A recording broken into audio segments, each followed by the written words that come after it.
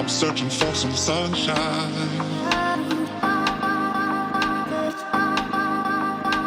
Just need one ray through the dark skies. I gotta look for the bright side. I know we're gonna be alright. I know we're gonna be alright.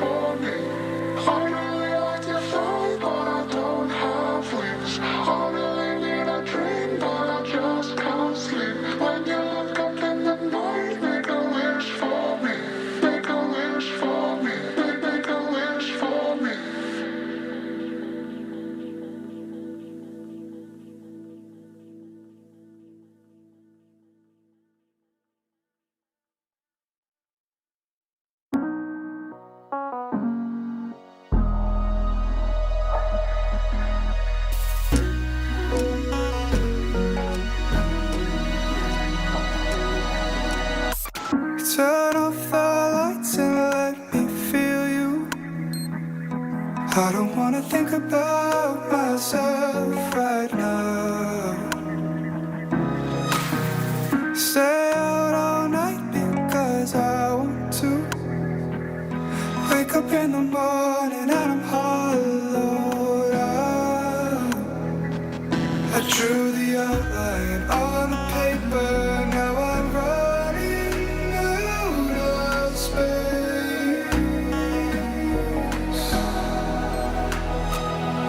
Family at the dinner table, but I don't have a place.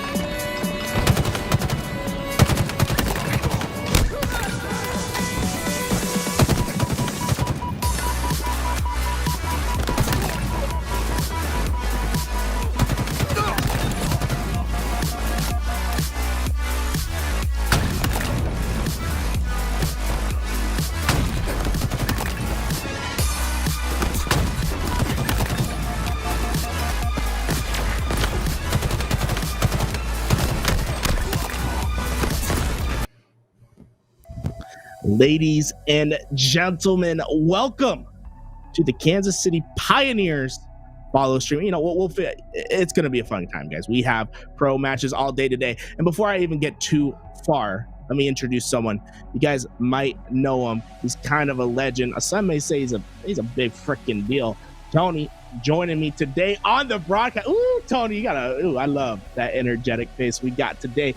Tony, we're watching all KCP all day today, making sure the ladies and gentlemen at home can make sure to follow this squad, because guess what? None of them stream. What's up with that, Tony? None of them stream. Well, guess what? We have to provide the stream for them.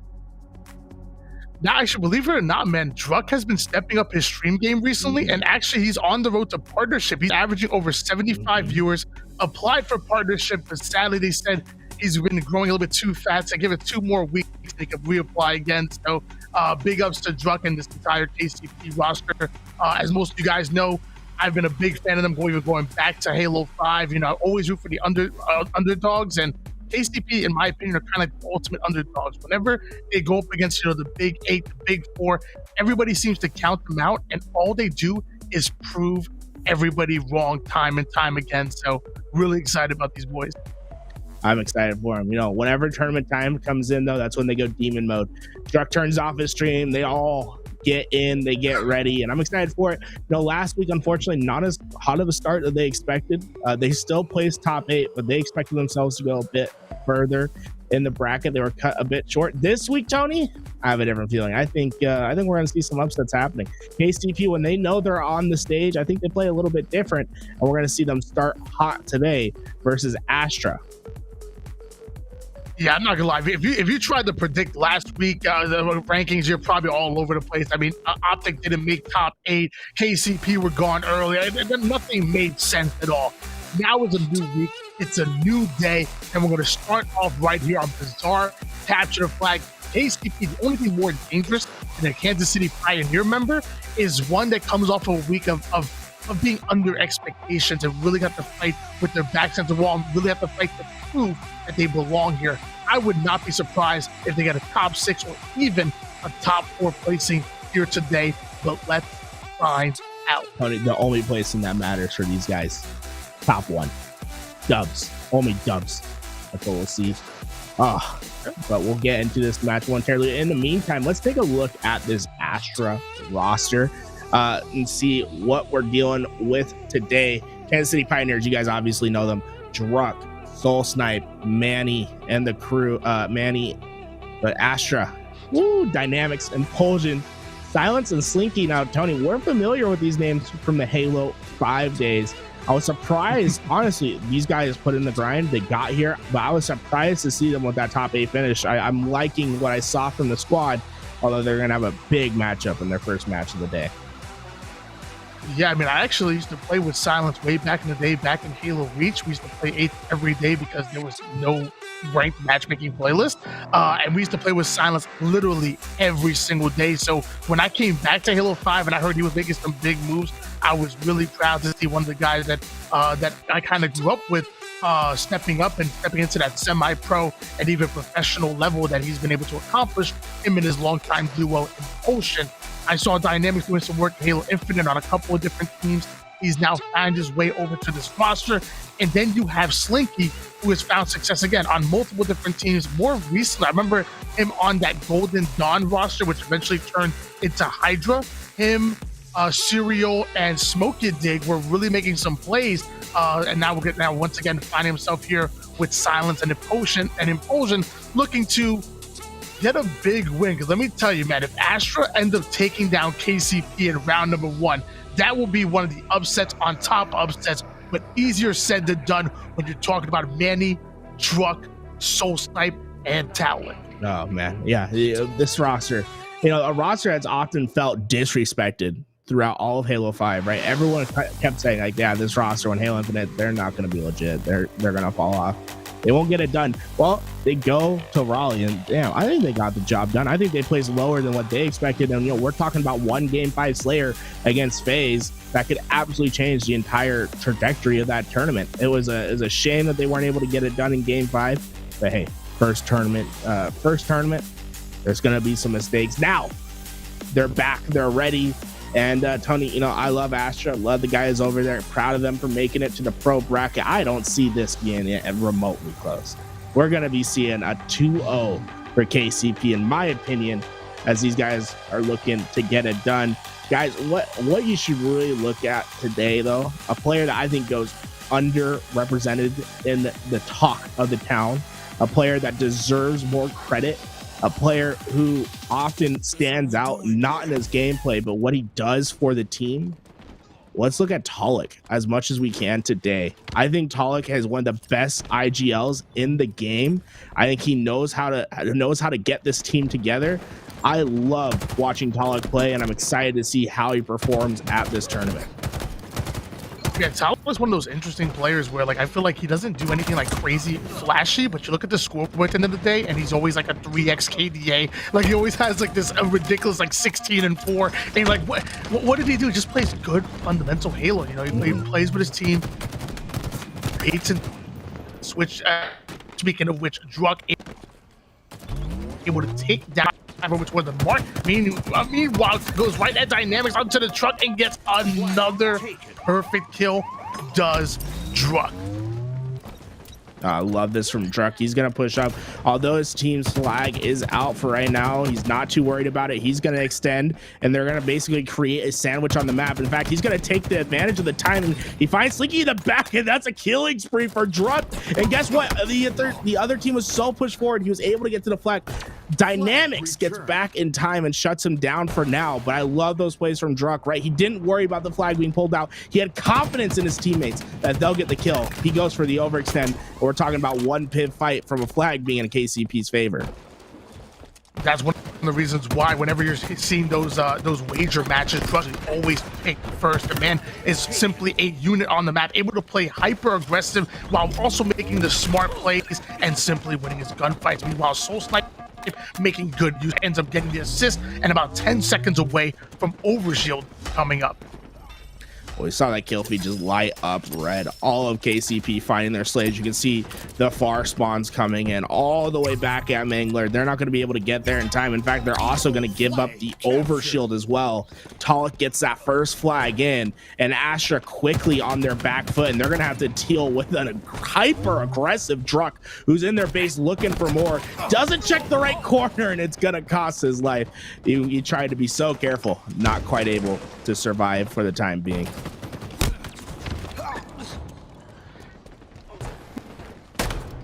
When you punch sources in order to do so. So lots of times you start off 2 down, maybe even 3 down, and there's an opportunity for a counter cap. Not that time. KCP not only securing that flag cap, but even putting Astra 3 down while doing it, which really sets up another pull coming from them as Manny tries to get that flag over toward the palm tree. Not able to do that, but 3 down go KCP. Now this is the chance that Astra needs to go on a run. And Manny went for the drop slide tech with the flag. Now that you can sprint with the flag in this game, you can chain that sprint into a slide and do some crazy drop slide tech, make your flag fly out. But a last second grenade tripled his sprint and prevented him from sliding and getting that flag into the tree. Oh my God, Talik. Talik, let's just say he's far from home, gets himself back up to rocks and out of the fight for now. Love to see that from Talik, and look at all this from KCP. They're pushing forward. They're not freaking out about getting the rocks right away. They just want to get the presence in the base. And now look at this, all of actually Astra getting splits, and Druck, he doesn't care. He's going to be able to find himself too, as he's going to finish this fight with Slinky. A player that's so aware, having that much firepower. Druck is so hard to deal with. And then you have Manny with the Rockets, the 21-year-old coming out of Orlando, Florida, holding down Top Cafe, waiting for the spawners. Meanwhile, just buying enough time for his teammates to go in and relay the flag. That's another easy kill, taking down Impulsion. Now upping the tempo because he knows there's some overextenders who might have made it towards his base. Tried to thrust away, but couldn't keep the flag out. It's going to be in that doorway. He finally gets it around the corner. Actually, that's Druck. And look at that. A little bit of a curb slide with the flag to get it out and away. Second one goes in. We have 7:30 remaining. And now with 2 flags in early on, we could see the impossible, Tony, if the momentum keeps going this way. A 5-flag bazaar. Something, you know, I just say right now, it's a little bit bizarre to see a 5-0 score. We'll see if KCP can accomplish that feat as Druck's trying to fight out of his base. We're finally seeing Astra put up a push as Silence is trying to silence Mr. Soul Snipe in the back of the base. He wants no part of that. He pushes forward regardless, finds him in the bar. And look at this. I love this overextension from Soul Snipe, right? He knows they don't have bar control. Well, guess what? I'm just going to be where you're not. Get on your side. I'm going to find you to your back and put some pressure in your own base while you're in ours. And that's one of the things KCP is very well known for, is these beautifully timed flanks and being as objective efficient as possible. Lots of times utilizing them. Sadly, Soul Snipe does end up being stopped short, and Druck ends up being taken down by Slink. And we have the flag that's already hit the double doors. Luckily, they're able to stop it right there. So we're going to see if KCP can hop on the return. But here comes Impulsion, but not for long. Ends up hitting the black screen. 2 down goes Astra, but Manny is going to join them. Man, that flag is so contested. Eventually, we see it stall out for now. But KCP, they do have control for the time being. Huge kill from Impulsion to stop the push. Pivs being won by Astra, but they just can't quite get him out of the base. And Talik and Manny will get the job done. And look at this. Talik, he's going to translate this into a flag of his own. He gets it past the base, and now if they can find the slayouts on the way back, this will be another flag for the Pioneers. And what an interesting run. You don't normally see this run, Tony, through the truck side. Something Talik is comfortable with because he had the grapple to work with. Unfortunately for him, Impulsion was there, but he was able to get the damage in, and Soul Snipe will be able to fulfill the flag for his team.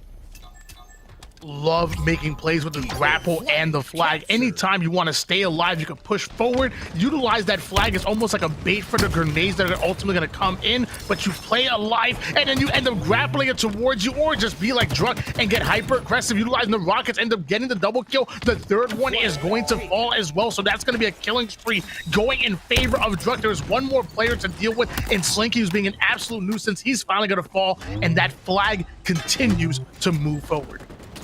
I love seeing the I shouldn't say I love it, because I don't actually love it, but it's always cool to see someone throw the shock grenades out and get them from the back. It's a little OP at the moment. Talik able to get this flag back for his team, and we're one flag away from seeing the coveted 5-0 on Bazaar. I know, Tony, there's some people in this chat, you know, I'm not gonna point names, but they've probably never gotten a 5-0 on Bazaar in their life. And look at this, KCP about to get it done in the Pro Series. I mean, I will say it's very rare that you see 5 flag caps, especially when this level of competition, like what we're seeing with Astra here. Like lots of times you'll see a 2-1 end, sometimes even a 1-0, because it's so hard to gain that map position. But as these teams start to scrim more, start to become more practiced, start to become stronger and more polished, you're seeing a much better game being played. And that's what we're seeing out of KCP, able to put up a 4-0 right now, and largely because of Druk's score line, 20 kills, but also 10 assists to go along with it. His KDA is absolutely out of control, and he's so hard to deal with. 2 down go Astra once again. Talik with the bulldog in hand. That's going to be an easy kill. Turning away like Chef Curry, throwing the nade, turning away because he's so confident that that nade is going to come out on top, and he's able to play his life. This is another well-placed one. Guys, you got to remember, along with the score lines, 12 assists from Druk. Just to put that in perspective, right? This isn't Halo 5. You don't get an assist just for putting a measly little shot in someone. You have to do about 50% of the damage in order to get an assist, just to show you how much Druk has been on the map this game. And the score lines from the Pioneers just in general have been crazy. Talik, my player to look out for. Look at him, 18-8. Man's double positive at the moment, getting the job done. And Astra just a little bit outclassed right now, but this is honestly, Tony, if you are Astra, you kind of want games like this where you can really experience the pro level, figure out what your mistakes are, so you can come back another day a little bit stronger. Impulsion finds the rocket on Talik as they're finally making their push, but being down 4-0 with 240 left, you might as well chalk it up right now. You're just playing for your stats. You know, I'm going to be honest with you, Garrett. I love your positivity right there. You would make a great Halo coach, obviously, which you are. But I don't think Astro want this game at all in any way, shape, or form.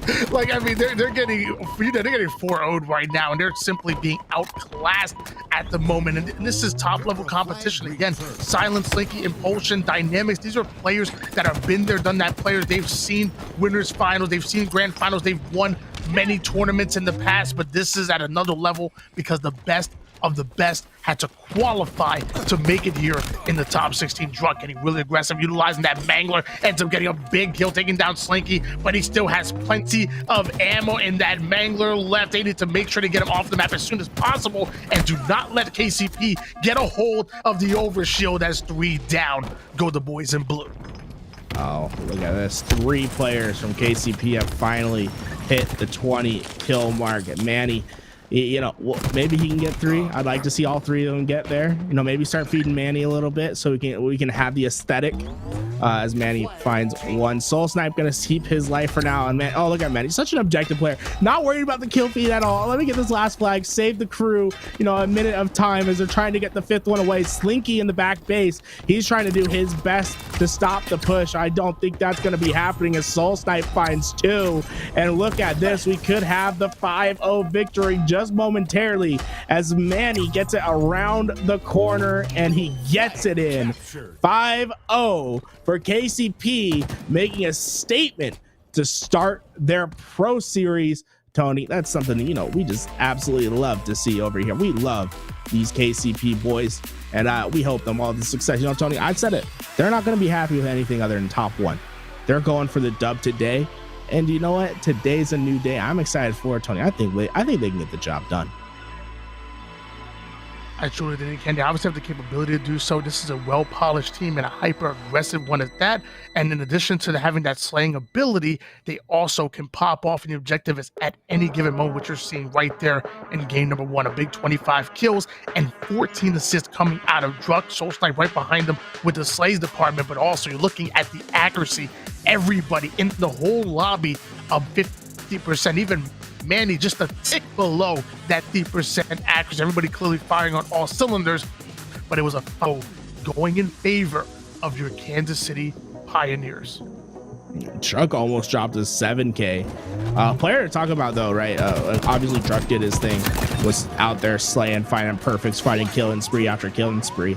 But a player that was added later into the year, you know, after Infinite came out, Manny, who was part of their team for most of the Halo 5 season, he got dropped for Super CC evades, and you know, KCP, they figured that wasn't the right choice. They had him back, and honestly, I think that was the key for them, Tony. When we saw them in Raleigh, and we saw how much of a difference Manny made in Raleigh and keeping them in those games and getting them further into the bracket, I'm so excited to see this guy back.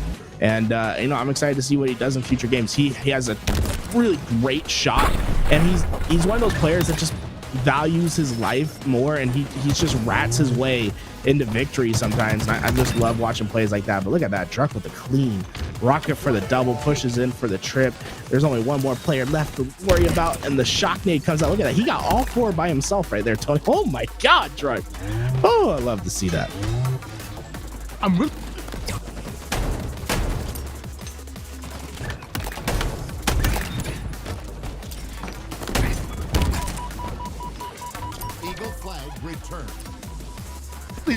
factor for this team, and when he's firing on all cylinders and when he's really going, he's probably one of the best players in any lobby, whether it's Sentinel, no matter what it is, he really can pop off at any given moment. So I love watching Manny's point of view. The man can really go off at any point in time, and he's really the X factor on this team. And not only that, but also the fact that him and Soul Snipe are literally best friends, so they can just it's different when, you know, when you have a teammate and you have a best friend for a teammate, because you can be brutally honest when it's necessary. You know that player like the back of your hand as well. So if, you know, if they need, I guess, a more gentle touch at times or whatnot, they need that, you really have that brother, and that's kind of what Manny and Soul Snipe are. They literally are best friends. This whole team is very tight knit, and that's one of the reasons why they're so successful and have that chemistry, because of how friendly they are both in game and out.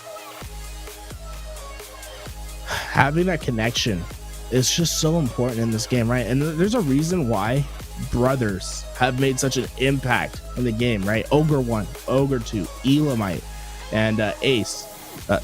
Tony, son of 1 and son of 2. I mean, come on, bro. And when you have a best friend that you can treat like your brother, because that's really how I see Soul Snipe and Manny, but they're like brothers, bro.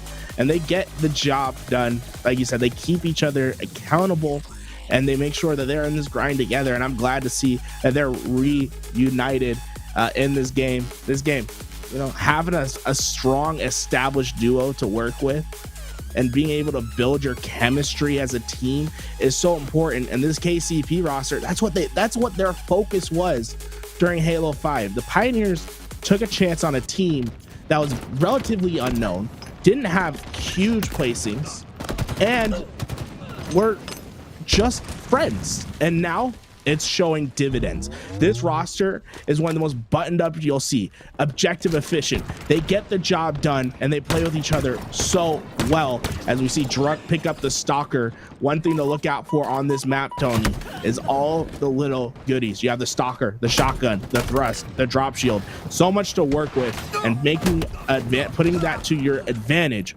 will obviously help you within your game. Soul Snipe picks up where Druck left off after losing his 2 power weapons.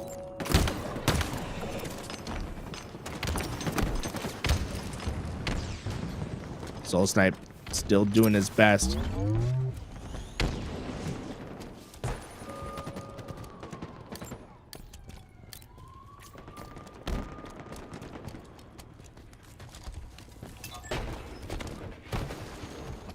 Soul Snipe working his best. We'll get Tony back into this as soon as possible. He's having a little bit of an internet crisis at the moment. Look at that perfect kill. And well, Tony was having his crisis. It looks like Astra having one of their own. 11-5. We'll see how they have to, how they decide to reapproach that one. A 6-kill differential at the end of the day. Kansas City Pioneers up 11-5. One thing to note, Druck really straight up, he went for the shotgun right away, and then he used that to push himself forward into the Sea Hill, grab the stalker rifle, something that you don't see it too often in like matchmaking per se, where if you're so confident in yourself that you can just absolutely demolish someone on a lane, go grab the shotgun, push immediately forward, get yourself the second power weapon, and just become this force of nature on the map, something that Druck is so used to doing. And guys, while we wait for this match to restart, let's get some updates from what's happening along the bracket. Unsigned talent, guys, they're unsigned and they're up 1-0 versus Oxygen Esports. They won the Bazaar flag 2-1, and FaZe currently up 2-1 in their flag versus Status Quo on Bazaar, but a little bit of a closer game than expected over there. FaZe playing Status Quo quite closely, and the newly signed Fnatic roster, well, they're playing against Space Station Gaming right now, and it's a deadlock 0-0. That one looks to be going to overtime as we try to get back into our second game. I believe Tony is joined back with me. Tony, we'll hope all is well. Saw you in the void for a second. You went black. Now you're back, and I'm glad that I can have you back for this second game. But then I wanted to bring so much fire that the connection couldn't handle. Again,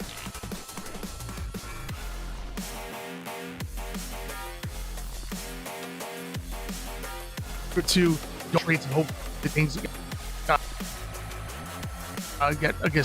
signed talent. I'm really happy about this squad here.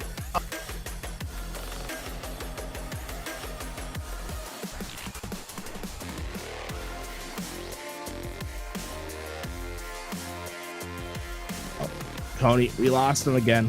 Unfortunately, the internet not helping at the moment. We'll get him back. We'll go reset it. We'll call the ISP guys. We'll figure out what needs to happen. But Street Slayer, just such a great map. I love Streets. Streets feels like a map that was made from Halo 5. And, as a Halo 5 kid, I absolutely adore it. I love Streets. It's my favorite Strongholds map by far. Slayer, it has this interesting predicament where I think, in my opinion, guys, I could be wrong, so take it with a grain of salt per se, but this entire map, in my opinion, runs through the Bulldog spawn. You have to be on top of the Bulldog and use that to your advantage, right? The Bulldog is such a powerful weapon, especially on a map like this where there's a lot of corners where you're going to have to push in, right? You have these long sight lines that are open, but in order to progress forward on the map, you're going to have to go through these little corners, these little nooks and crannies. And if you have a Bulldog, you're never going to lose those fights. And that's something that we're going to see the KCP squad really prioritize, especially a player like Druck, who loves to use every single part of the sandbox to his advantage, grabbing the weapons, grabbing the utility. Be on the lookout for him to constantly grab the power weapons. Silence was able to get the rockets, but not gonna make too much of an impact, as who else? I said it before, it's Druck who gets the Bulldog. Well, he's in trouble as the entirety of Astra collapses on the other side. Silence was able to find 3, and it's Druck who pays the price. And it's a little update on what's happening around the world, guys. XSET, they went up 1-0 versus Built by Gamers. A matchup I think Druck in particular is watching. If you guys weren't on Twitter this last week, there's been some drama between this Pioneers roster and that Built by Gamers roster. The evidence is out there. You go take a look at it. You make your own decisions. All I'm saying is, in Druck we trust. The man's never led us astray, and he's not going to lead his team astray in game 2, as it's Druck who we are on, as he's just anchoring the back spawns, making sure no one comes through. And Once again, boys and girls at home, if you aren't on top of it, be on top of it. Get that bulldog in your hand. It can absolutely make the difference in each and every game that you play, as he's going to be able to find dynamics with the help. And look at that. He's going to go get the help for us. And gets it from the long range. Double kill for Druk. Make it the triple. My God, the bulldog's insane. Oh, go for the over. Druk, get it. Kill him. No. Okay, Druk. Well, you try your best. A little bit of a shaky shot, but Talk cleans it up for his teammate as well. But that's why you guys go and get the bulldog. You can play the power position. It has more range than any shotgun we've ever seen in the history of Halo. It makes the difference in your games. If you aren't prioritizing the bulldog in your gameplay, we'll start to do it now.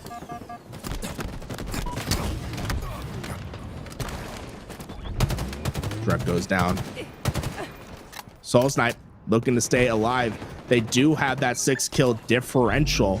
We'll have to see if they're able to maintain that for now, as Soul Snipe gets the finish. Silence was able to get him, but the trade out comes. And look at this. Manny, we talked about how great his shot was last game, almost shooting 60% accuracy. Well, when you have a player with that sort of shot, you make sure that they get the stalker rifle. It's 3 shots, 2 to break the shields, 1 to the head in order to get the perfect kill. And it has one of the fastest time to kills in the game, as Manny does his best to stay alive. All right. Sorry about that. Sorry about that, Gary. Hopefully I sound a lot better now here. Because I'm board now with crystal clear, bro. Ooh. Okay, all right. Sounds good here. I made it right back in time because it's 25-20 in favor of Astra right now. We're looking to answer back. They are not trying to get swept and knocked down to the loser bracket that easily. So good for them. The boys are up by 4 kills and we're already at the halfway point of this game. Druk's trying to get Slinky out of this corner, uses that drop shield, but pushes right through it. And yeah, Slinky, I don't think that's gonna work for you. You gotta use the shield to prevent the shots from going forward. If you walk through it, well, you're asking for death. You guys got to remember, during the reset, it was 11-6, so a 5-kill differential for, a 6-kill differential. It's either 5 or 6 for me. I'm going crazy. Math is hard for me. For KCP, so they do have a pretty substantial lead at the moment, as they are able to extend their lead. Because of that lag out on game 2. And look at this, guys. Truck, he has the shotgun back in hand. This time he gets a little greedy with it, and he is going to fall. But notice how Druk, he is constantly on top of that spawn. He wants to make sure the bulldog's always in their hands. And shout out to the coach in the background, making sure that they keep the time for the team. Manny able to trade it out for the time being. He gets taken down immediately. And look at this, man. Talik leading the charge for the team right now at 12-8. And when you put it like Talik on your team, guiding the awesome wild coach Jam I am, making sure all the powers are being grabbed. Obviously, it's a deadly combination, and KCP have a great, a good looking to actually come back into this game. As I say that, they do go 3 down. Astra going on a bit of a run, separating themselves on the scoreboard once again, but Silence ends up being shut down by Druk. I think Druk's used to shutting down players on a map. He just has this tendency to win fights. Look at it. Is he lagging out? I think he's lagging out. Yeah, he's definitely lagging out. Move. He's there we go. Haven't Druk's seen gone. that before. I was about to say that was a crazy crouch walk. I thought he was like, is he trying to stay quiet for a second? I was like, what in the world's going on? Well, it turns out it's just like the Halo Infinite servers having their day today. We'll get back on that street. It's like I don't even, Tony. I'd have to have a degree in fucking economics or something in order to figure out what the score, who needs to what, and who needs where. But you know what? I don't need a degree in economics to do. I can tell you guys what happened all around. Built by gamers, able to tie up the series versus XSET. So they're going into game 3. And E United, they win quickly 2-0 versus G1 after a 50-38 on the Slayer. BBG. I feel like they've seemingly come out of nowhere. Like King J has quickly become one of my favorite players to watch out for. Big fan of him, and I hope he sees massive success throughout his career. Because it's funny because, you know, during some of those open series and during those qualifiers, we saw him teaming with multiple different teams, and the one kind of constant was him throughout these teams, and he always was seemingly finding success until he was picked up by Built by Gamers, and now they're poised to make a run. I believe they actually might even have a higher seed than KCP going into this tournament. So I want to keep my eyes out on BBG and see how things go for them. I think there was a $10,000 tournament recently that they were absolutely going off in. So keep your eyes out for BBG. Yeah, there was a $10,000 tournament that they were absolutely going off in, Tony. Isn't that oddly suspicious that they'd be going off in a tournament like that? Yeah, hey, we'll leave it up. We'll let 343 figure out what should happen over there. But you know, just be careful. Sometimes the walls have eyes, you know. But we'll get back into the Street Slayer. You know, Tony, lag outs happen. We'll have to see what happens. Cloud9 also advanced in their bracket, so you know, not unexpected. But yeah, H5 settings, please. You know, my favorite team name of the bracket will fall to the lower side. And unsigned talent, Tony, they upset Auction Esports 2-0. So they come out strong. Remember that unsigned talent roster making some changes on their side. And here we go. We have the FaZe game right here. This is Bounds POV versus Status Quo. They're in overtime of game one, Tony. And there's only, what, a minute left on that? Oh, no. Okay. They're on the reset of game one. So we're into game 1v2. First flag will win it. We've seen Bazaar being played for what? This is like 20 minutes now, probably longer than 20 minutes of gameplay on Bazaar. This is gonna be mentally exhausting if you're a pro player. I love how you said earlier that unsigned talent are making some changes to the roster as if it was like voluntary. Yeah. Like, no, their players are getting poached. Their players are literally getting stolen from them, and they keep having to pick up new ones, and they keep succeeding though. And that's a big win on a well-played Auction Esports, a well-polished one at that. Meanwhile, that flag is on the move, and FaZe needs to catch it and stop it short. Luckily, that flag is going to stop there, but the return's not going to be so easy. He's on it. He's at about 70% there, and it looks like he's able to secure the return. And not only that, but FaZe are on the offense here as well, going right after the spawners.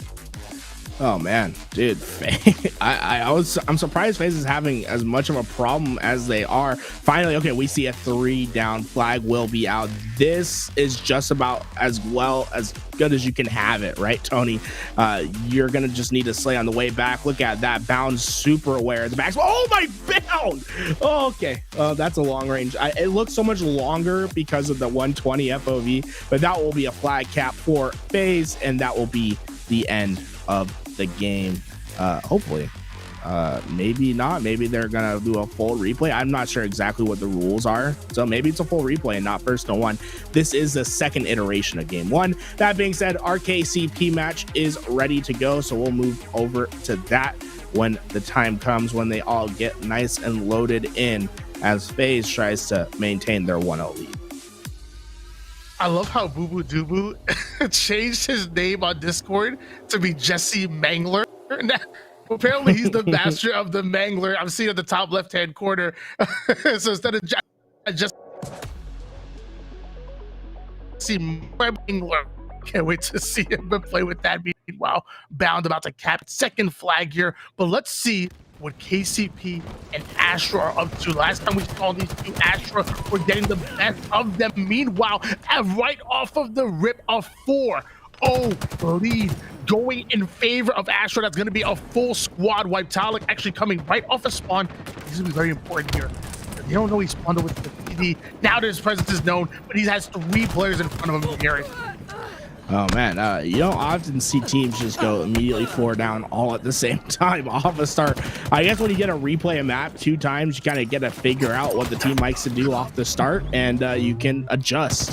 That's exactly what Astra is able to do, as they have they're starting to build themselves a substantial lead. Now obviously I'm I'm not too sure how much of a differential there is or what the rulings are. So we're gonna be writing. You know, we'll figure it out, Tony. Let's just I assume it's gonna be like a 7-8 kill differential in favor of KCP, but you never know. Astra, maybe it's a full reset and Astra is just blowing them out of the water. But this is how you can make the change right here, right, Tony?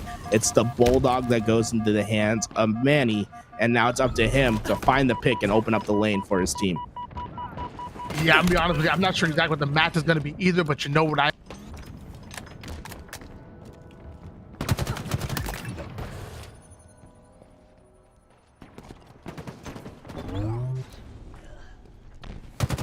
they're right to make it through the winner's bracket. We also got a major raid by Major Chafa. A big shout out to him. Big shout out for the big raid. Meanwhile, Soulsnipe making his way over towards top. A heavy damage going. Now going to go in for the challenge on Silence, but Silence ends up coming out with the whip. Rockets are coming up and Dynamics was able to get it, but he will trade out as Druck was able to get himself nice and close. Talik is not aware of the C spawns and he's going to take the damage and the death because of it. Manny trying to make up for it. He gets up close, dodges the grenade, but yeah, this is just a travesty for KCP. They're putting too many resources into getting those rockets and it costs them 3 deaths. And now Dynamics was able to get the rocket back for his team. Soulsnipe's on the chase. Soulsnipe, oh man, what a dangerous game to play, but he was confident with it, and he'll also give his life to the god of the rockets. As I just don't know how much sacrifice is worth it, man. How many times do you have to die for the rockets for your team to get it? Well, I guess the answer is 4 to 5 because Druck has finally gotten the rockets for his team and he's looking to get one. He'll find the first as getting away with his life, trying to stay alive and not able to do so, as Dynamics will be the one to find them. But the job is done. KCP has broken through those rockets, find them a couple kills in their favor as this game starts to tighten up after a hot start from Astra.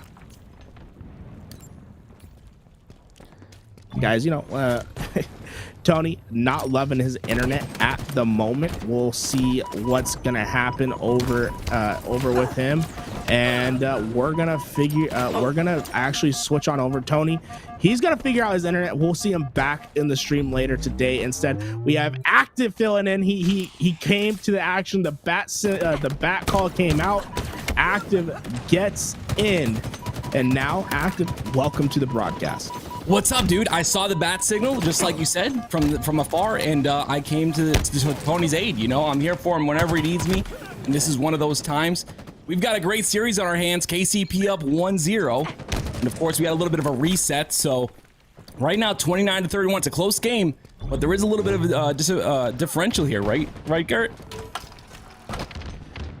There is a differential. Unfortunately, I went into journalism as my major, and I had to take one math class, and I failed it like 3 times.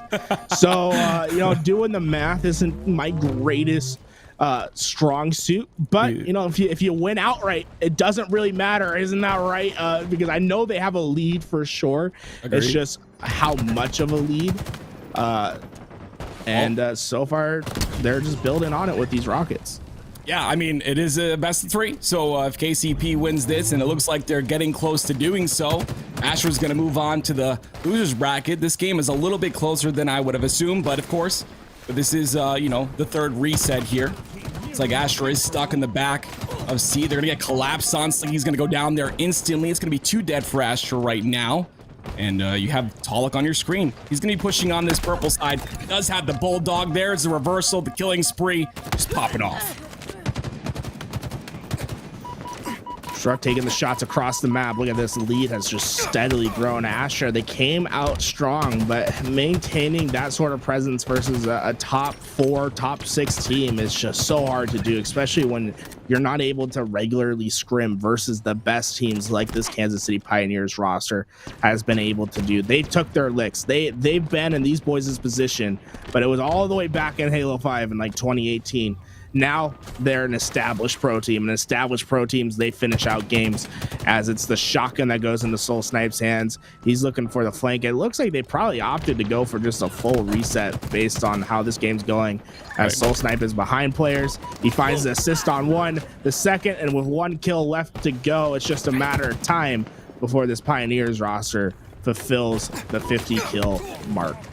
And Druck's gonna go down there. It's gonna be 1 dead. All of Astra is alive. 49 to 43. Pollock and Manny trying to push this side. Implosion's gonna get a kill though, making it a little closer. Trying to make my dreams come true here, but it's not going to happen. There it is. KCP is gonna move on to winners bracket round number 2. Well, congratulations to the boys. Great Slayer game for that Astra squad. They tried their best, but you're going up against an extremely talented Pioneers roster to start this series, and unfortunately they weren't able to get the job done today. They'll have some time in the losers bracket to figure out what went wrong. Let's take a look at these stats real fast and look at Druck. 16 and 5. The man not 16. I was looking at the assists. I was about 16 and 5. That's crazy. No, 16 and 12. Made slaying for his team, and not being much of a team player. Druck, get those assists up. Yeah, you know what? There's something I want to say about KCP, and that is the assists. From what I was watching in the back there, these guys, their teamwork is phenomenal. Their assists are just really strong throughout all of the games. I mean, we're looking at you've got 50 kills on the board and almost 40, whatever. 3 of them. My mouth is bad too, Garrett. But a lot of assists are coming through for this team, and they're able to get involved in every fight, and that's something that's very, very important. Like you said before on the cast, Halo 5 assists a lot easier than Halo Infinite's, and them to be able to come through and just be involved in all of those fights together, I think is a ginormous, potentially a ginormous thing that's going to catapult them forward. Well, catapult them forward into the winners round 2, where they have a tough matchup. KCP versus E United coming up next.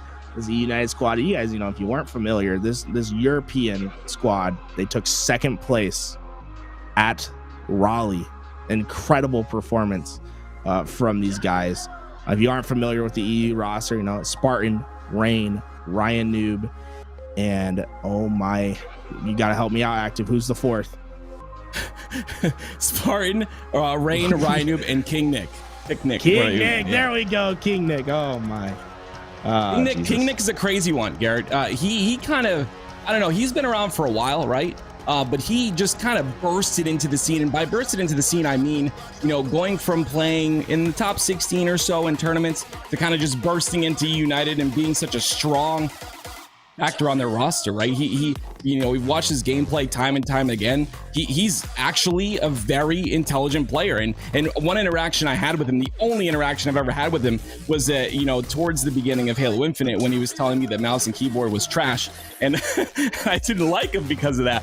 But after watching his gameplay, in all seriousness, the player is just fundamentally, intelligent. He's very good at, staying alive. I think that's one of his biggest strengths. But also just making big plays on the map when they need to happen. And of course Pivs. He's just all around just a great player, and I love the addition of him on the roster. G2, they lost their match versus Optic. They will be playing up against H5. Settings, please, in the lower bracket. Guys, Cloud9 versus Optic happening on the upper side. We'll have to keep an eye out over there, see what's happening. That's going to be an exciting one. My quick prediction off the top of my head, I'd say Cloud9 2-0, but you never know. Optic Gaming going to a game 3. Yeah, this is okay. I'm gonna play my little tiny violin, that little tiny thing for this G2 esports roster, because I kind of feel bad for them, right? They have to play in the open. They get the first seed, they dominate, don't even drop a map the entire time, and then because Sentinels can't make it this week, they have to play against Optic Gaming. That's a little bit of an unfortunate draw, but they'll make their way through the losers bracket. I imagine they'll have a fun time over there. Bounce. We're back on his POV. Remember, they're going up against Status Quo. They won the game 1. Now moving on into the second, as it's status quo that's been keeping FaZe pretty honest this tournament. They've been playing them close. Yeah, that first game, you know, it took a while for FaZe to get a cap. They finally ended up winning the first game. I think the addition of Enable is huge here. I think that Blaze obviously provided, you know, a lot of talent to the team, but I mean, you can only upgrade. Enable is just an insane upgrade. No offense to Blaze, Enable's just, you know, been in the scene for so long. He obviously switched over to COD. But he's got that, you know, those Halo fundamentals that you just never lose. They don't change from game to game. You know that. I know that. And he's bringing it to this squad. Now, do they have the ability to place within, you know, the top 4? That's to be seen. I don't really think anyone on this squad is at that point yet.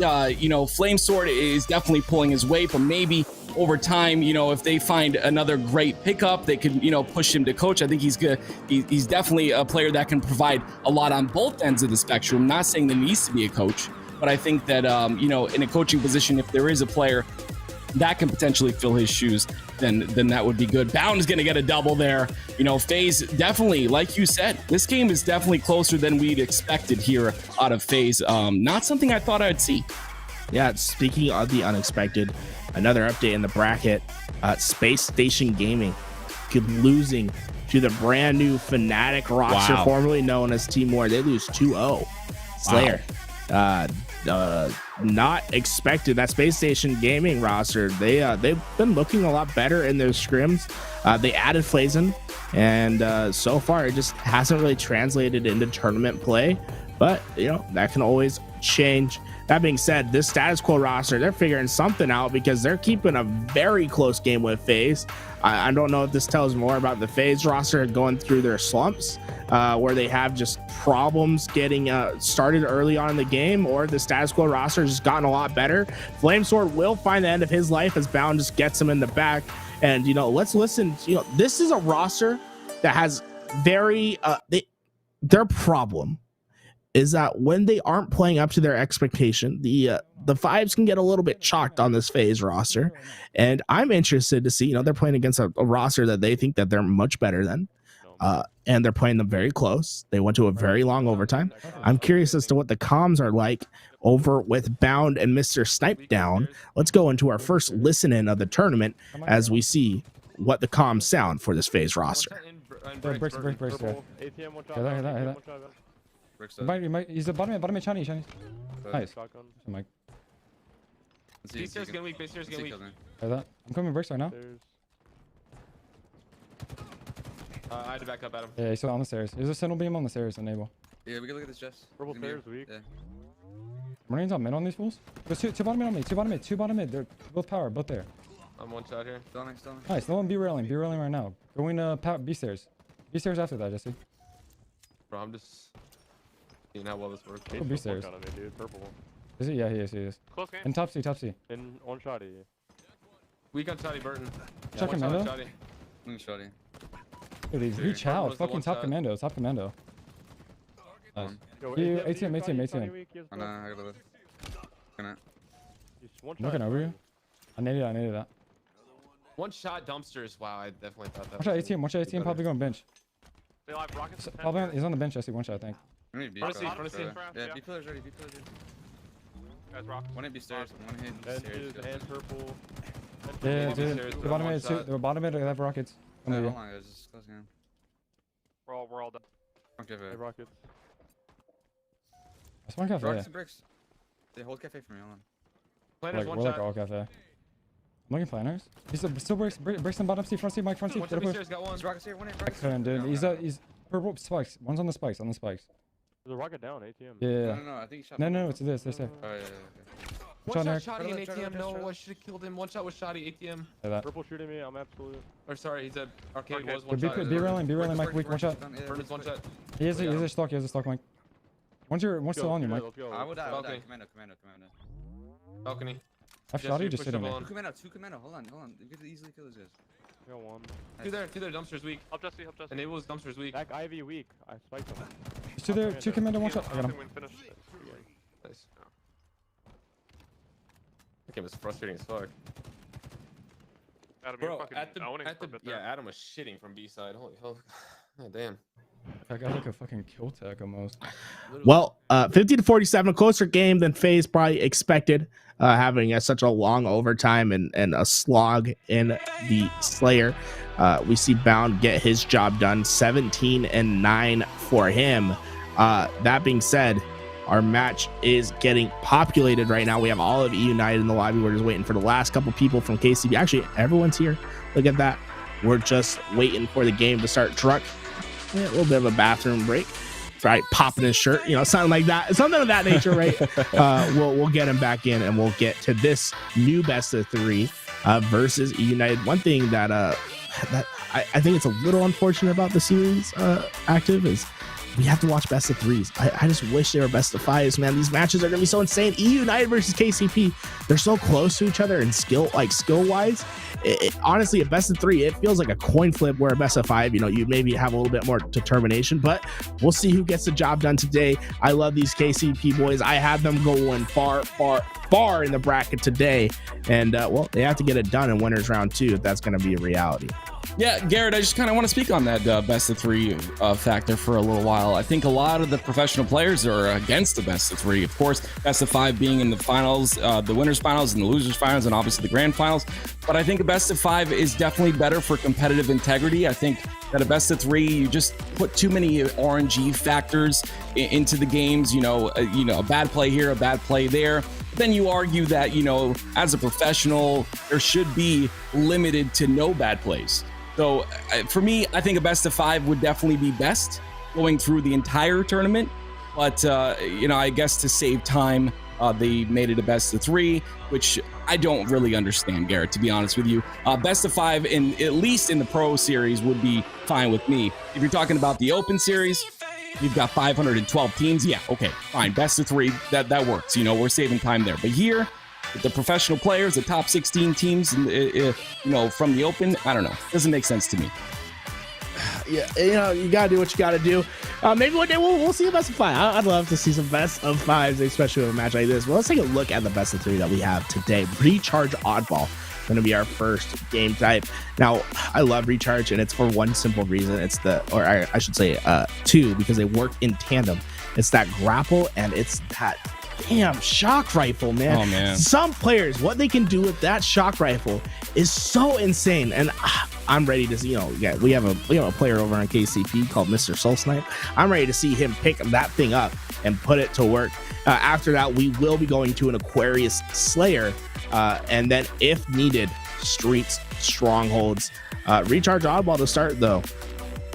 I love Recharge Oddball, but yes, the shock rifle is definitely one of those weapons in the sandbox that is extremely difficult to get good at. And you even hear some top players saying like, oh, this gun is really inconsistent. And then you kind of, I was watching a stream, I think it was yesterday. I don't remember who the player was, but he said, this gun is so inconsistent. And I'm thinking to myself, man, there are some players in this pool of professionals that can use this weapon extremely well, and we're talking like turn games around by getting 4 dead with a shock rifle. So I definitely think the shock rifle is one of the strongest weapons in the game. I would definitely put it in the S tier, and I think that's going to be a factor in this game coming up here. If Soul Snipe can get that and start to pop off with it, we could see a snowball effect, and we're talking about against E United here. I think this is going to be a close game, Garrett, a close series, I should say. I really do think that KCP is hungry. I think they want this, but E United, one of those really practiced squad. These guys are always on top of the scrims, always on top of playing every single day. We're going to find out here, though, who takes this game number 1. I just got to say it.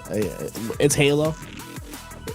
NA has always reigned supreme, right? We got North America versus EU.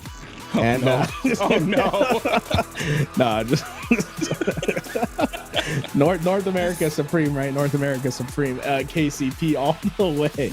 But we'll have to see what happens, guys. We're loading on into our first game. You got to remember, guys, Oddball a little bit different than what we've seen in previous iterations of Halo, right?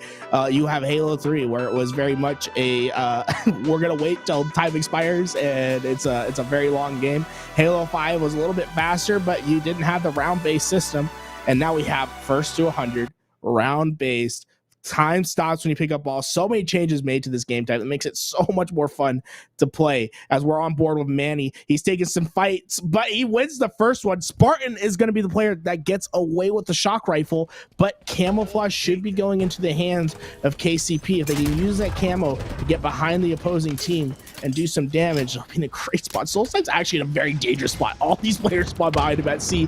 He doesn't care. He's going to be able to kill the shock rifle player. The player we did the watch out for. It's Soulside, but he has the shock rifle in hand along with camouflage. Talk about a great start for this Pioneers squad. Oh man, that Mangler's another topic for another day. I mean, he used that, was able to get top control here on Attic. Now he's got control of the pipes. He's gonna stop that push from Spartan, but no, Spartan comes through. That's the ginormous kill there. They're gonna be able to pick up ball, and now they're gonna bring it back to pipes and gather some time.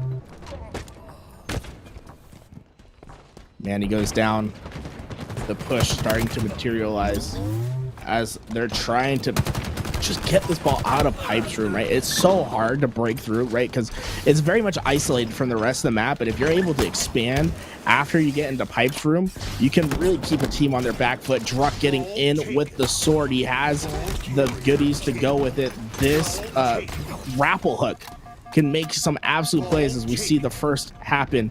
Now, Druck gets the ball, but he has no one watching his lane, right? He has no one at that doorway to stop people from coming in, so he's not going to hold onto that ball for long. He eventually hands it off as he's going to be this first line of defense, and now he has the sword in hand, and Ryanu, well, sayonara, as the sword slices him right on up. But the push has broken through. E United are in, and Soul Snipe, he's playing patient. He's playing for that ball play, and that's a great play from him, right? He gave up the Pipes room after the kill happened, but he waits and gets the ball in a play position anyway, and now his team's ready to play position Halo and try to prevent that ball from accumulating too much time in E United's favor. Looks like that ball did not drop bottom center, so it's going to be a fight on top mid. Sparty does have a very strong power position on glass, but Druck with a beautiful double there. Gonna break the setup a little bit. He's got all four of his teammates alive. They're gonna make a solid push here onto, oh my gosh, Talik gets the remote detonation. He's trying to stay alive on the turbine, but the defense from United is just too strong, and that rotation is gonna work out. Ryanoob gets all the way through, and he's gonna live there, Gary.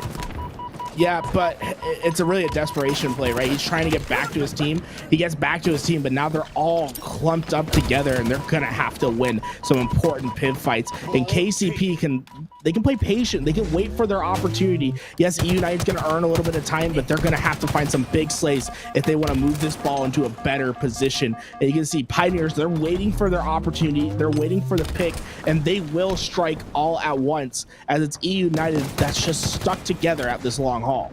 They've done a really good job of staying alive, though. They're still getting the slays. It's going to be 3 dead for KCP. Druck, the last guy alive. Great play by him. He's got Muller in hand. Almost gets the trade. Not going to happen. Red bar can be a B.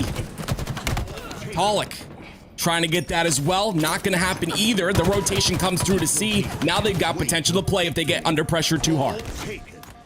E United, they win all the fights, right? You never want to be all in the same exact spot. Well, this is what makes E United such a different roster. They win the fights. It doesn't matter if they're in a bad position. It doesn't matter if their back's against the walls, because they win fights like that. KCP finally able to break through and get the ball to reset. And now it's going to be up to Soul Snipe to get some top red control. You want to be able to get that cross, and he's going to make his way up. He's going to have a big fight versus Ryanoop to start in this red room. Yeah, that positioning was so good. He gets the trade, though. Ideally, he would have wanted to stay alive there. Man, he's gonna get that sword kill, though. He's got sword. He's gonna potentially watch this ball. Sparty gonna be alive, playing some defense. It's gonna be a 3v3 momentarily. Talik gonna be on respawn here soon, but I like this double push. They're not going to find anyone home. Finally, they do find Sparty.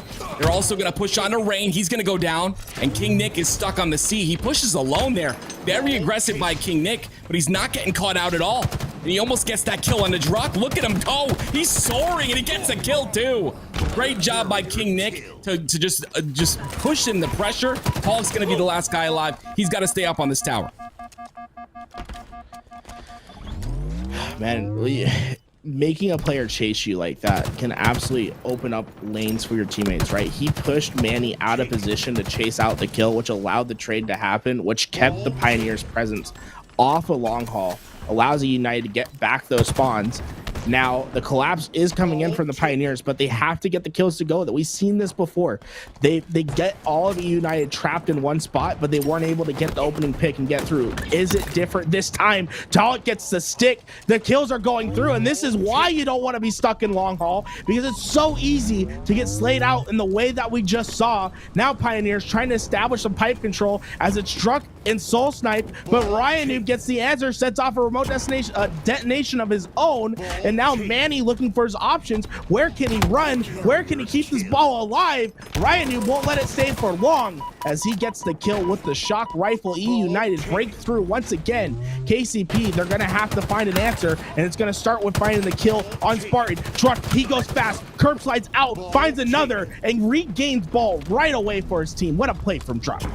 Great job by Drunk. He's gonna bring it back to C now, but just the ability to push in and play aggressively there, that curb slide saved him a lot of time as well. And now they're gonna get this attic hold. Looks like C. This long haul has been a very prime spot for some ball time. The rotation coming through with 3v1. They end up going down. That's going to be 2 dead right now for KCP, but also 2 for E United. This ball is going to be a big factor here. Are they going to be able to play it? Are they in a position to get the play ball? E United is all on the tower. Sparty going to make the push on his own. Can he stay alive here? No. The overwhelming push by KCP is way too strong. That's going to be 3 dead once Ryan Noob goes down. Make that all 4 dead, and that's going to be some time for KCP. Some valuable time as they take the lead. They're in a great spot, right? With only 46 seconds left on the clock, even if you're forced into a play position, if you can spawn up and slay it right away, you're going to be able to potentially run this clock out. Manny able to get the first one with the Mangler combo. And now the push from Unite's happening. Truck's going to have to play the ball off. Just one set of slays would have won the game for Pioneers. But this is what's great, right? They get the ball played. They're all going to spawn over at yellow so they can play the ball right away. They just need to find more slays, and it's going to be the Needler that comes out on top for Nick. Manny finds his own pick, but is immediately traded out. And now it's Spartan that's trying to make the push. But look, Druck was able to get himself into the cross position. No one's going to be able to grab that ball without meeting the BR of Druck. And now Soul Snipe, he's just trying to milk the time. They only need 5 seconds. It's ticking away. 3, 2, 1. The nades, they won't reach. What a win for Pioneers. The play at the end, they got the perfect position and they get the perfect win. Soul Snipe holding the ball for that last 3 seconds to win round 1. Garrett, E United was so scrappy there. They were playing so desperate. Sparty slid out in the middle, and then his teammate tried to get ball into pipes. Did not happen. Wow, what a great round by KCP. Let's see if they can continue this. Manny has the camo. He's going to go down instantly. That's going to be 3 dead for KCP. E United looking to make a comeback here. Well, when you go 3 down, at least you're getting some good ball time out of it. We're going to see, what, 10, 11 seconds. And look, they all spawn A, and Druck's ready for the rotation. He's going to fall, but he brings the ball back towards his team. So Pioneer still fighting for ball control, even though they had just a devastating start, losing 3 players, not able to get away with the camouflage. Druck makes a play with the ball, and man, it's Druck that's been making big plays for his team all game. The end of round 1, it was his positioning, his cross that prevented Spartan from getting that ball and allowed Soul Snipe to get the time necessary, and they're able to stabilize out of a scary position. They go 3 down. It's no matter. Druck plays it perfectly. Now they have control, and look at all of E United spawning over at C. If they can rotate this ball towards pipes, they could be in a great spot, and it's going to be Spartan that's going to be leading the charge for E United as Soul Snipe was able to see him and get the call towards his team. Unfortunately, Manny did lose that fight to Sparty, so that's going to open up the lane for them to push through. Sparty wins another pivotal fight there. It's going to be 1 dead on the Soul. 3v3 situation momentarily here, but like you said, all while that's being done, KCP just continuing to scrap the time. Manny going to get a kill of his own there, and the sword play comes through. He's not going to be able to get another one. That sword positioning is going to be huge. I believe it stayed on top. Oh, the big shots here from Manny. Gets some help from Talik. The teamwork, Garrett, is one of the biggest X factors for this team. We saw a little bit of a visual glitch. It made me crack up a little bit with Manny soaring through the air and we didn't see the grapple. It was just this BR. He looked like he was using Harry Potter on the broom or something. That was hilarious. But Manny, get behind players, and now he has the sword in control, right? So if you're gonna push him, you're gonna find the end of the blade. As Talik is in trouble, man. There's 2 players pushing him. The help comes through to find the first. He's trying his best to stay alive, milking his time. Man, that's some whole milk right there. He does eventually go down as he is cut in half. But Drunk, you choked the overkill and now you're gonna choke a kill like that. Oh, okay, at least they have a 43. I can't stay mad at Drunk for too long, but man, that's some shaky shots from Drunk to say the least. Definitely very shaky, but like you said, the score not so shaky. 43 seconds. E United finally getting some time, but they had 0 a second ago. On board with Talik. Gonna push in with Soul Snipe here onto Rain. Rain definitely has some help. There he is. A sword player on Nick. Great kill by Talik. He's got to stay alive here and play his life. He does not have anyone to work with him.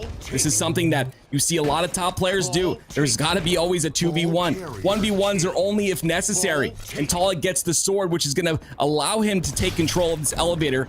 With ball being down bottom, there's going to be a fight for this coming up soon, but this is going to be big control out of Talik with this sword if he opts to go towards tower. Well, Talik, he's able to hear the player on the flank. Oh, okay. I was gonna say, this is why people don't want the sword in the game. He just went flying.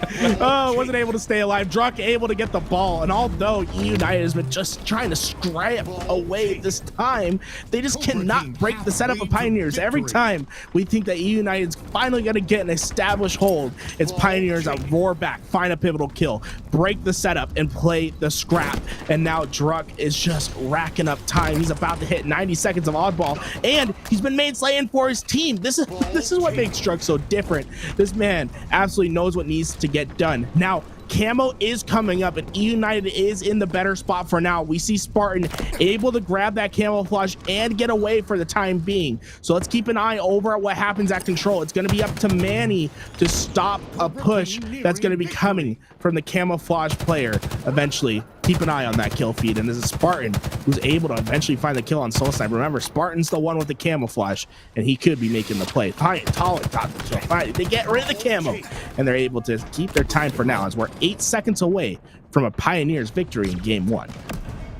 This is not what I expected to see, but don't want to call the game too early here.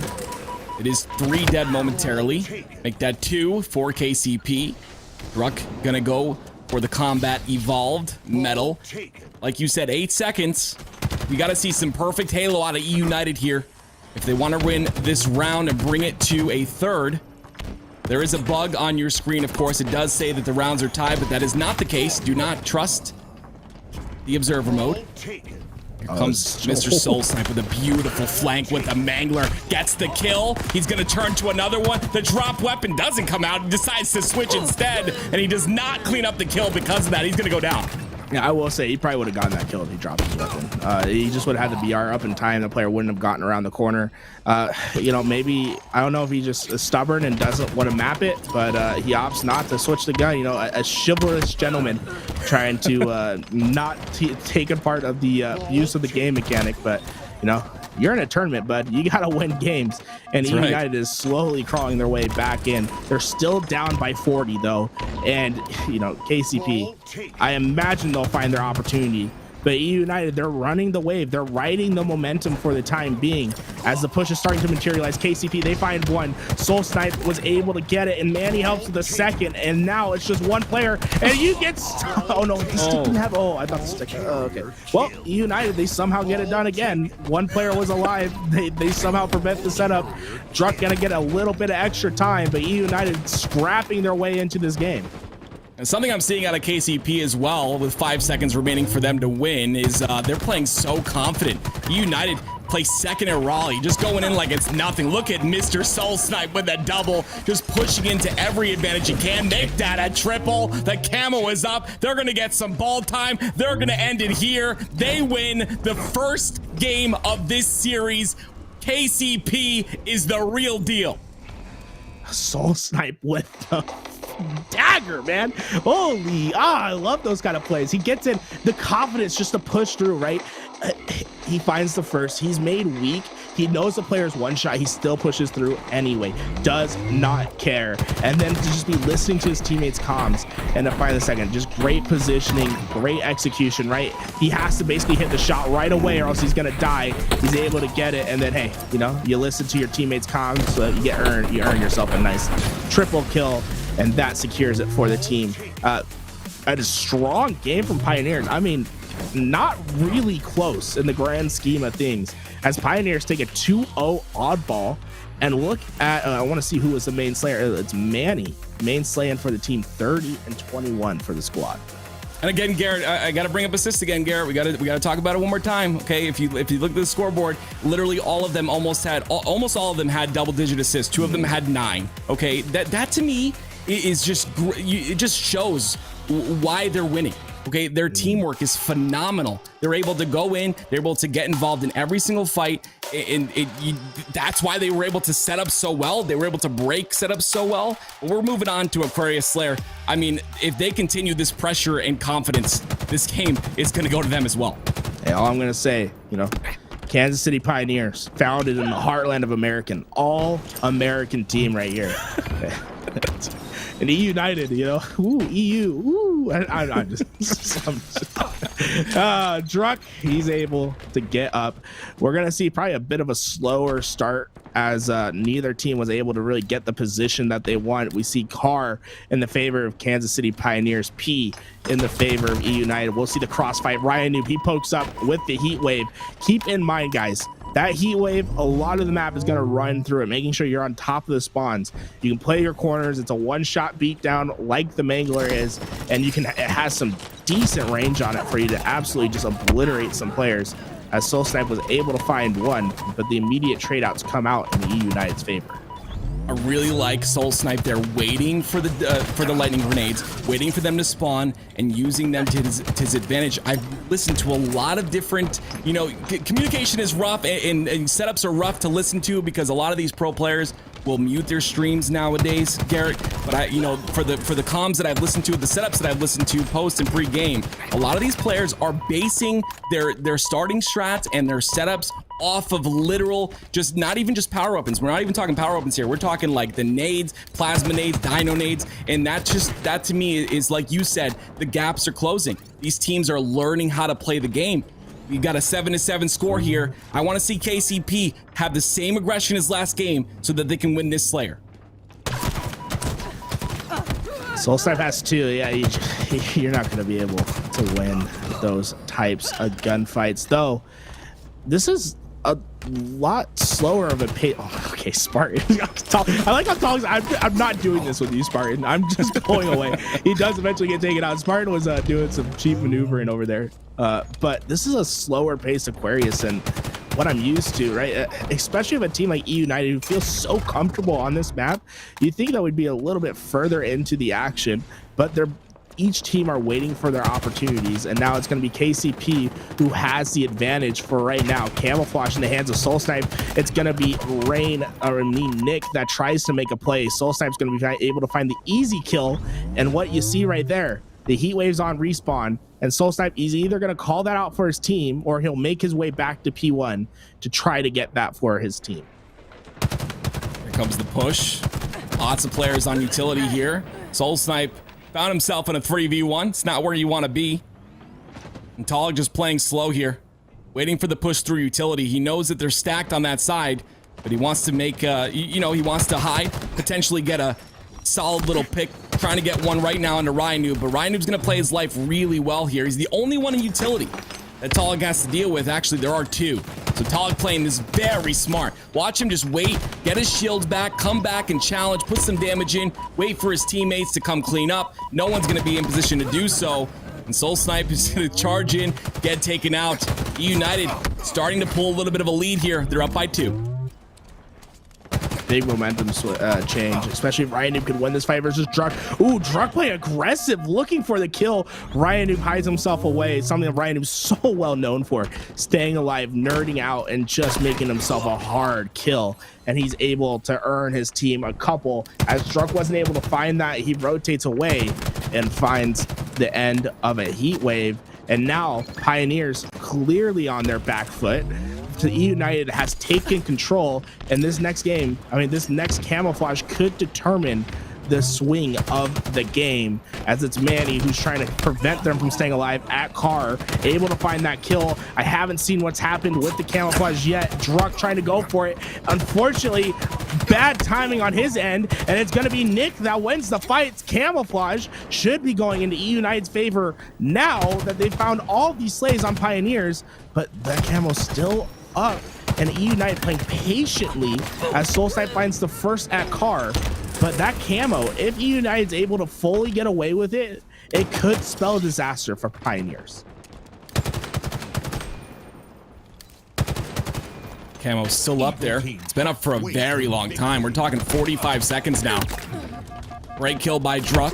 And someone I just want to highlight, the reason that E United is doing so well in this game, or one of the big reasons, Ryanu.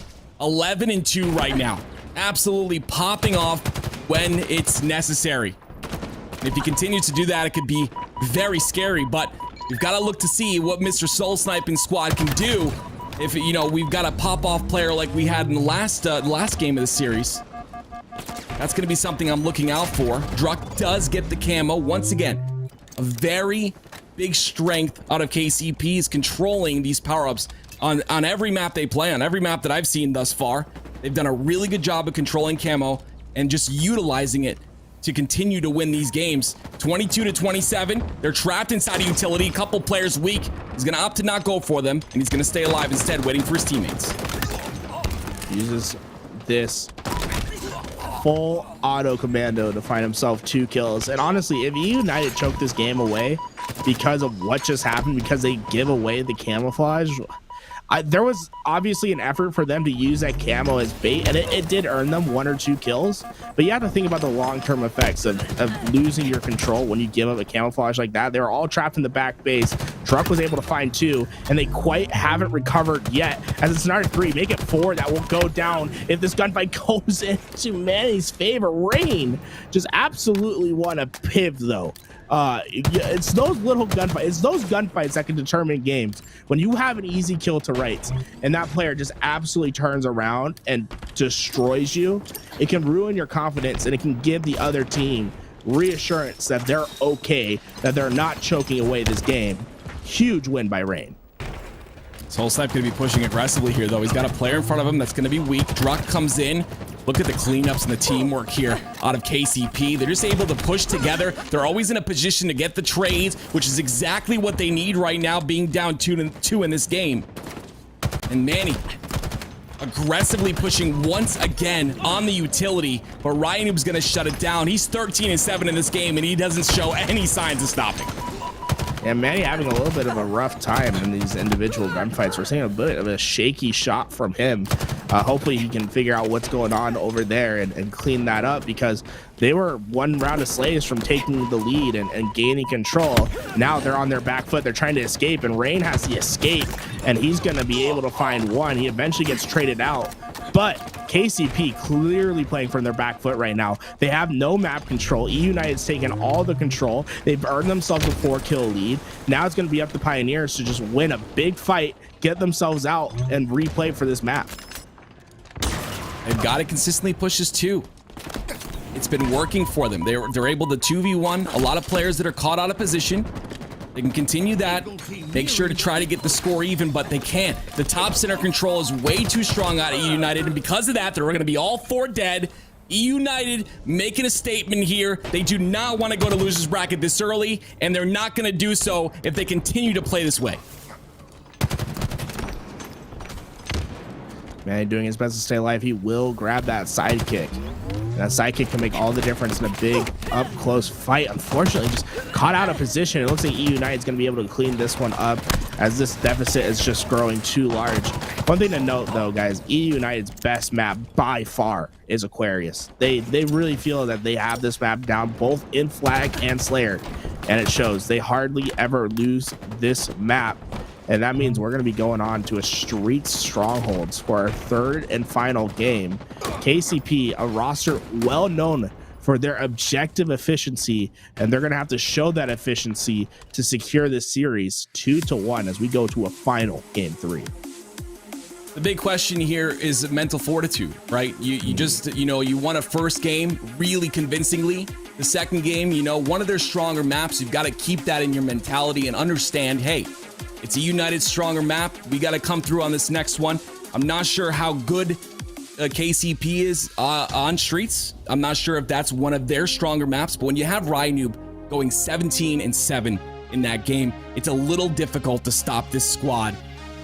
KCP's just got to go back to what they did in the first game. They've got to, work off each other. They were doing it in the beginning of that second game. They've got to work off each other a little better and just make sure they're rotating together, pushing as 2 so that they don't have to take any 1v1s. Yeah, playing as a team, that's where United really had the advantage in that Slayer. Is so often that they would have each other's help, where they were able to milk out long enough for a player to come in and get the support. Truck, you made this play with the camo, right? It was a 2-for-1, right? So it was plus for the team. Right. I just think if he doesn't take that much damage, if he's able to stay alive, it might have been more beneficial to the team. You can tell that he was questioning his decision on where exactly to push, right? He had the option of going into back base or taking the players on in utils. I think maybe taking the players on in utilities would have maybe been the better play. Yeah, but Mr. at the end of the day, was there. it's a coin flip. Yeah, it's a coin flip, right? It's just, it's so tough. But now we're moving on to Street Strongholds, and we saw a decisive victory from KCP in the objective. Can they do the same on the Strongholds? Again, going back to the mental here. Shake that last game off. Didn't happen. Okay, as a professional, you've just got to push through. And KCP, I mean, honestly, back in the Halo 5 days, I think they've grown a lot since then, which is great to see. We've got to see that here. We've got to see them push that last game aside, come through, play aggressively. I don't think E United was ready for their aggression in game number 1. I think KCP was playing confident, aggressive, and they've got to do the same in this game if they want to win. Street Stronghold, from what I hear, one of their stronger maps, one of their stronger game types. So let's find out here as we hop on board with Manny. Well, Rain starts off strong, getting a double kill with those rockets. Is going to keep KCP in the back of C. Rain trying to decide whether he wants to push or not. I think he's going to go back and pick up the shotgun. So a brilliant start from E United. KCP going to have to try to break on through, and it's going to be up to Soul Snipe to make the first pick over at the stairs. I think he's told his team, hey, I think B's clear for us to make it a concerted push towards. They're going to be able to do so, but they need to be aware of the flank. I think it's happening right now, and it's Spartan and Rain that try to make up the flank, and they're going to be able to take down the 2, and that's going to be E United, who start off hot. I believe Druck was that's the first kill for the Pioneers to start that game, was the one that Druck just got, and now they're in a danger of being trip capped and losing complete control. I'm a big fan of Rain's position there, playing that anchor on the purple. Doesn't allow them to push through. Of course, the rotation from Spartan coming out of tires. Just a great overall communication. You're starting to see United come alive and show why they play second at Raleigh. Like, we were a little bit confused in that first game. KCP is a great team, but I feel like, KCP is, in this tournament was going to make a loser's bracket run and potentially, make it to top 4 or so. But United showing again why they're the better team. Rain 6-0 right now, hasn't died one time, going for that killing frenzy. 70 seconds on the board. KCP's got to make a stop, but they've got to make one together. They've got to start to get these slays. And Strongholds is a game, though, that comeback season is a reality, right? With the new scoring mechanics, it's so much easier to come back into a game. You're just looking for your first time to be in the driving position. So far, it's been all E United when it comes to having map control, and it's KCP that's been having to try to break through. So far, they haven't been able to get through the rock-solid defense of E United. These next rockets could be pivotal towards the break. Rain was able to grab him, but can he get away? Yes, he'll be able to get away for now, but Soul Snipe makes the break. He gets in. He's going to be able to break out of C, and now they're pushing, trying to collapse on the players at C. Is this the right play? We'll have to see. The Slays need to come into their favor. Spartan dipsy doozing over at the pillars. He does eventually fall, and now finally Pioneers have some breathing room to push into some bases. They're going to be able to secure B as Manny heads back towards C to secure it for his team. I think what we saw out of E United in that first game was just a little bit of overconfidence, coming into this series. I really do think that in this game, you're seeing, as all 4 dead for KC Pioneers, by the way, In this game, you're seeing that they're playing their life a lot more. They're playing a lot more bait and switch territory, and that's exactly how they normally play, and why they play second. Again, this is what we need to see out of United. For KCP to come through here, they've really got to play aggressive and not let them set up on those, bait and switches, not let them get in a position where they can stay alive. Sometimes games just come down to the fact that you have to slay out. And so far, United have dominated the kill feed, and it's just going to stay that way as they're able to triple up against Soul Snipe in the B Hill. And now you're talking about maybe 2-3 more good pushes left. If you aren't successful in the next 2 to 3, you're gonna be losing this game, as it's almost a 200-0 lead for United. I mean, Garrett. Rain is literally about to be on a running right now. He's 12-0, has not died once. Make that 13. My man is popping off. We don't see any loosey-gooseys on the KCP side, which is a good sign. We've really got to see them coming alive. I feel like there's the lack of confidence in this game right now. I don't know if that last game mentally affected them. I'm not in the comms. I don't know if they're affected by what happened, but regardless, they've got to come through. They've got to get the slays like you had mentioned, and maybe it starts with these rockets in Druck's hands right now. He's got to capitalize on these. They finally got a second cap here onto C, and they finally look like they have some life as they're trying to defend on A. And look, these rockets can stop the A push. They do just that. And now Druck's going to be in position to play A. And that puts a trip cap into the favor of KCP while having all E United on their back foot and in a precarious spawn. And you can see Druck is trying to push the advantage. He's going to try to collapse in on C, and they're going to try to maintain a trip cap. And I love this play from KCP. When you're down by a lot, you got to take risks. And risks they are winning at right now as Druck finds 2, gets himself a killing spree, and he's going to wrap all the way back to A immediately as he finds himself another triple kill. That's the second for the day for him on this map in particular. And now KCP, they finally have control. We're seeing them play with the driving position, with them able to manipulate the spawns. Can they win the fight? Can they play the defense and set up a defense against the break? And so far, E United, they cut through like cheese. They aren't having any problem re-securing themselves a trip cap. The trade comes through there, but what was the big factor that we saw in that last string where KCP was able to take control? What we saw was aggression and confidence, something I keep mentioning. They were look at their gameplay. You can just tell by watching. They're sliding into fights. They're taking the fights together, and that's what you need. When one person or 2 players don't take aggression on a fight, then you're left alone, and you end up losing like they just did. E United gonna make it to winners round number 3, and KCP unfortunately gonna fall down to the losers bracket. I'm sure we'll see a losers bracket run out of them. I really was impressed in that game 1. If they can continue that type of fire in the losers bracket, I think they'll make a run, Garrett. Honestly, super surprised with how Pioneers played that strongholds. They didn't start strong, and it took them too long to break and push their advantage. It was Rain who just reigned supreme. 19-2 from him. The rockets that he got right off start really were the difference maker. He was able to take down 2 players right away, grab the Bulldog control for his team, and they just never gave up from there. And they really just trapped him in the back of C. They said, you guys are going to have to break in. And they had well-timed pushes. They were able to get on the flank at the correct time, and Pioneers never able to get the game, get the kills necessary to push through. I mean, just completely outslayed. They're gonna have to figure it out in the lower bracket. United moves on for now, as they will be in our semifinals, and we'll take a look at these replays and give you a little bit of updates about what's been happening around the bracket. Druck with the rockets here. He's gonna prevent that A push. This is where they kind of came alive. They were losing A in this situation, but they reset it. They got a triple cap for a few seconds here. And if you watch the LVT production, you know Garrett always talks about pushing those triple caps, and this was a perfect opportunity to do so because they were able to kind of come back and get a big chunk of time after literally being down 200-0. And again, Druck, just watch the way he's playing here. If he's listening right now, he's just got to play that aggressive and that confident coming, into his next series. This is the Druck we love to see. Getting the triple kills, a little overzealous on this last one, goes towards mid, but maybe he thought he had some pressure. The spawns come through, he ends up going down.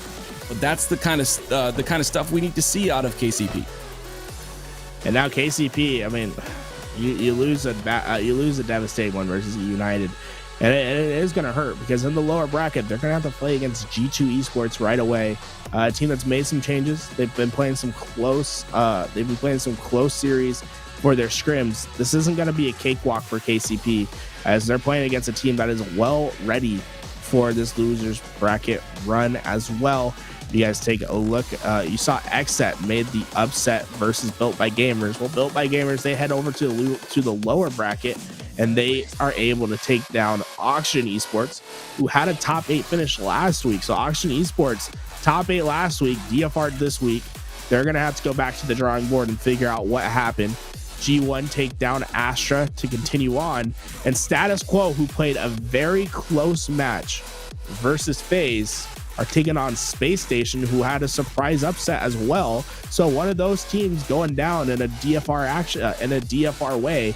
And man, it's a tough looks out here. When you have the top 16 teams, anything can happen, and it just makes you feel so much for these teams that just bite the bullet early on in the bracket. Yeah, I mean, a lot of changes happen for Space Station Gaming, right? Something that I've noticed from watching their scrims is that small talk is just not a factor. You know, they get reminded almost every single game that small talk needs to happen, and then you listen to the comms and it's just a bunch of one-shot call-outs. And I think their communication is one of their weak points as a team. You know, as for Status Quo, they've really got to come through. I mean, Enable has just come back to the game. Will he play after, you know, this next tournament? I'm not sure, but I think they have a lot of potential on the Status Quo roster, like I had mentioned before.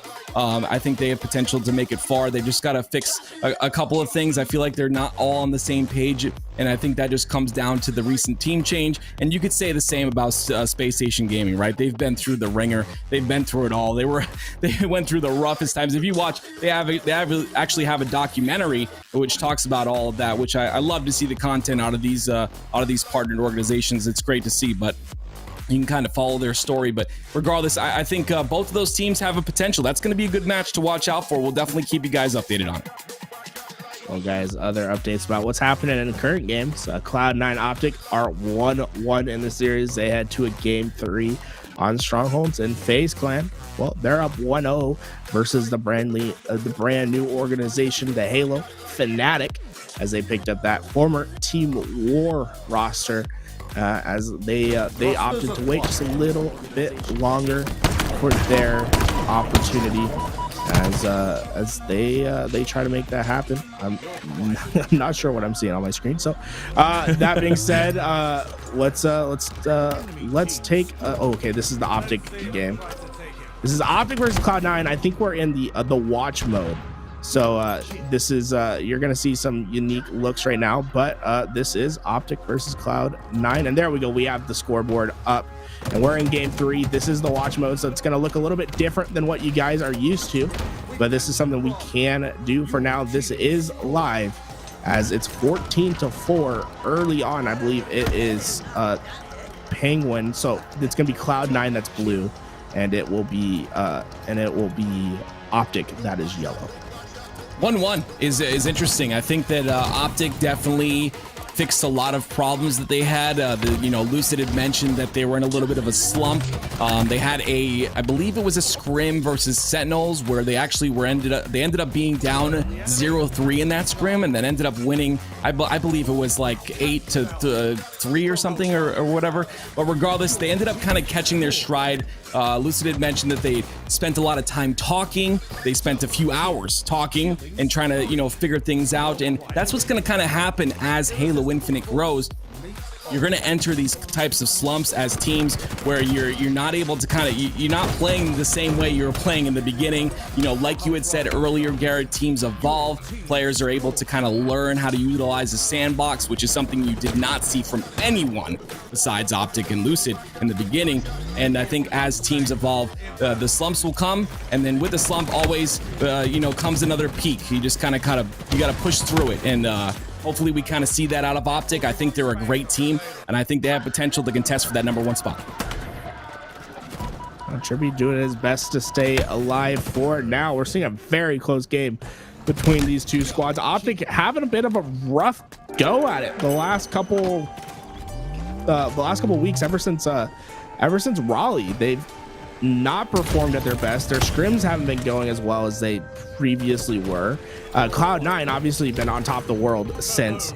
They haven't missed a step. They won the first Pro Series, and they're looking to do so again.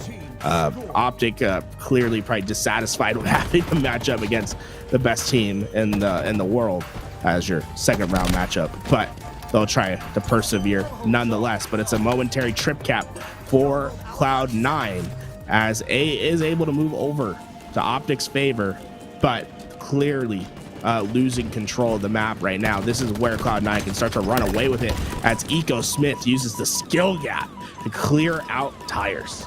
I love that, this skill gap. I agree with you though. I 100% agree that Cloud9 has always been on top. I think this will be a big win for Optic here in this game though. I think that they'll use this and kind of catapult further into the tournament. I think again, Halo is a mental game in my opinion, 100%. And if you can win a game against a team that just plays first, arguably the #1 team in the league right now, I think that'll be both big for their confidence. But as I say that, Cloud9 coming back in this game, and they're going to take their first lead as the kill comes out onto Trippy. You're watching Renegade right now. The Demon cleans up that kill onto Lucid. And because of that, it looks like they're going to actually get the B cap anyway. The scrappy play out of Optic. Good to see. Right, they play scrappy at B, but they left A to its lonesome, and it almost gets capped, but not able to secure. So that was some extra time in favor of Cloud9 until all of Optic was able to get back towards A. They finally are able to clear it out, and they have some time to work with now. Okay, so just for everyone at home, so you don't get confused, because it can be a bit confusing. When we do change teams, they become the blue team, and the team that is playing against them becomes yellow. So the score is going to flip-flop a little bit. Whenever we're watching someone from the Optic POV, that's when the teams will change to blue. So just to keep you guys on your feet, it's going to be a little bit harder. The watch mode is a little unrefined right now, but we're thankful to have it, right? Because we wouldn't be able to watch this Optic Cloud9 game without the watch mode. If you have someone added on your friends list, you're able to watch their games live as it happens. That's how we are watching this Optic versus Cloud9 game.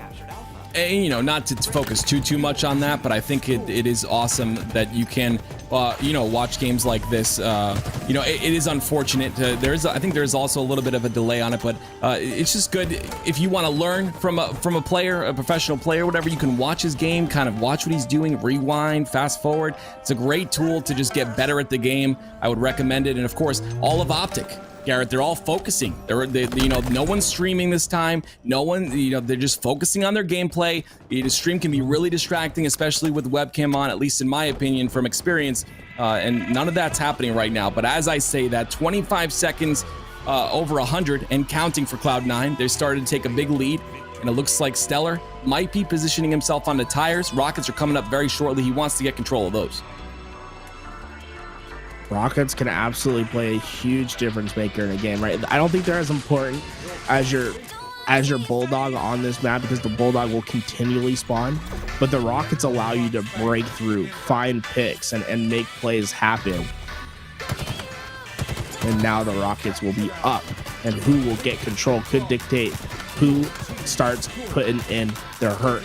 As Penguin tried to get C but wasn't able to get away with it. It's Eco that breaks through, though. Lucid's in trouble as we see two players from Cloud9 collapse. And although the trip cap was in favor of Optic, well, they lose two caps. They're not going to lose the second, but they lose a cap and Rockets to Cloud9. So Cloud9 doing a wonderful job of breaking the setup and now finding control. And they still have two Rockets to work with, as it's Renegade and Eco who are working together to try to break C. That was really incredible play out of Cloud9 right there. They were able to kind of realize that Optic Gaming was putting a lot of resources towards those Rockets in mid. Because of that, they were able to clear it out and able to get some control of B and A. I'm sorry.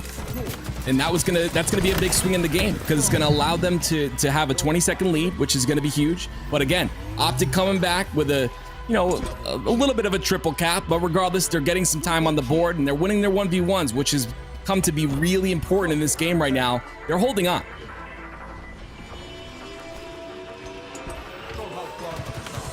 Mid slowly trying to take the fill. Trippy gets that one. And now look, Cloud9, they have the 2 for now, but Optic are going to be pushing momentarily. And the question is, how are they going to push through? We see Penguin trying to cross the fight towards C. It looks like Optic going to materialize their push through that hall, try to get into C while Lucid does his work over at B.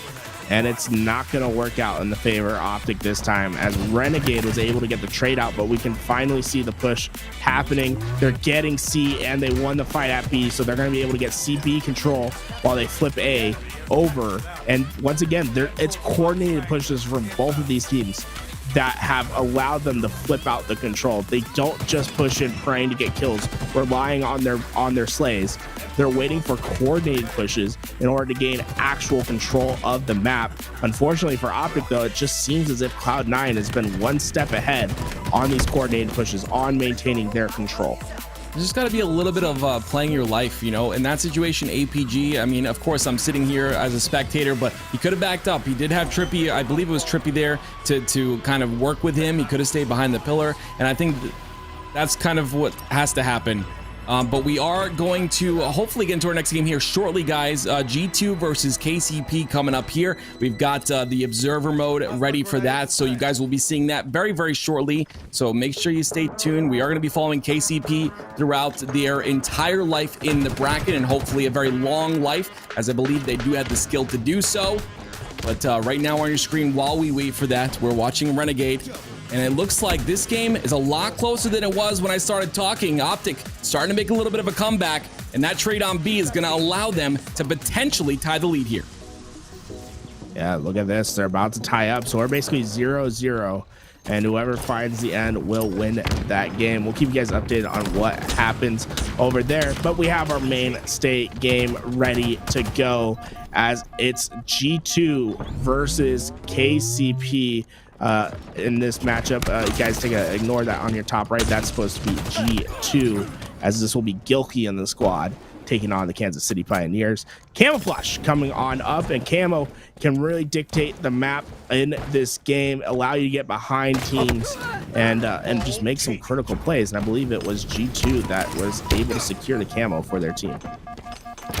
Honestly, I really do feel like G2 is struggling at the moment. I think they're just trying to find their footing. Sabbath tweeted a week ago that something's got to change. And of course, they do have Tusk on the squad now. Will he be a permanent stay? I'm not too sure. Honestly, I think that he's got the skill to do so, but I just feel like maybe they need to find someone who gels a little better. The snipe comes through. Sab's going to get that clean up. Manny on your screen now pushing towards straight sick. He's going to play his life. Unfortunately, does not actually, as I say that he comes back. And that's because he had Sab and Gilkey there to help him get that kill. G2 racking up some time, as KCP have to figure out the break. Druck waiting for some help, as the dummy spawns do come in for his team. And they're trying to coordinate, but look at this from Druck. He's just checking the corners, trying to get himself in, but he doesn't quite have the help there in time. So he was playing slow and methodical, trying to find the pick.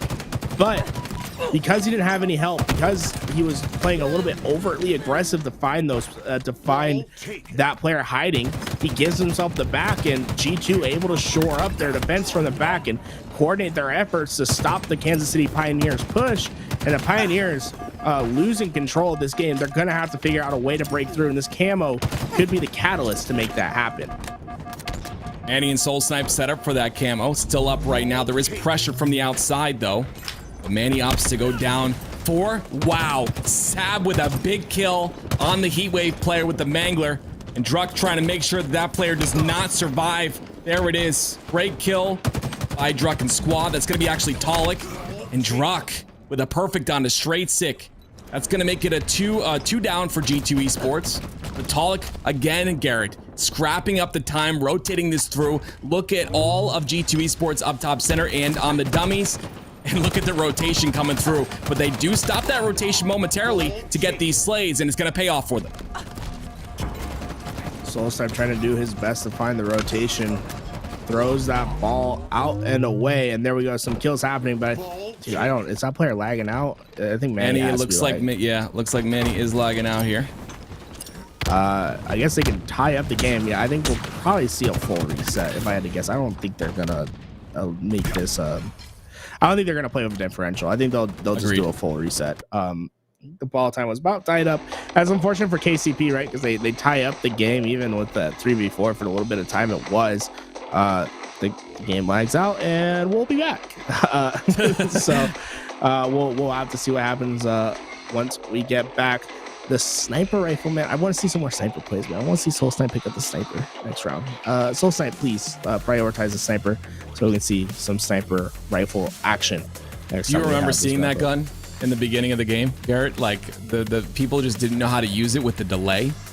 It was just like I really do feel like players have gotten so much better with the sniper. There are better options, of course. The shock rifle, I would say, would definitely be one of them. You know what? I would even say the Mangler is better than the sniper right now. But regardless, it's a good gun to get some damage on. You know, get some body shots in to prevent the pushes and all of that. It's just you definitely can't make plays like Snipe Down had said in his interview. You can't really make plays on it like you could with the Halo 3 sniper. It's just a lot more difficult to use. But maybe over the next coming months, I think maybe the skill gap will close and we'll see some players that are disgusting with that weapon. Yeah, I just think what's happened is that I think I'm going to disagree with the actor for just a second. That's fine. No, yeah, because absolutely. The sniper, I think you're right. Like the sniper wasn't as prioritized for a little bit because it was a little bit harder to use. But I think players are starting to get way more comfortable with the sniper now. I think they're starting to. We've seen some crazy sniper plays in the last week alone. And I think the sniper rifle, it's just going to have a big learning curve. You can't play it the same way that you played it in Halo 5. It's a little bit more, it's definitely harder to use, and you have to play a little bit more back, which makes it a little less exciting. But players are going to start feeling more comfortable. They're going to start making these crazy pushes now that they feel that they can hit every shot necessary. But it's just going to take some time. I think in a year, the way the sniper rifle's played is going to be dramatically different. In other news, FaZe Clan, they were able to secure a 2-1 victory over Fnatic. Fnatic showing out for their team the first week, though, playing some close. They upset Space Station. They take FaZe Clan to game 3. Now they're gonna have to get it done in the lower side, but you love to see that from Fnatic. That roster getting their chance and trying to put the most to it. Yeah, it looks like they're playing Built by Gamers in the lower bracket, so that's going to be an interesting game. I think they fly through that pretty quickly, and then of course the winner of this will play them. And I really hope it's KCP because I would love to see that matchup. But we'll see what happens. Of course, we are going to wait for this lobby to be filled. So be patient with us if you could. There was a little bit of a disconnect, so we're getting back into this lobby. I believe it'll be just a full reset. And we're playing Oddball on live fire, so interesting game to watch. What are the keys to success, in your opinion, Garrett, for KCP? To win this series. I mean, obviously they've got to play aggressive and all of that. But do you think that they're matched up against G2, or do you think G2 is superior? I think Pioneers have to control tower, right? G2 is going to be a team that is very coordinated on their efforts on making and maintaining holds, while KCP have this tendency to probably play a little bit more scrappy. They like to play with each other rather than the position, while G2 is kind of the other way around, where they're very much a heavy positional team. That tower, I think most of the game is going to run through that tower. Even if you're holding the ball in B or just having it on rotation, the tower can make all the difference, right? If you're going to hold ball over at B, you can hold down the tower, watch the sandbags, get the cross, make sure no one's coming in through the flank. You can hold the ball back over at C. I think the tower, really, a lot of the map runs through it. If I'm KCP, I'm straying away from the A hold. I don't think the A oddball hold is beneficial to your team, right? It almost feels as if you have to be reactive in that spot because you don't have these great sight lines from Garage, while on the tower side you have great sight lines. You can be proactive, you can predict the spawns and play a little bit a step ahead, while over at Garage you're having to wait for the enemy team to push towards you, and it can spell disaster oftentimes. Manny, though, he's going to be on our screen. He went for the heat wave right away and finds a new member of G2, Tusk, with his back towards him, lands those shots in, and now gets the double kill for his team. Great start but you can see G2 already prioritizing that tower as it's straight sick that moves his way up, and that's going to force the ball rotation back towards A. They might make the rotation towards B since Talik is there, and they're going to be able to do that. I like the B hold. It's just going to be a little bit tough when you don't have C control when you're trying to hold at B, because it's just really hard to break in that way. I 100% agree. You know, when the game first came out, I really thought that the B hold was really solid. Oh, he catches the ball in the air. That's Talik. Also gets the kill onto Gilkey. Gilkey a little bit aggressive there. And that's going to be 2 dead for G2 at the moment. Ruck also dead for KCP. 30 seconds and counting. KCP holding this really well, and I love this spot from Manny here on the box. He's gonna get spotted out, unfortunately, and Tusk comes through and gets the trade. That's actually gonna be huge. It's going to allow them to potentially break through, but they also get a kill onto Gilkey as well, and that's gonna be 2 dead for KCP. Yeah, KCP get a great chunk of time considering the lack of control that they had on the map. Gilkey tried to make the play, right? When you don't have the ability to push in, but you still have map control, you often try to play that ball while the enemy team isn't looking. Well, wasn't able to get off the edge, and it cost G2 a pretty chunk of time. We're assuming this reset is a full reset, guys. Remember, the score was just about tied when the reset did happen, so we're just going to assume it's a 100-0. We're not going to be playing it any differently. Remember, it was 0-0 when the reset did happen, so a full reset of the game. No rounds in either team's advantage. There are some weapons down below Druck, I believe, but they're going to opt to just leave those there. He is getting pushed from the big door. No one there, no one home to watch him. So he plays below this window, and it's up to Soul Snipe to play some defense on him right now. No players up top center, so he's in a perfectly good spot. And as he's getting there and as he's staying alive, 68 seconds on the board, this push being quelled beautifully by KCP here, and Talik has the heat wave in hand, so he's going to opt to stay up. 2 of his teammates are dead, so he goes for that flank, gets his shields back. Now gonna re-challenge here. The push from G2 comes in, and they do break, but Talik staying alive is going to be such a boom for KCP, right? They're able to keep their forward position, and they're going to be able to try to reslay immediately as G2 now trying to figure out how to keep this ball alive for their team. Sab trying to get the rotation. He's going to say, nope, I got to play this, guys. And now Gilkey loses the fight to Talik. What a perfect kill from him. And KCP should be well positioned to grab the ball right away. And with that trade out on straight sick, they have tower control. And with only 20 seconds to push, G2 are going to have a tough time breaking this ball, but it's Sab with the last second push. Talik takes him out with the sniper rifle, but oh, what a play. That's going to at least prevent so much time from going immediately into KCP's favor that G2 are going to be able to play the reset. What a play from G2. Unfortunately, it might not be enough for them as KCP is still able to get the ball and get it away, but it's those little kills that can absolutely get your team back into a game.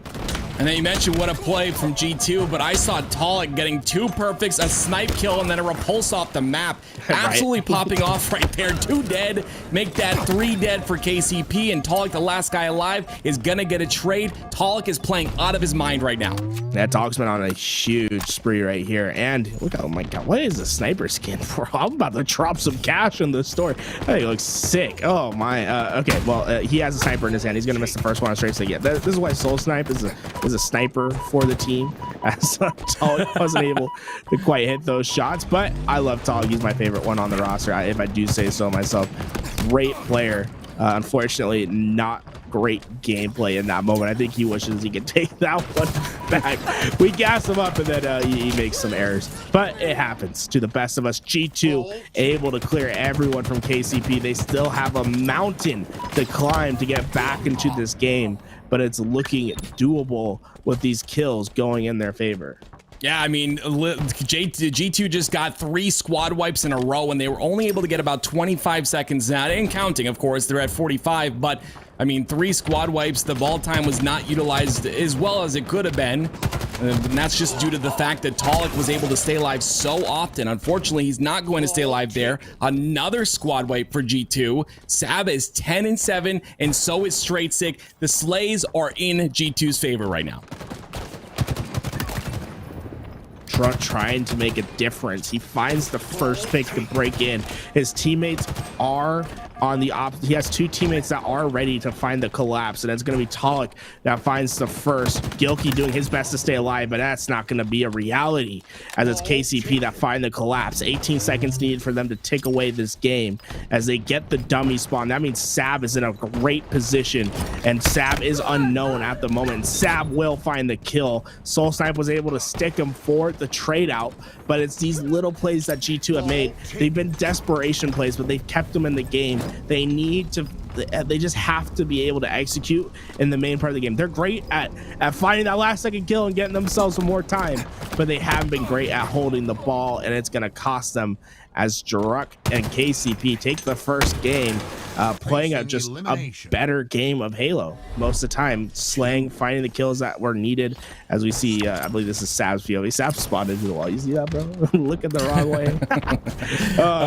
I hate spawning like that, man. But one thing I do want to mention about KCP once again, and this is something that I just find so difficult to deal with, is how scrappy they are. Like they're constantly 2-3 dead, and they're still rotating ball, getting ball time. I mean, that to me is incredible. How do you deal with something like that, where you're playing against a team that, regardless if you outslay them, which G2 did in that first round, they're able to just consistently get ball time away from you and get the ball and rotate it around towards their teammates.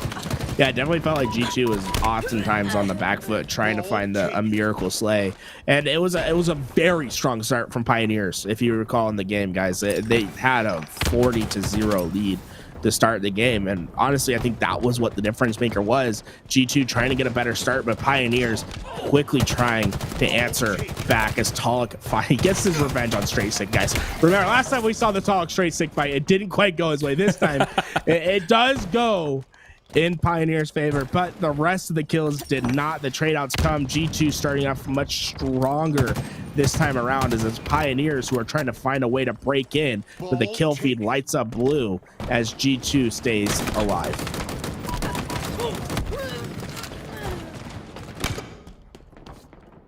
Two just spawned for KCP. Gonna attempt another push here, but they've got to be careful. Wow, that curb slide was very quick. OS is up, so they got to make sure they do get that. Unfortunately, the stick comes through. That's going to be a big trade out of Gilkey there. And once again, G2 welling the push. Gilkey's going to try and rotate this ball on bottom center. He does get a kill there, but unfortunately going to go down as well. 45 seconds for G2, though. A much better start than we saw last game, like you had mentioned. And they can continue to do, they can continue to slay like this and rotate like Gilkey was doing down bottom center. This could potentially go to a round 3. This ball's in the open. Overshield is up, and it looks like KCP is going to be the one that gets away with it. They give up ball, but they earn the overshield in return. I think that's a trade that they'll take.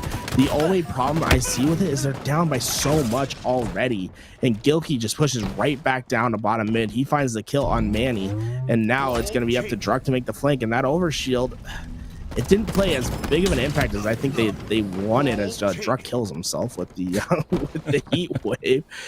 So yeah, G2 opts to just get ball instead of overshield, and so far it seems that it has worked in their favor. They're able to go on about a 15-second run right there. Finally, the Pioneers break through. We'll have the sniper rifle coming up in about 5 seconds, and it's Manny that's in position, trying to be that forward player to secure the sniper for his team. He gets it, but can he get away? No. It's going to be Straight Sick that shuts him down. Great job by Straight Sick to secure that snipe. And Sab's going to be rotating this ball down bottom towards garage. 20 seconds for KCP. And a great trade from Soul Snipe there. Was expecting another, but instead going to rotate out. There is a player on top of B, though. They've got to be careful of him. Soul Snipe going to get his shields back. I like this play. He's going to rotate back with Manny now. They're going to 2v1 onto Gilkey, but he does have a Mangler, I'm sorry, and that's going to make a big impact, as you can see there on your screen. 3 dead right now for KCP, but Druck wants to even the odds right now. He's in a 1v1 versus Gilkey. This is actually a big 1v1, and his teammates there, and now because of that, they're going to gather some time. Talk about playing your life, right? Druck, he comes in, he throws the blueberry, he finds one, and then he plays ring around the rosy to keep his life. Oh man, love to see it from the man. Valuing your life can make differences in games. They're down by 40. They're clawing their way back in. Now only a 20-point differential. This overshield could determine everything. Kills being traded out. G2 gonna be getting away with the overshield. Sap gets himself the ball right away, and now Pioneers, they don't have much time to wait around. They're gonna have to figure out how to answer the overshield and the ball play. The ball play answered quickly. Sab goes down. Gilkey, though, he finds the help of Straight Sick. That overshield still playing an impact on the map. Pioneers trying to find their way through, as it's Talik who finds the weakness in the back. He finds the nades. He gets one, not able to trade the Tusk kill out. And now, although they've done all this work to apply pressure towards the ball, it's not going to result in any time as G2 expand their lead, only 15 seconds away from taking home this game. And honestly, I mean, that was all based off that OS. Those slays for that OS pickup really carried that next round of slays for them. Because of that, they were able to get 15 plus seconds of time here.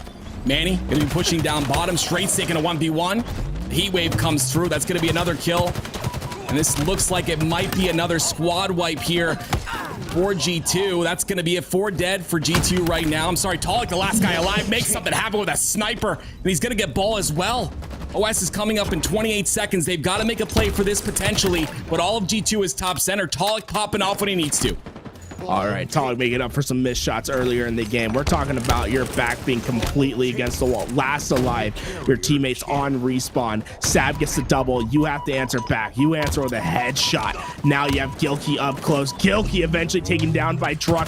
Talik done so well to stay alive in this back garage. It's going to earn his team the overshield. They're not getting ball time for now, but that's because they can't have any mistakes to go down for the Pioneers, but they have the power weapons and the power up to make up for it as they're trying to find kills in the feed. Soul Snipe, he finds one. Gilkey gets 2, and Sab finds the answer. And with 8 seconds left, Druck is trying his best to get that ball away. G2 gonna be able to get right on top of it. Soul Snipe has players in front of him. He's not gonna be able to find the answer as G2 still take the game. Pioneers tried their best to break through. Talik making some heroics at the end with that sniper. It's not enough as we head towards a final round as Sab almost runs off the edge once again because of the spawning him upside down. Oh man, we're into round 3. Who takes it? Pioneers need to answer back. They had a rough round 2, and G2 trying to maintain the momentum. Druck finds a double, but the ball is going into G2's favor early on, and you see Straight Sick taking that sniper back towards his team. Big win by Manny there. Gonna potentially try and contest for that OS, but instead wants to get his shields back in this situation. G2's gonna have another OS in their pocket here. That's gonna get taken out by Manny, and now he's got a Mangler to work with. So the push from up top comes through. Talik's trying to make a play. They do get that kill onto Straight Sick. Tries to get the second. He's going to. Gilkey's going to go down. That's going to be 2 dead for G2. And potential time for KCP. The killing spree for Manny as he's been working in tandem with Druck to keep G2 off this ball. And we're seeing G2, look at all these spawns. They're spawning over at B. Ball is all the way at back A garage. They're gonna have to fight through a Mangler and control from KCP to break through. You can see what this Mangler does for the team. Manny hits the 2, but can't quite finish the kill on Druck. But G2 have so much to do if they want to get back into this ball position and break it. And you can see, even though they're getting kills in the feed active, it's not resulting in breaking the setup of the Pioneers for now. We're finally seeing G2 able to coordinate through dummies. The open field, the push is coming. Druck is aware of it, and he has a heat wave to deal with the pressure. I mean, something that we saw from these defending on these pushes is that Mangler. It's played such a big factor in that second round for G2, and now KCP opting to use it as well, and has played a factor in their game as well. Talik has this OS in his sights, but he's not able to go for it. 3 players of G2 Esports watching that OS. They've got to make some slays happen here. 2 go down, so the OS is going to go in the hands of Manny, and now the push comes through in a potential setup, but they've got to deal with Strasic up top center. Whoa. And they get him as well. My word. Great job by KCP breaking the setup, and now they've got a setup of their own, and they've blocked those B spawns as well. So all of G2 is going to spawn at the tower. It's about minimalizing the time that other teams can get. Yes, you lost your setup.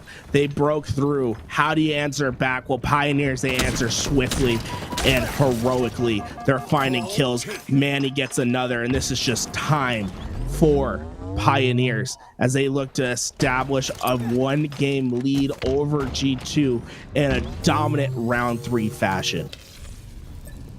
30 seconds remaining. The drop wall goes down. The push from B happens. Looks like they're doing a 2-2 split here. Tusk is up top center. Sab wins a big fight onto Manny. Here comes the push on bottom as well. They get another one. Talik is going to go for Gilkey. He's got the sniper. This is a big kill. Soul Snipe gets that one onto Tusk. And Gilkey goes down as well. They've got the snipe here. And Sab with a big kill. That's going to be 2 dead for G2. And Sab making some big plays. But as I say all of that, the freaking scrappy play from Druck comes through again. And they only need 14 seconds to win. G2 have constantly had to play heroics in this round 3, and it just hasn't been enough. They find doubles in the feed, but it's always a step too late. It's the scrappy play from the Pioneers, them staying alive, playing their life as we see Talik do his best. He stays in the air, he dodges the grenades, and it's those couple seconds of time. They bring the ability of the team to get back towards the ball and play the reset. If Talik had died right away, we would see a solid 15 seconds of ball time for G2. Instead, we can see Pioneers consistently push out and try to find the kills and try to break in through the team. Overshield goes into the hands of Manny, and he waits for the opportune time to pop it as he gets it on his body, and it's 5 seconds. G2 are out of position. It's up to Tusk. Tusk goes down, and it's gonna be a victory in game 1 for the Pioneers. Manny going triple positive in round 3 alone in order to secure that victory. What a game for the Pioneers as they establish strong control in that game.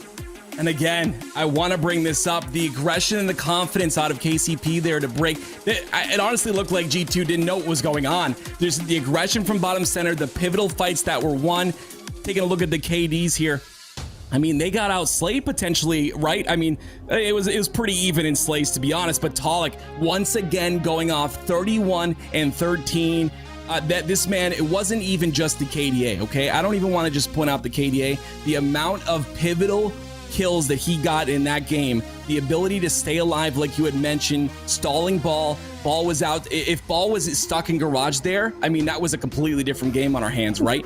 But the ability to stay alive there, the ability to slay in places where he needed to, really catapulted them. 9.2k damage for him. Manny with a 9.4 as well. These guys played phenomenal, and they deserve that win. Yeah, I mean, we saw 2 stories of players that did absolutely everything they could for their team, right? We saw Soul Snipe with 9.2k, and that was really the story of him. He was getting behind players, finding kills, and getting the pivotal kills for his team while staying alive and just not really feeling the presence of G2. On the other side, you have Z Manny, who got 9.8k. Well, guess what? He also had 9k damage taken. That's a man who's on the front lines, who's your spear, who's your shield. Every moment that you need it, he buys the time for players like Soul Snipe to come behind and get the cleanups and to put in the damage from the back. But it's because of players like Manny who take the action and who just never relent, who push towards the fights, that allow the time to come in for your teammates to get behind and to find kills that can make such a difference in the game.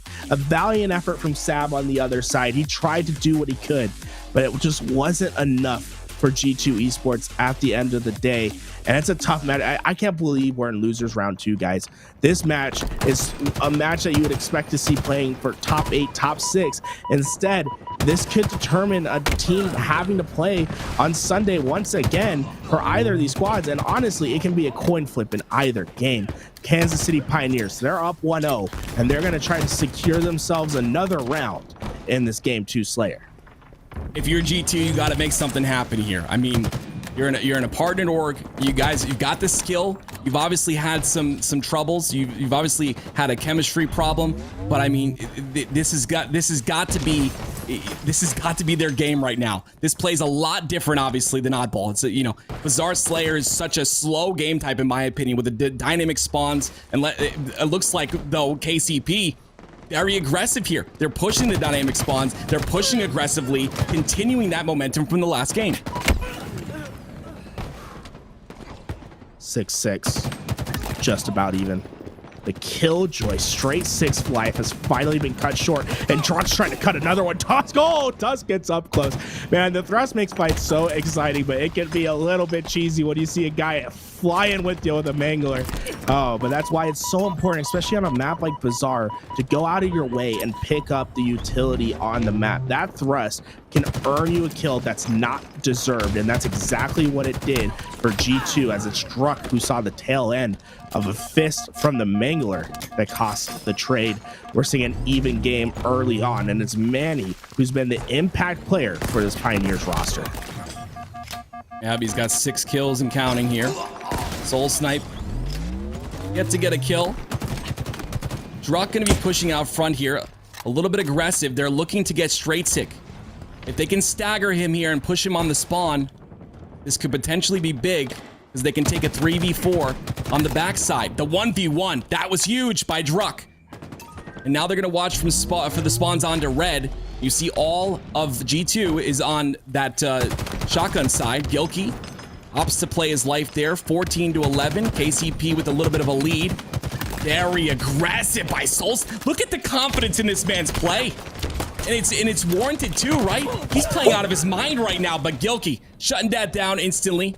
16-12.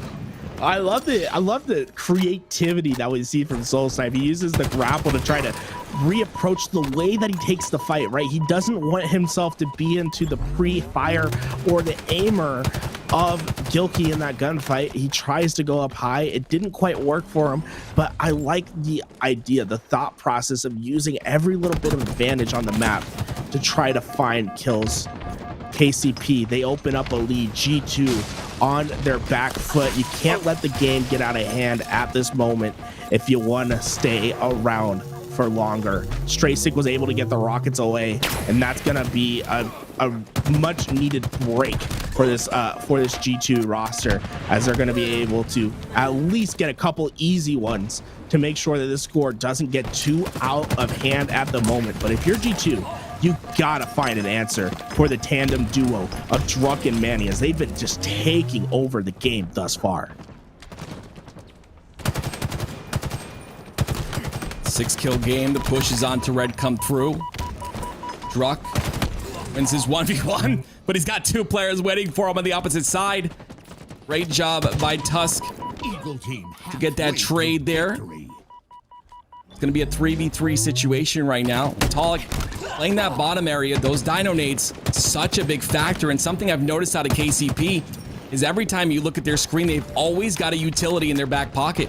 As you see Druck getting that grapple. Tusk is going to be stuck on the tower. Great job playing his life there, but the aggression from Druck. He's going to go on to Gilkey, gets the trade. But trades are not bad in their situation as they're up by 6. Talk gonna lose the rest of his overshield, but they've built themselves a lead that they can maintain, and that's what's key for this Pioneers roster, right? Just keeping the G2 roster down and not letting them get back into this game. It's fine if you trade out. You have the lead. You just can't let them go on a spree. Play each other's helps. Make sure that no kill goes unanswered in the final moment, in the final half of this game. I really like the play by Druck there. It's a very minute play, but the ability to kind of hide behind this barrier while still getting information, making sure to not take any damage, because damage essentially means a push, which essentially means a kill, which could be a wipe. Great nade by Druck. He knows Gilkey is in the palms. He's going to throw that one towards him as well. Manny ends up going down. And you see Druck. He's going to back up, wait for his teammates here to push again aggressively. And a great play by him, just being aware, having the game sense to know his teammates went down in front of him. He's got to back up, but he goes back to their locker to get control again. A very big power position in this game. Gilkey overexposes himself and gets caught out by Druck. Tusk and Straight Sick will find the answers, and it was an effort from Pioneers to get complete control of the mid map to try to funnel G2 through one spot. Unfortunately, they weren't able to do so, and now they're fighting for mid-map control once again, and whoever wins this fight will get the overshield for their team. One thing that the Pioneers have done well this game is controlling that overshield, as it's been one of the main reasons that they've been able to maintain the lead. As Manny tries to keep his head low, you can see him, dude, he is strong siding the hell out of that wall. He does not want anyone to see his head, and although he almost gets taken out, he was able to stay alive, and now the overshield goes into his team's hands as they're trying to expand out their lead. They're up by 5, and Druck wants it to be more. Straight Sick has the rockets, but they aren't long for this earth, as now they're gonna move possession to the player that's glowing white. Oh, Tusk. Holy Tusk. Oh, what a fight. Okay, well, that's not gonna work out. Tusk tries to get away. Talik finds the kill. Druck gets the rockets, and it's all Kansas City Pioneers as they approach the end game.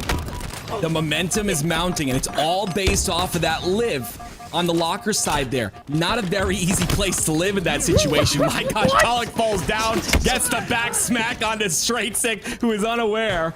And of course, they're gonna mount this lead continuously. 40-32 is the score. Manny, one of the most powerful weapons, is in his hand right now. This thing is getting removed real soon or nerfed, one of the two. But regardless, he's gonna take advantage of it now because this is the chance he has to get this W. And Gilkey, he's gonna be on the receiving end as he goes down. Wow, Gilkey having a little bit of a rough one this go around. 3-12 for him, and he's gonna need to figure it out as they are rapidly losing control of this game. Sab gets a lucky one on Talik. That grenade keeps him alive for now, but he's by his lonesome in this back base. He's gonna have to win another piv, and it's just gonna be tough to do as Soul Snipe uses that thrust to secure himself another kill, and he can't find the next. But with only 4 kills left to go, this is looking all Pioneers as they look to clean this up 2-0. And G2, a roster that should be performing better. Like, we've seen them play extremely well at points. They lose their first matchup 2-1 versus Optic, and now they're looking at themselves an early exit, and they're gonna have to play on Sunday once again. And it's just such a shame, man. It's like you think this roster would go further, but no, it's Kansas City Pioneers that's going to stop them short. Both these teams didn't expect to match each other so early on in the bracket, but hey, Pioneers, they're going to take it, and they looked damn dominant doing so. 11 kill victory for the squad. Look at those handsome men as they get the job done. I don't think they expected Druck and Manny to get 17 kills apiece in that game either. I mean, these guys are popping off when it needs to happen, and this is what you got to do when your back's up against the wall. You know, being the underdog, essentially the underdog squad versus G2, you've got to come through and show face, and that's exactly what they did there. I'm expecting some team changes. I hate to say this because this brings up a lot of, I don't know. It's just personally, there's something going on here, and I'm not, pointing any fingers. I just feel like something needs to change. Sab has said it multiple times on his Twitter. They've talked about it. I don't know what's going on with the squad. They maybe need to go back to the drawing board. Maybe we don't make team changes. You know, us as Halo players always want to make the team changes quick. Maybe that's not the answer. Maybe they go back to the drawing board and figure it out. But I don't know. They're just not gelling well together. They don't play. They don't play incredible teamwork. And KCP showing their strengths. I mean, these guys are the real deal, and I'm expecting them to go far in this tournament. It definitely some growing pains for G2 to start, right? You add a new player in Tusk onto the roster. It's going to take some time to get together. Yeah, that's okay. Straight Sick. Sometimes, things don't go in your favor. It happens. I mean, one thing to know, this is something that you used to be able to do in the beta. I don't know if you can anymore. Like, I think he had to keep his grapple higher. Yeah, I think it's too low, and it used to be able just to scoot across. Now you have to like angle yourself up, and Talik tries to, but sometimes when you're given lemons, you make lemonades, and straight sick. He looks like a tall glass right there because he just chugged that one on down as Talik was able to find the impact play. But man, G2, they have potential. We know how good they can be, but so far they just haven't been able to figure it out in tournament play. Like they've been playing well in scrims. They've been holding their own. They got rid of a main slayer in Arctic. They're looking long term, right? Right. Whenever you get rid of a main slayer, it's always a long-term move, right? Because Arctic, he's an absolute phenom when it comes to individual skill. There's no question of his individual skill, and I'm sure we'll be able to see that with XSET later today and what they're able to do in the bracket. But they make the switch for Tusk, and so far it's been a little bit of a rocky start, and they're gonna have to try to figure it out by the time Anaheim comes around. But that's a roster full of professionals who know what it takes to get the job done. You guys can take a look over at that losers bracket. We're waiting on Built by Gamers versus Fnatic. And guys, I love Fnatic. I think they're the better team, but I'd love to see a Built by Gamers Pioneers matchup. I want to see some disrespect happening in the games. Space Station taking on Unsigned Talent as that game progresses on, and Optic Gaming having to take on G1. Optic Gaming once again making a quick exit out of the winners bracket and could be in trouble of seeing another subpar finish. And this time, Sentinels will probably be playing, and you're not going to get bailed out and get a free spot into the pro bracket again. You're going to have to play on Sunday. That being said, we're moving on to the Built by Gamer squad. We are in a game 3, folks, and this is the POV of King J as they take on this Fnatic roster. Looks like they have a little bit of a lead to work with, but I imagine this one's going to come down to the wire. Yeah, a lot of controversy circling this squad, of course. We're not going to talk too much about that, but regardless, I think that they can go really far here. BBG definitely a squad that's shown that they belong in the pro bracket essentially, and against Fnatic, a team that just got signed, I think that they're doing really well considering. But we're gonna go to a listening here. I kind of want to hear the comms on this squad and see what they're talking about. We'll get back to you guys after that.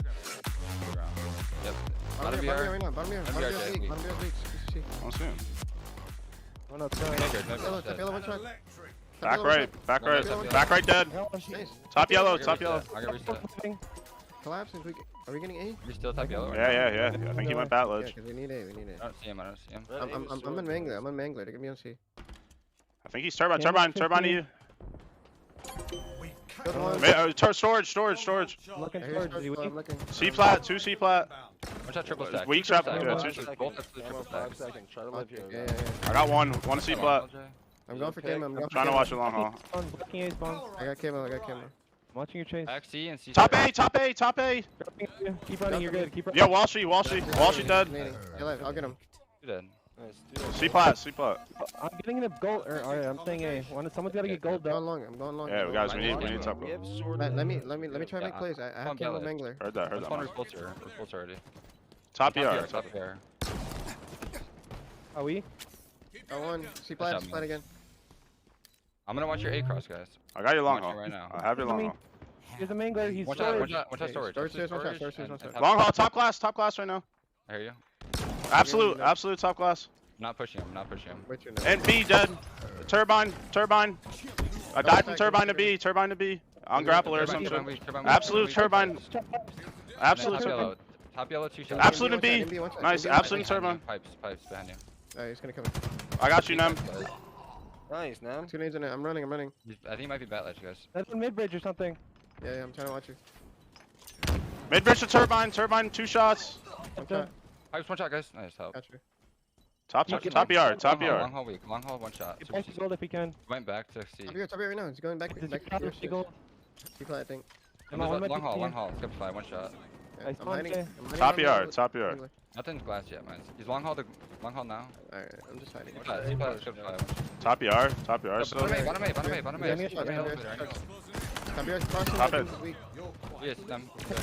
One shot. One more, One jump. shot storage. No, he's storage. Sitting turbine, mid bridge. That's He's good, turbine. mid-bridge. He's turbine, dead. Nice. All dead. Hold this. Just hold it.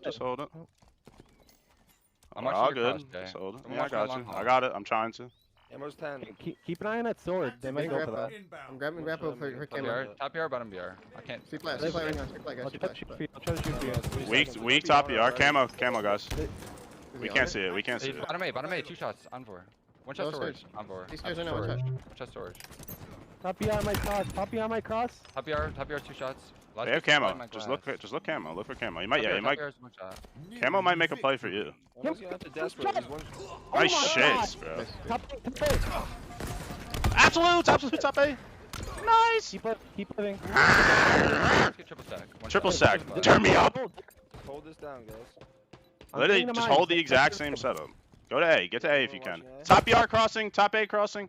Oh, I backed him up. Top A. Top A crossing. Absolute top A. I mean, Walshy. In B weak. In B absolute. Dead. Last guy bottom A. Fucking shitter. God, I'm the best shock rifle player in the fucking game, baby.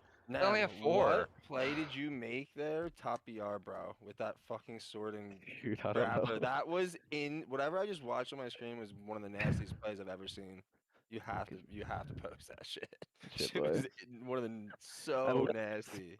Did my grapple and it happened to work. I was like, Dude, okay. he did a 360 grapple through like I don't even know how you got through the stairs and the post there. And then Yeah, I don't know. Bro, how did I only have 4? My like, you point were style one was shot when you probably- turned around Right. before you grappled. Ah. Like, God, I might be the best shock Yeah. rifler in this fucking game. I'm not even No, you're joking. good. Just holding gold. Like we were all Yeah, I was holding gold like a beast. It's not like anyone wasn't getting. It's just wherever they ended up going is who got kills. Like just because. Yeah, I know. It's just funny. Push your Those major swords P. huge, Hell you yeah. guys, too. I mean, they're just playing. Hey, so that's top scared. 8, boys. That's top 8. Holy shit. Alright. Yeah, we got KCP. See what happens when we hold a 2 cap, bro? It's just raps. Oh boys. They try to bring us down. Good shit, guys.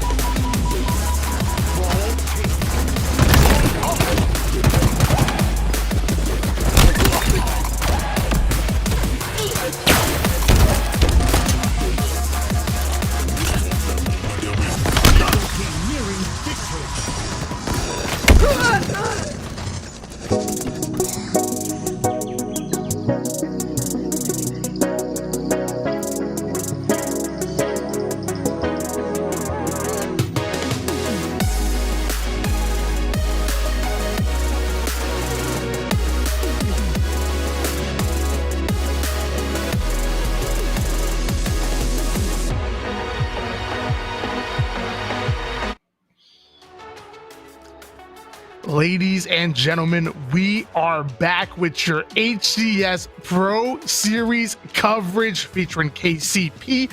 I'm one of your hosts here, Why Not Be Reckless, aka Why Not Be Casting, and I'm kind of a freaking big deal. If you don't know, now you know. And let me tell you, I simply can't do this alone, so I brought one of the best co-casters to come along with me to help guide us through these matches here. Infinity, why don't you tell the people who you are and a little bit about yourself? Well, it's nice to be casting with you today. First and foremost, Tony, you know, you're an absolute legend, so this is an absolute privilege for me. But for myself, you know, for people who don't know me already, you know, I casted a little bit with LVT over the last few weekends. I'm coming over from Call of Duty. I'm trying to kind of wrap my way into Halo, and it's been an awesome experience so far. With every single second, it's been such a welcoming scene. And Tony, today, you know, today has just been awesome. Of course, HS Pro Series continuing with week number 2. But what we've got coming up here, Tony, is an awesome matchup. That we do. We actually have KCP going up against Built by Gamers. And let's be honest, you guys already know there's a little bit of drama surrounding these teams and whatnot. So I'm sure they both want to go at it, and they're about to have the opportunity to do it here for their tournament lives. It's either go big or go home, and hopefully they both get to put on a show. I'm a big fan of KCP, have been one for so long, but I'm not gonna lie to you, like I've really been loving watching King J and Nemesis come into their own. Obviously you have KCP, we're fairly accomplished, you know, they're still trying to fight to show that they earned their spot, but Druck and Soul Snipe, they actually got the chance to team along. I believe it was straight sick, and they've gotten a top 6 finish in the past, and actually, you know, so has Manny as well, going up with Tau. Like they actually got a top 8 finish alongside Envor and Super CC back in Halo 5. Meanwhile, BBG kind of like almost kind of remind me of KCP kind of back. They kind of trying to prove that they belong here, to prove that they can hang with the big boys. You have King J, a rising star, best friends with Snakebite, so obviously he's learned quite a bit from him. You have Nemesis, who teamed alongside I want to say teamed alongside Ryan Noob a little bit back in the day, and they've done amazing things in the past. I know they've gotten top 8 finishes in the Halo World Championship. It was 2018, I believe, even 2017 as well. Meanwhile, Nebula and Mines are newer faces to the scene, along with King J as well. So this is a really exciting roster, kind of up and coming like KCP were back in the day, and we're going to see what they can put out. Yeah, absolutely. You know, for those of you who don't know this BBG roster, you know, they had an incredible go at things over at HCS Raleigh. You know, not only did they manage to place in 13th at that event, but I think they won the award for the HCS Raleigh Breakout Team Award, and that was just because of kind of how out of nowhere they came during that event. But they followed that up as well, right, Tony, with some really good placements. It hasn't just been the top 16 at Raleigh, which they've done extremely well. I think they got top 6 in Pro Series number 1. But Tony, what's interesting here most is how they got there. It wasn't just any old top 6. They managed to beat out KC Pioneers to get to that point, and that makes this a rematch. Yeah, really excited to watch these two duke it out here. And again, you know, this is, you know, we are doing a little Kansas City Pioneers watch party, so we just a little bit biased over here. Not much, not much, just a little bit here. No, I mean, this is a team in KCP that have, I call them the ultimate underdogs. That's what I really feel like that's what they are. You know, anytime they're up against the big boys like the big 8 or the big 4, a lot of teams will immediately kind of discount them, but they're always proving many people wrong. They're a team that's made up of 4 players that are just willing to put in the work, and they don't cheat the grind. That's one thing you can't do in Halo. You cannot cheat the grind, and that's one thing that these guys do. They're always playing money 2s, always playing money 8s, and always playing the top competition. I remember Soul Snipe back in the day, he literally refused to play matchmaking because he always said it would not make him better, would not pay dividends in the long run. He always wanted to play with that top competition here. So like I said, there's one thing you can't do in Halo. You cannot cheat the grind, and these are 4 players that obviously have in it. In the Call of Duty scene, do you have like you know, kind of a group of up and comers that kind of like broke into the pro scene that are just like true grinders, like that money 8s, money 2s side of things? Like, do you have a comparison in the Call of Duty scene to KCP? Oh, that is a question right there. There's a lot. I think, you know, Call of Duty beforehand, before obviously the CDL happened, it was a little bit more open, so maybe that was a little bit more easy to do. Nowadays, obviously, with the structure of Call of Duty as an esport, it's much harder for you to kind of just grind your way on through challenges. You kind of have to really get noticed. And that is ultimately the beauty of Halo, I think, overall in its current format. That's why people are absolutely loving what's happening. That's why so many Call of Duty players have kind of translated themselves over towards Halo, because it's kind of this idea that anybody can make it towards the top. And that is what this KCP roster absolutely represents. Of course, they've been together for the longest time, barring that very first open event of the season, at which point I think they were playing with Super CC for that first one. But yeah, this roster looks really, really good. And as I was saying, you know, Tony, for a number of teams here, KCP included, and I think on the other hand, we do have this BBG roster that also kind of do fit into this category of players and teams that coming into Infinite have proved themselves absolutely worthy of being a top team and in the conversation as a top team. Anybody here can get to the very top of North American Halo, and today they're going to get the chance to, but they've got to go through the losers bracket now as they're both here. Yeah, really excited to have all these competitors here. You know, when I first started hearing about some of these members, it was actually not even through their 4v4 gameplay. It was actually through their 2s gameplay. And we've actually had instances where Soulstipe and Druck have been invited to our Money Tuesdays production. If you guys don't know too much about Money Tuesdays, it's a show that LVT has put on in the past, multiple times, where we take some of the best talent, put them into, break them off into 2s, and watch them go at it for big money and bragging rights to match. We've had the likes of Snakebite and Royal 2 on there. We've had the likes of, again, Soulstipe and Druck. And let me tell you, if you guys know about Bound on FaZe and Renegade on Cloud9, that was the duo that ran undefeated in 2v2s, and nobody was able to steal their throne. And a lot of that 2's tactics and 2's skill set easily translated to 4's, being hyper aggressive, playing in 2s and baiting and switching, valuing your life as much as possible, and also utilizing your movement to get the advantage on your opponent has really translated into 4's in Halo 5. And we're starting to see that same thing in Infinite as well. I'm hearing a lot of pros are loving 2s, and they didn't like it at first to begin with, but they're starting to grind it. They're starting to put in that work, and we're seeing them play a lot of 2s in this game as well. And as somebody who 2s is like really dear to my heart, really excited to see that here in Halo Infinite. As you look at and we took a short look at the bracket, I believe Optic going up against Space Station Gaming here in the losers bracket as well. I caught a little glimpse of that. Yeah, it is interesting, actually. We should probably take a moment here to talk about the bracket in its current form, because today, Tony, everything has been complete madness, both in the upper bracket and over in the lower bracket as well. And we can see the lower bracket on our screens right now. So what we're watching is Pioneers versus Built by Gamers, but we do have that other lower bracket round number 3 match going on right now. Also, that Space Station going head-to-head with Optic Gaming. And talking about that Space Station roster very briefly, of course, Flazing, the newest addition to the team, of course, he comes in place of Tusk, who we now know is on G2 Esports. Space Station, they'll be happy at the moment. They did just beat Unsigned Talent 2-0, but that is going to be a tough match going up against an Optic Gaming roster that has just taken out Gamers First 2-0 also.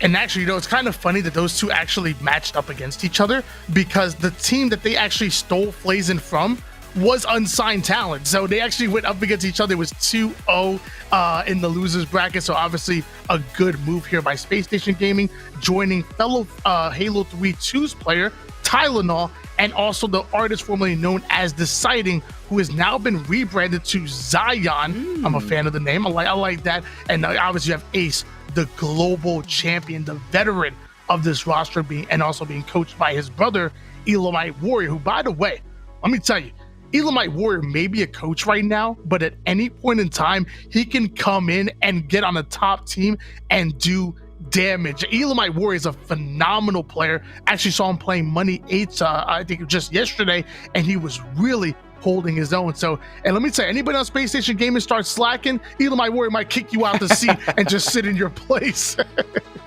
Yeah, it's kind of funny actually. You mentioned Xeon there. I was really surprised. I was looking over at the rosters this week and I was like, who the hell is Xeon? I haven't seen anything about a change on Space Station Gaming, but now I know at least it is deciding. He was actually been a really good player for that Space Station Gaming roster, of course. And for those of you who don't know, Space Station, they've been through a tumultuous season so far. I think is the best way you could possibly describe it. Early on, playing with Formal, of course. Formal kind of ditched camp. He was like, yeah, I've had enough. I'm going to go over towards Sentinels, and that was an opportunity that he took. We'll see now how Space Station do get on in that lower bracket matchup. But I think there is quite a bit else to talk about as well while we wait for this match to get underway. In terms of that upper bracket, we have had a ton of upsets going on today, looking at that second quadrant specifically. Now, normally you'd expect to see kind of Oxygen versus Built by Gamers in round number 2. That didn't happen, except they beat BBG 2-1, hence why BBG are now in the lower bracket. They've had to make a run to get to this point. Unsigned Talent, they've beaten Oxygen Esports 2-0. Let's focus on that second matchup real quick here. I would say that is arguably the bigger upset of the two, Tony, because Unsigned Talent, they've kind of been bleeding players over the last few weeks. Yeah, and it's actually, to be honest with you, again, one of the players that they lost was Flazen, but another one was Suppressed, who went to Team Exit, and that was the exact team that 2-1 them in the upper bracket to knock them down into the losers bracket. So Unsigned Talent, which I think is really interesting, they're losing players left and right, but somehow they're still able to find players to kind of stick into their roster and still find success making it out of the open bracket and here into the Pro Series. And not only that, but also beating the likes of Oxygen Esports, which is a solid squad under a very good organization, and beating them 2-0 to make it into that round 2 to face up against Exit. So Unsigned Talent, the Halo Esports keeps knocking them down, but they just keep coming up and fighting back. So big ups to them. And another, I don't know if I want to say upset, but another really good matchup was Cloud9 going up against Optic Gaming, which is on that bracket that we saw. Cloud9 ends up coming out 2-1-ing Optic Gaming to earn themselves into that round 3 to play up against Exit. And, Cloud9 and Optic, this is going to be quickly becoming a little bit of a rivalry here, in my opinion. You have the Lovejoy brothers, and then you have this Cloud9 squad, which is coached by Hoax. And then on the Optic Gaming side, you actually have Alumni, who actually manage the team. So that right there, them going at it, they've matched up multiple times, and they've kind of traded blows between Optic and Cloud9 here. I'm really excited to watch that rivalry start to develop here in Halo Infinite as we move along towards the bottom half of it. FaZe having to beat out the old business roster, then turned Team War, then turned Fnatic, 2-0ing them no matter what their names are, to actually go up against E-United, who was the one who actually knocked our Pioneers roster into the lower bracket. So that's going to be really exciting. I need some predictions, and Infinity. Oh no! I'll be fair though. I'm not going to ask you to give a prediction if I won't give one myself. So I'm going to be fair here. I'm going to say Cloud9 2-0 Exit. Love the team Exit, love what they're doing, love the pickup of Suppressed. I just don't believe they're on the same level as Cloud9, who I believe are going to make it into the winners finals. Then FaZe and E-United. Oh God! Now that's exciting. E-United got the best of FaZe back in Raleigh on LAN. I believe E-United and FaZe actually might have met up last week on the online Pro Series as well. Both of these teams are looking so solid, but I gotta go with my heart. I gotta go with my heart, and something tells me that E-United are gonna come out on top of FaZe, and that's a surprise to me because any team that involves Snipe Down and Bound, I instantly give the edge to. But something tells me I gotta go with my heart, and I gotta go with E-United coming out with a 2-1 over FaZe. But I'll be excited to be wrong on that one. Either way, I believe Cloud9 gonna handsomely make it into the winners finals. And who do you have coming out of both of these semifinals matchups? Yeah, I'm kind of with you, at least on the first one, right? Cloud9, I do think they will absolutely not dismantle Exet necessarily. It depends really how the Slayer goes, but I think definitely it should be a victory for them. I think, Exet, you got to think they went to game number 3 with Unsigned Talent. I don't think they're probably going to be able to take a map off of Cloud9. That being said, Cloud9 did just lose a map to Optic Gaming. They didn't lose one last week, right? In the first Pro Series. So hey, maybe they're not as on form as you would think, but I think Cloud9 are probably going to take it. I'm just trying to give Xset a chance here in the head-to-head. And on the lower side of the bracket, you know, obviously, as we say, FaZe versus E United. You're absolutely right to call out in week number 1, it was going to be FaZe that took on E United, and FaZe did end up winning that matchup. So I'm going to go with FaZe on this one. We did actually just see E United kind of struggle somewhat versus KCP also. So, you know, I don't know. I'm going to go with FaZe. I think it's going to be a FaZe versus Cloud9 upper bracket finals match. I don't know, man. I'm a passion-driven guy. You know, that passion will leak into the broadcast. I get really excited, and it's real. It really is. I love Halo esports. And one person that's also just like that is Spartan, come out of E United. I remember when they actually beat FaZe. Literally, Spartan stood up and was yelling across the room, and he was looking at former friends, partners in Snipedown and Boo Boo Doobu, and he yells, "You're gonna drop me? You're gonna drop me," as he makes it into the grand finals, knocking them out of the tournament. That was passion. That was real. That was Halo. I love seeing that. I love seeing that emotion, and I really feel like, you know, E United, they want this win, and I feel like they're gonna come out on top. Again, it's gonna be tough. We're talking about a 2-1. We're talking about Snipedown, one of the most legendary players in the history of Halo. We're talking about Bound, whose movement is literally out of control. And in my opinion, Falcated was like that surprise player of the entire tournament. And when I was casting that series between FaZe and Sentinels, when FaZe ultimately knocked Sentinels out of the tournament, it was Falcated who was leading all of the slays and putting in that work. And then you have Boo Boo Doobu, who just rounds out this squad so well. Very high IQ player. If it comes to a long-range VR fight, he's probably not going to lose one. I love the way this roster is constructed. And again, you know, a player like Eric Rona can literally go off any point in time, taking those 1v2s if you simply unleash him. This FaZe roster is really strong. And it's funny because I said E United, and I'm really going hard on FaZe here, Infinity. You see how hard I am going on this FaZe? You know what? Don't E United on the screen, because now I equally have to go on to E United. Thank you, Louis, for putting it on the screen. So now I'm going to talk about, again, high IQ players, just like Boo Boo Doobu. 2 players that can match him, Rain and Ryan Noob. His name is Ryan Noob Nerds for a reason. He's absolutely insane when it comes to this to the strats. I remember back in Reach on Splash, he literally tells his teammates, "Guys, watch this." Turns around off spawn, double nades himself, then spawns, literally killing himself right on the screen, then spawns right behind the enemy team, ends up pulling off a double kill as the hill starts to rotate over to his side of the map. It was literally incredible. King Nick, a young and up-and-coming talent from New Jersey. You know, us in Jersey, we built kind of different. You already know. Rain, the poker player, always thinking 2 steps ahead, and we always hear how amazing his communication is. And then when you combine them with a teammate like Spartan, who has an incredible shot and can go toe-to-toe with some of the best, E United constructed pretty well. You know, I had to talk about FaZe, but then I had to also come back and actually hype up E United, because I did pick them in the beginning. So I had to make sure I get them on screen. You got there in the end, Tony. It's okay. We're making sure we're talking about E United. You know, they are fan favorites, I think, you know, coming into this one. The org itself as well, you know, regardless of what esport it's in. Again, I can kind of vouch for this because, of course, pre-CDL, E United were a massive installment in the Call of Duty World League scene. And E United is such a fun org. You know, their social media presence is awesome. So I think people are always going to be pulling for that team. And it's going to be super interesting matchup to see them going head-to-head with FaZe. Obviously, you know, the talent on those 2 rosters, you know, both top 3 teams at HCS Raleigh coming into the Pro Series. Can they repeat that performance now with number 2? Of course, week number 1, they're able to do that as 2nd and 3rd, respectively. Or so, as we're waiting for our game to get underway. Remember, folks, this is Kansas City Pioneers going head-to-head with Built by Gamers, a grudge match for a variety of reasons. It's going to be epic, Tony. I cannot wait to get into it. And we finally have a best-of-3 map set for everybody at home. Yeah, I promise you guys, we're not just milking. I will say, I love hearing the sound of my own voice. So, you know, I tend to talk as much as possible, but I promise you guys, we're not just vamping for any reason. We're waiting for all the players to get into the lobby and also to get this going. With this best of 3 series layout, we actually have Aquarius CTF being our game number 1.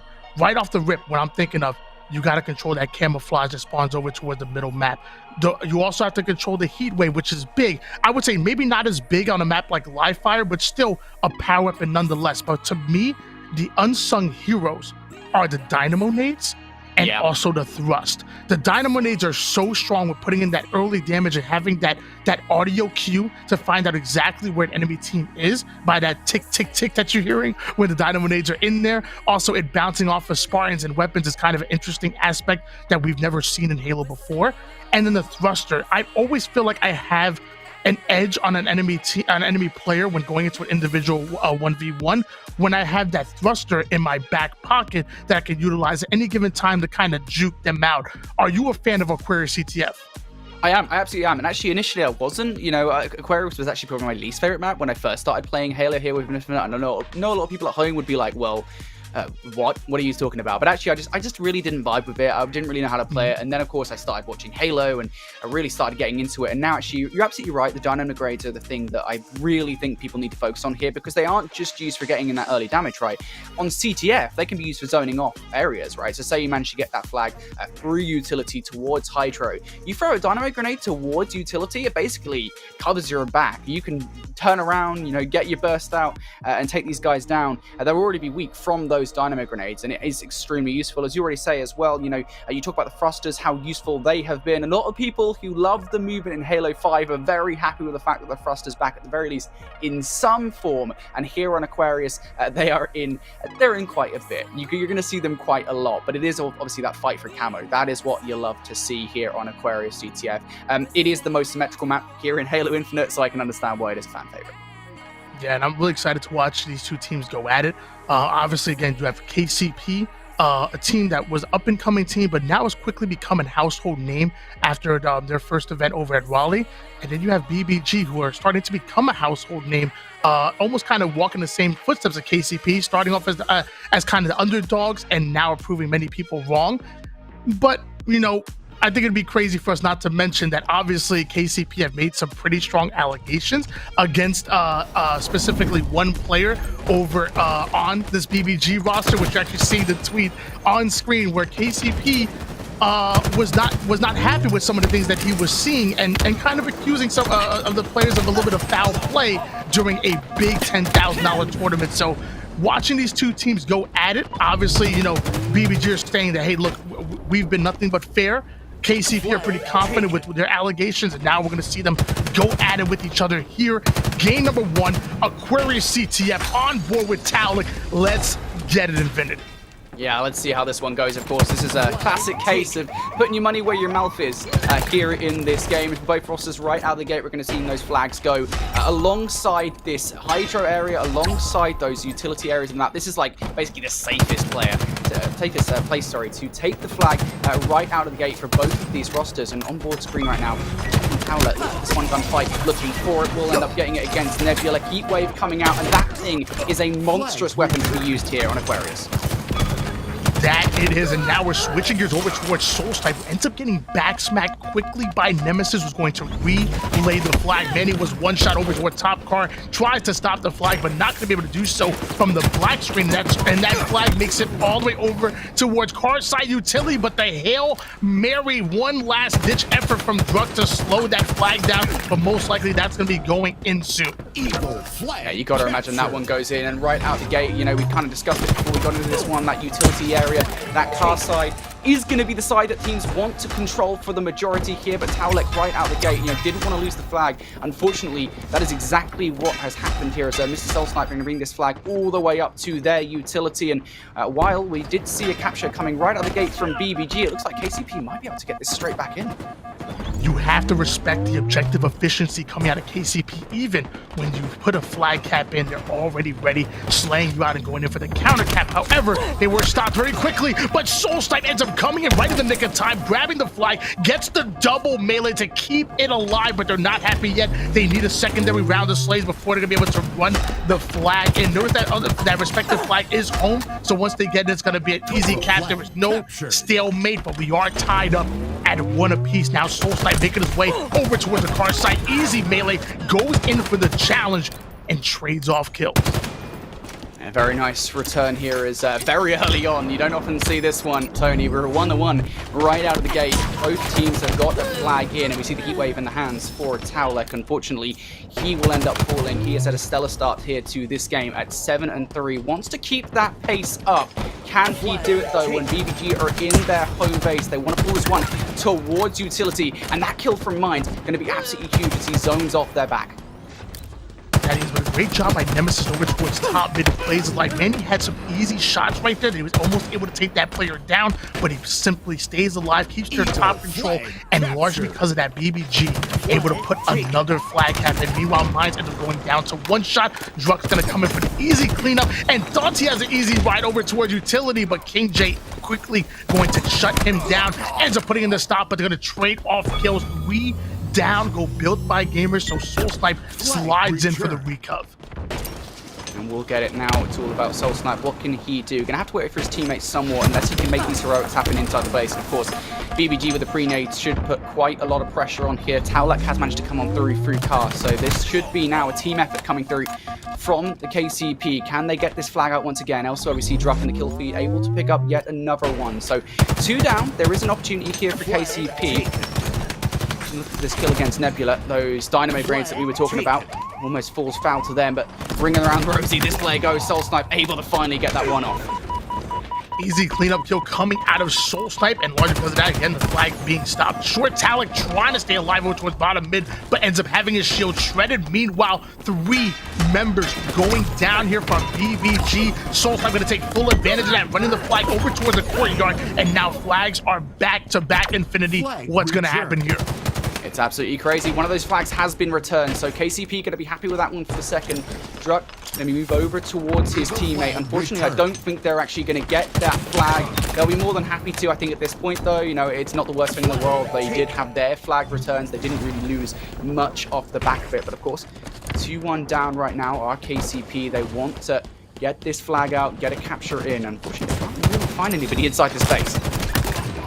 And look at that, as soon as the call out comes in, you have multiple players swarming at it, but Nemesis coming out of nowhere ends up getting a double kill that you just saw on screen. Meanwhile, Towlek now making his way right behind enemy lines. The shots come in, able to stop the flag carrier, not letting allowing him to go very far here as he's holding down the top side of his base. His teammate comes up off the spawn, but they have to clear out the utility side. Excellent shots, but great job staying alive and then getting the cleanup kill does Towlek. And gosh, Infinity, who is this guy? Who is this guy? He is on one at the moment, Tony. Oh, he's continuing as well. Lovely kill versus Nemesis. Towlek is on a tear at the moment, and that first kill, so huge. But it was the tear as well that really put a stop to the pressure coming in from Nemesis and Co. from Built by Gamers, and off the back of Towlek's heroics. Druck is able to get that flag all the way through car, all the way outside of utility, right at the front door of their own. There is an opportunity here for KCP to get a flag in. Can they do it? Unfortunately, a couple of players will end up falling. Towlek, he's going to have to continuing his heroic. I don't think he's died yet, Tony. He is still on this tear. The man has put a 15 kills so far. He's making Houston, Texas proud with the excellent gameplay and the gun skill that we're seeing here. Easy shots coming to making that player one shot, even making the second one as well. And that's going to allow the double kill to come in out of Soul Snipe. Easy cleanups. Meanwhile, Manny makes his way over to utility, ends up getting the melee kill. Now he's going to try to return, but have to go through King J, who's not going to let that happen. The pull comes in, and now that flag is making it over its way over towards the car side. BBG have that flag out, they want to get it home, and if they do, it'll be a 3-1 advantage for them. Not the worst thing in the world to come back from, but it certainly isn't nice at all, as Towlek and Soul Snipe actually can advantage to grab a couple of kills in their favor, but what you're seeing from BBG is a really nice reaction to that aggression coming in from KCP. They slow down for the moment, but here's something you rarely see, a commando. It is very rewarding, but also extremely hard to control, and doesn't manage to get the kill with Towlek, but at the very least does get the assist coming through, so that his teammate can pick up those fights, and I love the aggression coming up from KCP. Yes, they just lost a flag here, Tony, but they are right back in the face of BBG. Towlek staying alive, going all the way down to one shot. Luckily, Druck comes off of spawn and now is going to beat Shield a bit and utilizing the heat wave, more like the meat wave, as he's putting down damage. A full squad wipe going in the favor of KCP. The boys in blue are now going to advance the flag over toward the 50% portion of the map, currently down by 2 taps, but now within striking distance is KCP running in that second second flag cap, only down by 1, and with 4 minutes and 30 seconds on the clock, there is plenty of time for them to mount a comeback. I just love how aggressive this has been, really, from both teams. Every single time we've seen one team end up losing a flag, you see the other team coming right back into their base with some serious aggression. We're going to see Druck at the moment try to really slow the pace down at this point. Knows that somebody is inside their utility, decides to take them out before making any further moves on the map. Now the Nemesis next up to deal with, and unfortunately will end up losing that fight. Tries to take it on with the pistol instead of the BR, and ends up taking an L there. So some space now potentially opening up here for BBG as we're on board with Mr. Stolstipe. Has this heat wave in hand. It is a deadly weapon. We'll say it over and over again, but of course it can actually come back to hurt you, so you do need to be careful. Heat wave still in the hands out of Stolstipe, having mines right behind enemy lines, is aware of it, so the shot's gonna come in, and great job by Stolstipe for putting in that damage and allowing Manny to play his life for as long as possible. However, he is gonna be cleaned up. Manny going in for the challenge, but Nemesis takes him down, and now the nades are coming in. Talik trying to stay alive, ends up getting the assist, but the Dynamo nades are doing maximum damage. You want to get as much return on this flag as humanly possible, as Taulek is in a world of pain. He is surrounded by players from BBG. Also, he does have some help in the back of the base. Another player looking to try and return that flag, but unfortunately BBG have pulled it even further out, and that kill from King J might well be the dagger for this player, as Taulek's trying to play his life, and actually he gets away here, Tony. Him able to play his life there for a second might just give his team enough time to try and return this flag. King J in for the touch. Now Taulek from above able to get that kill. Stolstipe still alive also. Can Taulek get the return? No! He doesn't! Nemesis comes on through, picks up that gunfight. That flag's going home. And as Taulek was on the return there, Nemesis actually comes around the wall, was able to contest the flagpole through the wall, ends up sliding in, and gets the pull while also taking him down. So a big play coming out of Nemesis, knowing that you can contest the flag even without being in the same room as it. Now Druck chasing this player down. The shots are coming in. So is the nades. It's going to be an easy kill. And now he's at to try to trust his team to come in off a spawn as he goes in for the challenge on King J, who's right behind him, but he doesn't know he's there. Infinity, he had no idea King J was hiding in the corner in his utility. Sometimes you just don't see those ghosts until they come for you. As King J, unfortunately, will end up losing that engagement. For now, though, everything still kind of calmed down for a second, perhaps for the very first time in this match. This has been just such a high-paced affair. Pretty much consistently, both teams have found their way into each other's initial spawns. Stolstipe able to get one in the kill feed. Now that flag going to be pulled away. It's going to be Stolstipe, the man himself, with the heat wave in hand, trying to pull it towards that car area. He is going to get traded out, and now it is Manny juggling this one home. This is a huge one. With 90 seconds on the clock, you get this home. This is a manageable game. And I already know that Gary is so happy right now. One of his favorite players on this roster is Taulek, and I'm looking at the scoreline right now.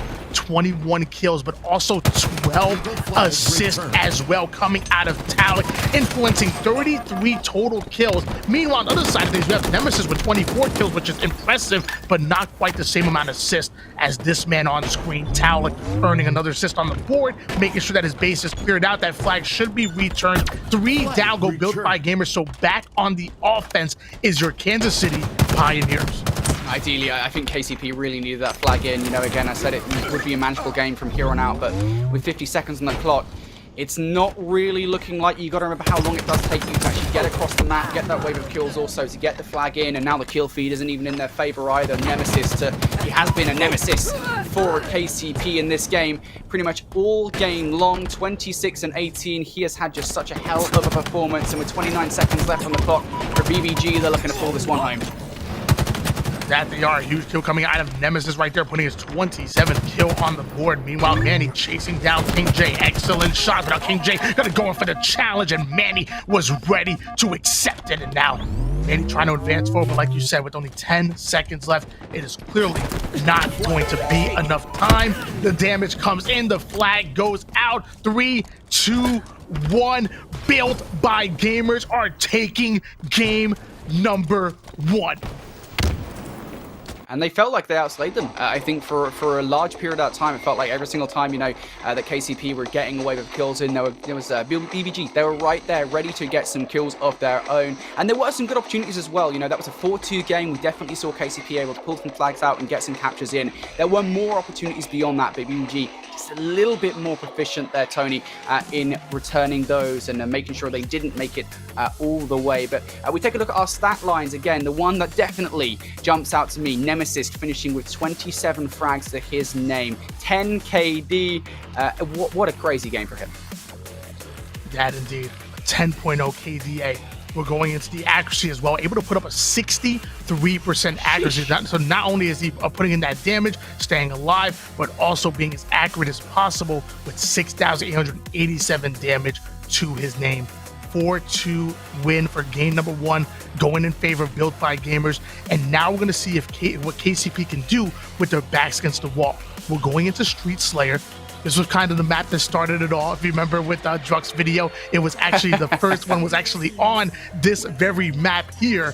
And now we're possibly ending it on this map. If BBG can come out with a win, they advance forward throughout your elimination bracket. If KCP can win this one, we are going to a game number 3. I was born and raised in the streets, so I know this map.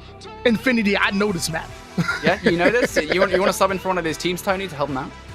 No. No? Okay, No. all right. Just making sure. I feel like you'd be an asset. I would have to turn on the walls and still go double negative. Jeez. All right. Well, moving swiftly on from that, we're getting right here into Street Slayer, of course, game number 2. BBG win this. They send KCP home at top 8 for the second week in a row. That would be quite something, wouldn't it? And I think BBG would be pretty unhappy. 3 down, go Built by Gamers. Stalker rifle in the hands of Talik. The shots are starting to ring out, forcing them to back down over toward the PD, but Nemesis answering right back with a big kill. Now Druck trying to stay alive over toward the B side, dropping down with the double melee, ends up going right back at Nemesis, but Soul Snipe now forced to back down and play his life. We're manning out inside this elbow on his own for the second, of course. Teammates should be spawning up around him pretty quickly. You see Nebula kind of chilling over by red, waiting for somebody to push up that driveway, of course. And I think the thing is for KCP at the moment, they're waiting for some plays to happen over by that arcade side so that something can happen over here. And unfortunately, it just isn't. Soul Snipe has already fallen. Talik also down as well. Everybody is falling. KCP going to be forced, all the way back here inside train station. They need to get out, Tony. And Manny trying to get out right now, taking the C driveway, going right at Mines. That's going to be a big kill for him. Meanwhile, Soul Snipe just staying alive over toward the red base and advancing forward here into arcade. KCP doing a great job of answering back right off of spawn, but they need a second round of slays as they start to go on the offense. Soul Snipe and Manny get back-to-back kills. Manny actually pulls off a double kill, and mind you, he has the Bulldog in his hands. Oh, this thing is a deadly weapon in the right hands. Unfortunately, he's not able to get that one kill there. We'll have to back away for the moment, but make no mistake, in the right positioning, such as this one over towards Tires, that Bulldog can be extremely horrible to go up against. And Manny's going to use it actually to get that first kill. I thought he was going to try and create some space there so that his teammates could go and grab those rocks. Unfortunately, I think it was Nemesis who was able to pick up 2 in a row, and those rockets might have been acquired here by BBG. And once again, you're seeing a 2-man push over towards the B Street side of things. Druck kicking around the trash. It must be metaphorical for what he's about to do to BBG as he's trying to get an angle here. Excellent shots going on to Mines, forcing Mines to back down. It's a high IQ play by Mines to prioritize his life. They're currently set up around the PD side. Mines does not want to give up any instant deaths and get averaged at all. So great job for him staying alive here for BBG as Nemesis off the screen, putting his 5th kill on the board. And Druck now trying to make a play over towards Purple Street. He has Manny with him, but it looks like they've just gotten spotted. As he just created a lane here, he took that one burst against Mines, but I think Mines might have just backed up, ready for any kind of push coming on through. Now Repulsor just going to be backing away inside. Oh, that's so unfortunate. He was going to be backing away inside Tires, but there it is, the rockets we were talking about, and Q had them. Nemesis was just waiting like a praying mantis for somebody to push him. Unfortunately, that is exactly what happens for KCP, and those rockets will land, or at least one. Now, I don't know if he got the second off, or if that was the second, but Nemesis did just fall, so there is potential here for KCP to have grabbed those. But back on board for Druck, looking for a 2-piece hit. It would be huge if he can get it done, but unfortunately not going to happen. King J takes him out. There is an immediate trade in. Trades back and forth. It is KCP with the lead at the moment. 20-16 lead going in favor of your Kansas City Pioneers. Meanwhile, Manny is trying to stay alive over toward the B side. Here comes the cavalry coming out of Tires, but Manny going all the way down to 1 shot. Mind you, he does have the Stalker rifle in hand. This is a 3-shot potential weapon, forcing everybody to back down with its high damage capability, and the reload comes in so quickly here. But Talek gonna be the first one to fall. Soul Snipe coming down right afterwards. BBG are getting on the offense. They're starting to up the tempo, and now they're within striking distance, only down by 1 kill. It's going to be dropped with the Sentinel Beam. This thing is extremely hard to use. Unfortunately, we don't even get a chance as Nemesis takes him out from long range. And, well, that Sentinel Beam not so great at long range, hence why he was using the BR, particularly for that engagement. But as you say, Tony, this is an extremely close-up match at the moment, and you can just kind of feel the tenseness in everybody, the way they're playing at the moment. For KCP, they want to take this fight over towards Arcade as a full-fledged 4-man roster. Can they get it done? Here comes Druck on screen, looking for that kill versus King J. Unfortunately, won't be able to find it. King J doesn't just get the first as well, gets the second. Manny may as well trade the second, but that's that whole push from KCP has been shut down. Great kill by Manny to equalize the situation a bit. They still have no idea where he's at. He gets some easy shots in by Nemesis. Also able to get some shots in. Ends up getting the kill right back on Nemesis. Where is the communication? They have to know where Manny is at all point in times. He should not be able to hide in the corner and get free shots like that. Meanwhile, Manny checking all corners, ends up finding mines, which great shots by him, forcing Manny to back down over toward the C driveway, going all the way down to 1 shot once again. But Manny refuses to go down. He's currently 8-3. Again, he's only died 3 times this entire game. Yeah, he's having a hell of a game here, of course. Technically speaking, the newest addition to this KCP roster after CPCC played with them at the very beginning of the season. Regardless, though, he's having a hell of a game here, of course. Those rockets will be up very, very soon, and Manny is going to make a play for them now. Nebula and King J are in close proximity. I think Talek wants to kind of deal with them, at the very least take their attention away from those soon to be spawning rockets. Unfortunately, though, Talek will be spawning, and now this time, Tony, they're not going to lose track of Manny. He cannot get away, and now Druck going to have to go straight back for these rockets. Unfortunately, lands an aid right at his own feet. Didn't mean to do that. Nemesis will take him down at the back of it. Game couldn't get any closer. We were tied up at 28 apiece, but it looks like BBG going up by 1 kill, but Manny answering right back by taking down King J. Takes a little bit of team damage right there. A little overzealous as his teammate, as multiple players are now starting to funnel over towards the B side. Manny might end up running into 1 or 2 players as he spots Nebula. The shots go in. Nebula going to be forcing him to back down. 2 players still sitting towards the C side, and Mind's able to get the Stalker rifle in hands. Maybe he can use it to create an opening here, as KCP are well set up on the PD side of the map. This game just could not get any tenser at this point. Both teams need 20 points to finish out this one. Nebula being super cautious over towards Arcade, and you can see both players here with those thrusters thinking, nope, not going to get involved in that gunfight, especially if as I don't have anybody else. But now Manny does, a player right behind him inside tires, and this might well kick off the engagement as Soul Snipe able to pick up that first one against Mine. Looking for the second here, unfortunately not able to turn it around with the shotgun play straight away there. So now it is just going to be Soul Snipe with this AR. It can tear through bodies. Can he get any more than 1 kill? No is the answer, but does get the shots against 1 on B steps. Druck will finish off that gunfight. Both of these teams being ever so careful, not trying to make any single mistake in this game, because if you give a team an inch, they're going to take a mile. So you're seeing those poking shots, ultimately staying alive, prioritizing their life. But once they get that early damage, that early cracking, that's when they start to up the tempo. You never want to be the first team to go down in a 4v4 situation, and Soul Snipe was it. And then ultimately Druck going to follow in afterwards. BBG having the exact 2 kills and the information they need to up the tempo. They have now stolen a 2-kill lead with 4 minutes and 16 seconds on the clock.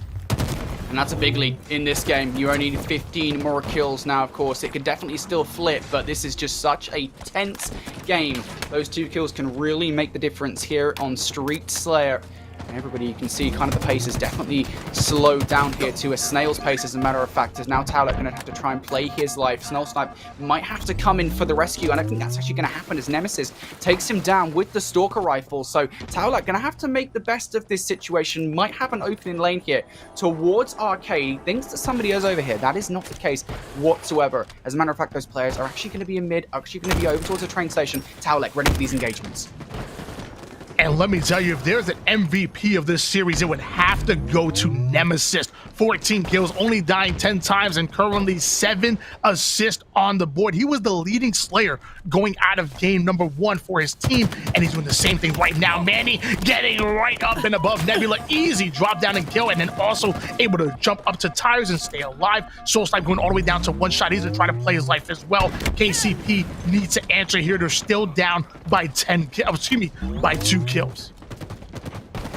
Our lead hasn't changed. BBG have earned it absolutely for sure. Can the aggression from KCP start to come out though? Soulsnipe might find himself in a world of danger. Is kind of just chilling next to that Bulldog. Unsure whether or not he has actually managed to get it. There it is. The team shots coming through, and Druck. That is a huge double kill at this point in the game. Now just 1 point separating these 2 teams, and that kind of play right there between Druck and Soulsnipe, that is what we need to see from KCP as this game now looks to close out.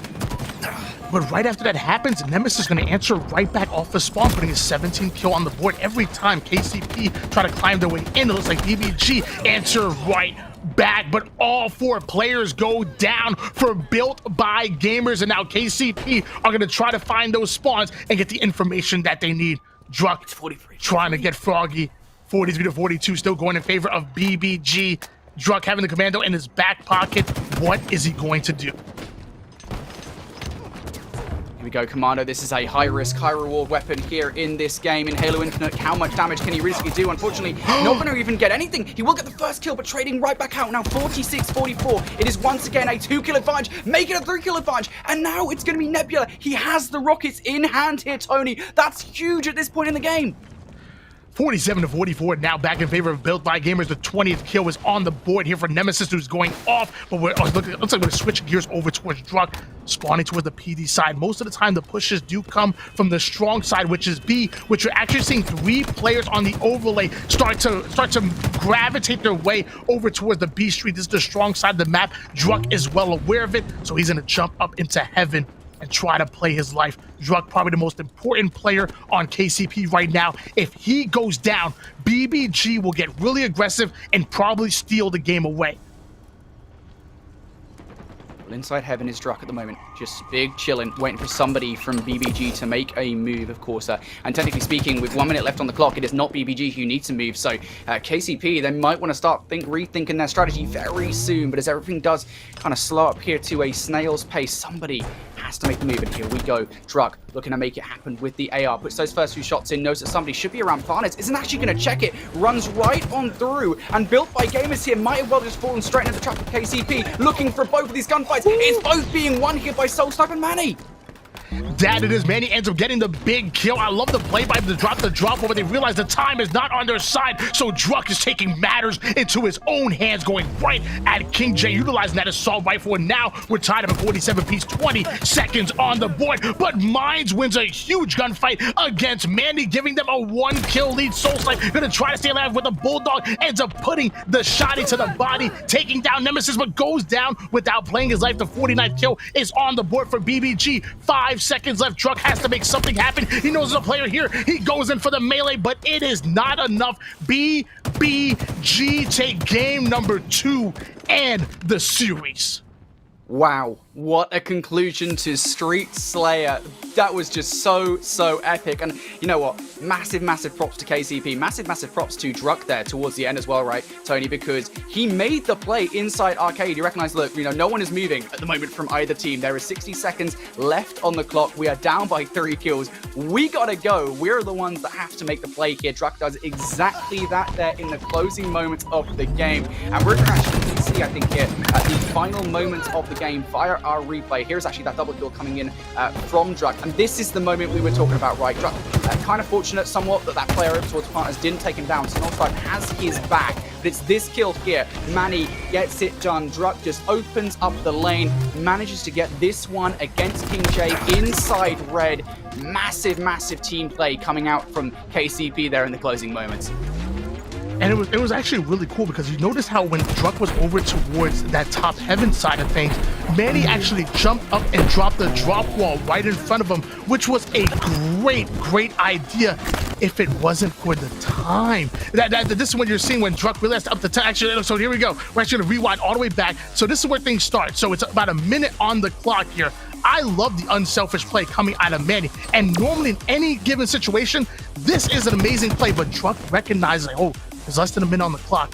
We're currently down by 3 kills. I cannot sit up here for very long. So that's when he starts to push, puts in that early damage, has the AR out, and let me tell you, this AR got maximum value because he puts damage down on Nebula, makes himself the hardest kill possible. That's that Twos play right there. Knows that Nebula is around, gets the information from Soulslife, so quickly switches target, and then has the mindfulness to get right back to his, hey, I know that he's still here. I'm gonna hunt him down. Him and Manny worked that little 1-2 combo. That was an easy kill by Nebula, and then Druck continuing to get value out of the assault rifle. Big kill coming out of him, and let me tell you, KCP almost made this one happen until I think it was eventually Mines got a big kill over, I believe, on Manny onto the PD side. Yeah, this was it right here. This was it. Tied up at 47 apiece. Manny has to win this pivotal gunfight. He was already down in numbers, sadly, and Mines just simply taking advantage and winning that battle. And that was Mines' 7th kill on the board. And let me tell you, probably, in my opinion, the most important kill of the game, because Soulslife, he was looking for the cleanup kill, wasn't able to get the first one, gets the second with the Bulldog. That was the 48th one, but there was still time on the board. And as he tries to run away, he ends up being taken down once again. And that was it. Druck slides in, has to make something happen. If he would have got the back-to-back on King J, that would have been nice. But still, the melee comes in, makes him one shot. Druck ends up getting double teamed. And that was it. BBG advancing forward, and KCP being dumped down here into the losers bracket, out of the losers bracket, and ultimately out of the tournament.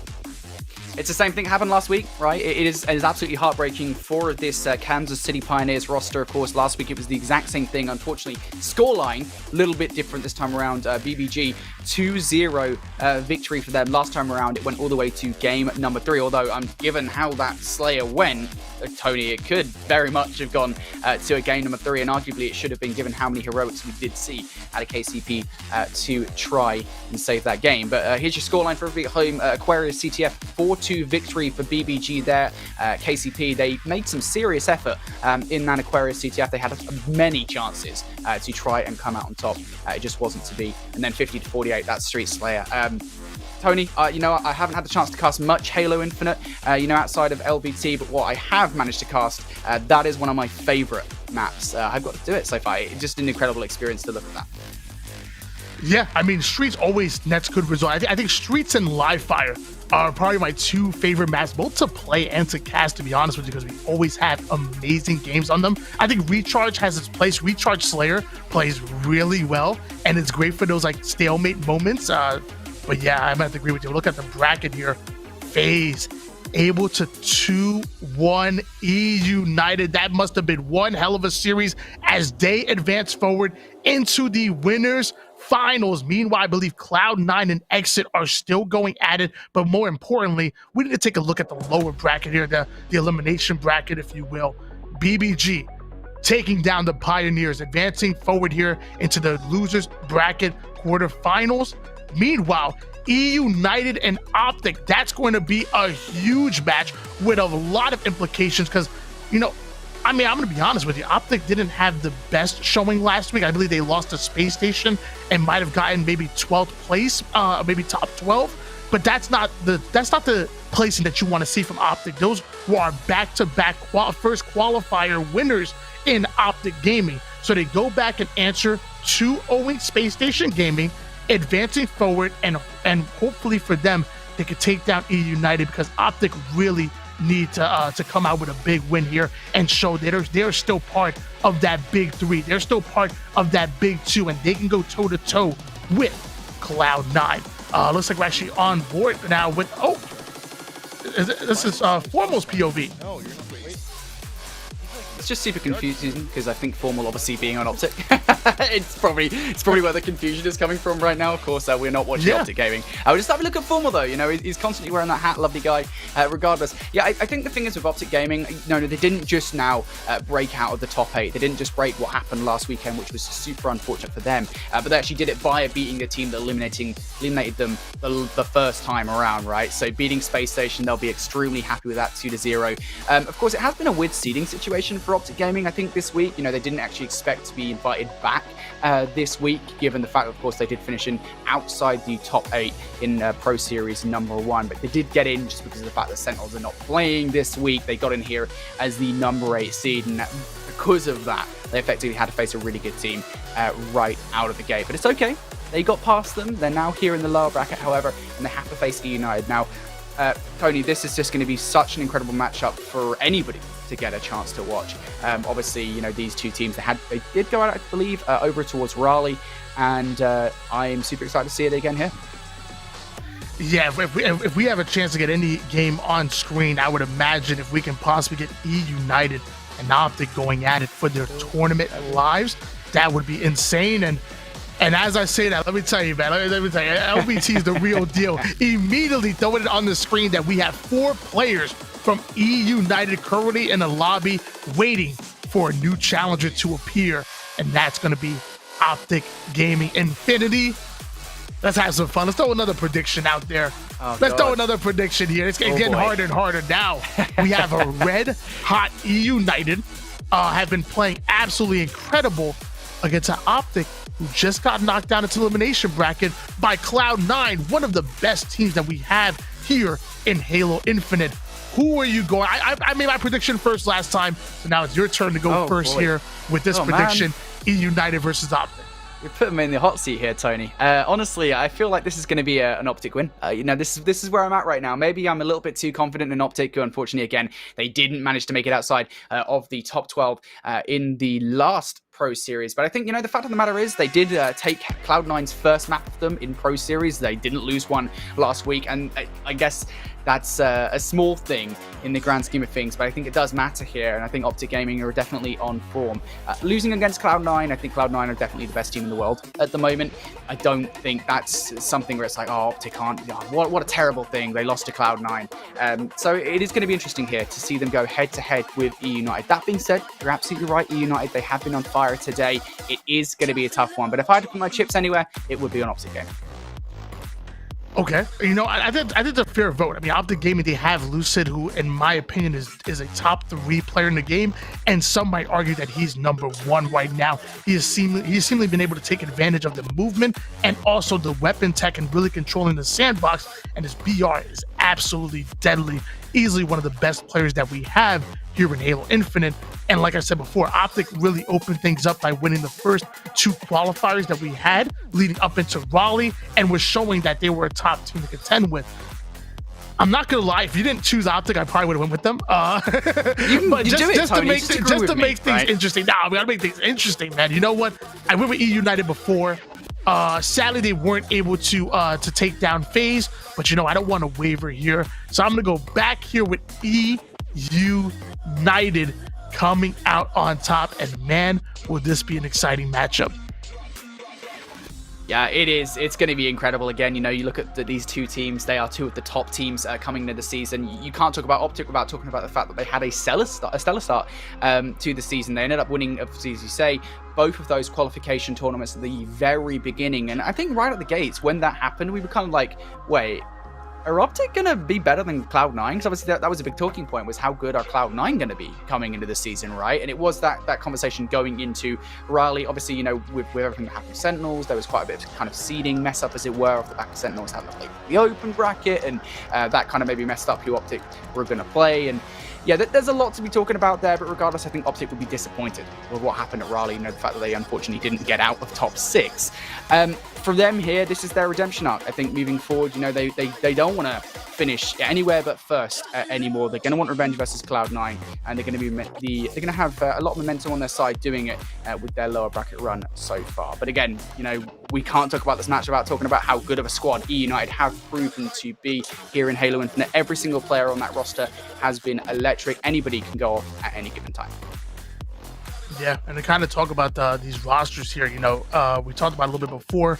Ryan, Sparty, Rain, and King Nick. These guys, I mean, Spartan having an incredible shot, can really go toe-to-toe with probably anybody that we have here in the scene. Ryan and Rain really high IQ players, and obviously everybody in the lobby are high IQ players as well, but Ryanu's name is literally Ryanu Nerds. He loves going over strats as far as pre-scrims and even post. And then you have Rain, who I've been told is probably the most underrated professional player that we have in our scene here, based on his ability to pop off at any given moment, and also his excellent communication that he has in game.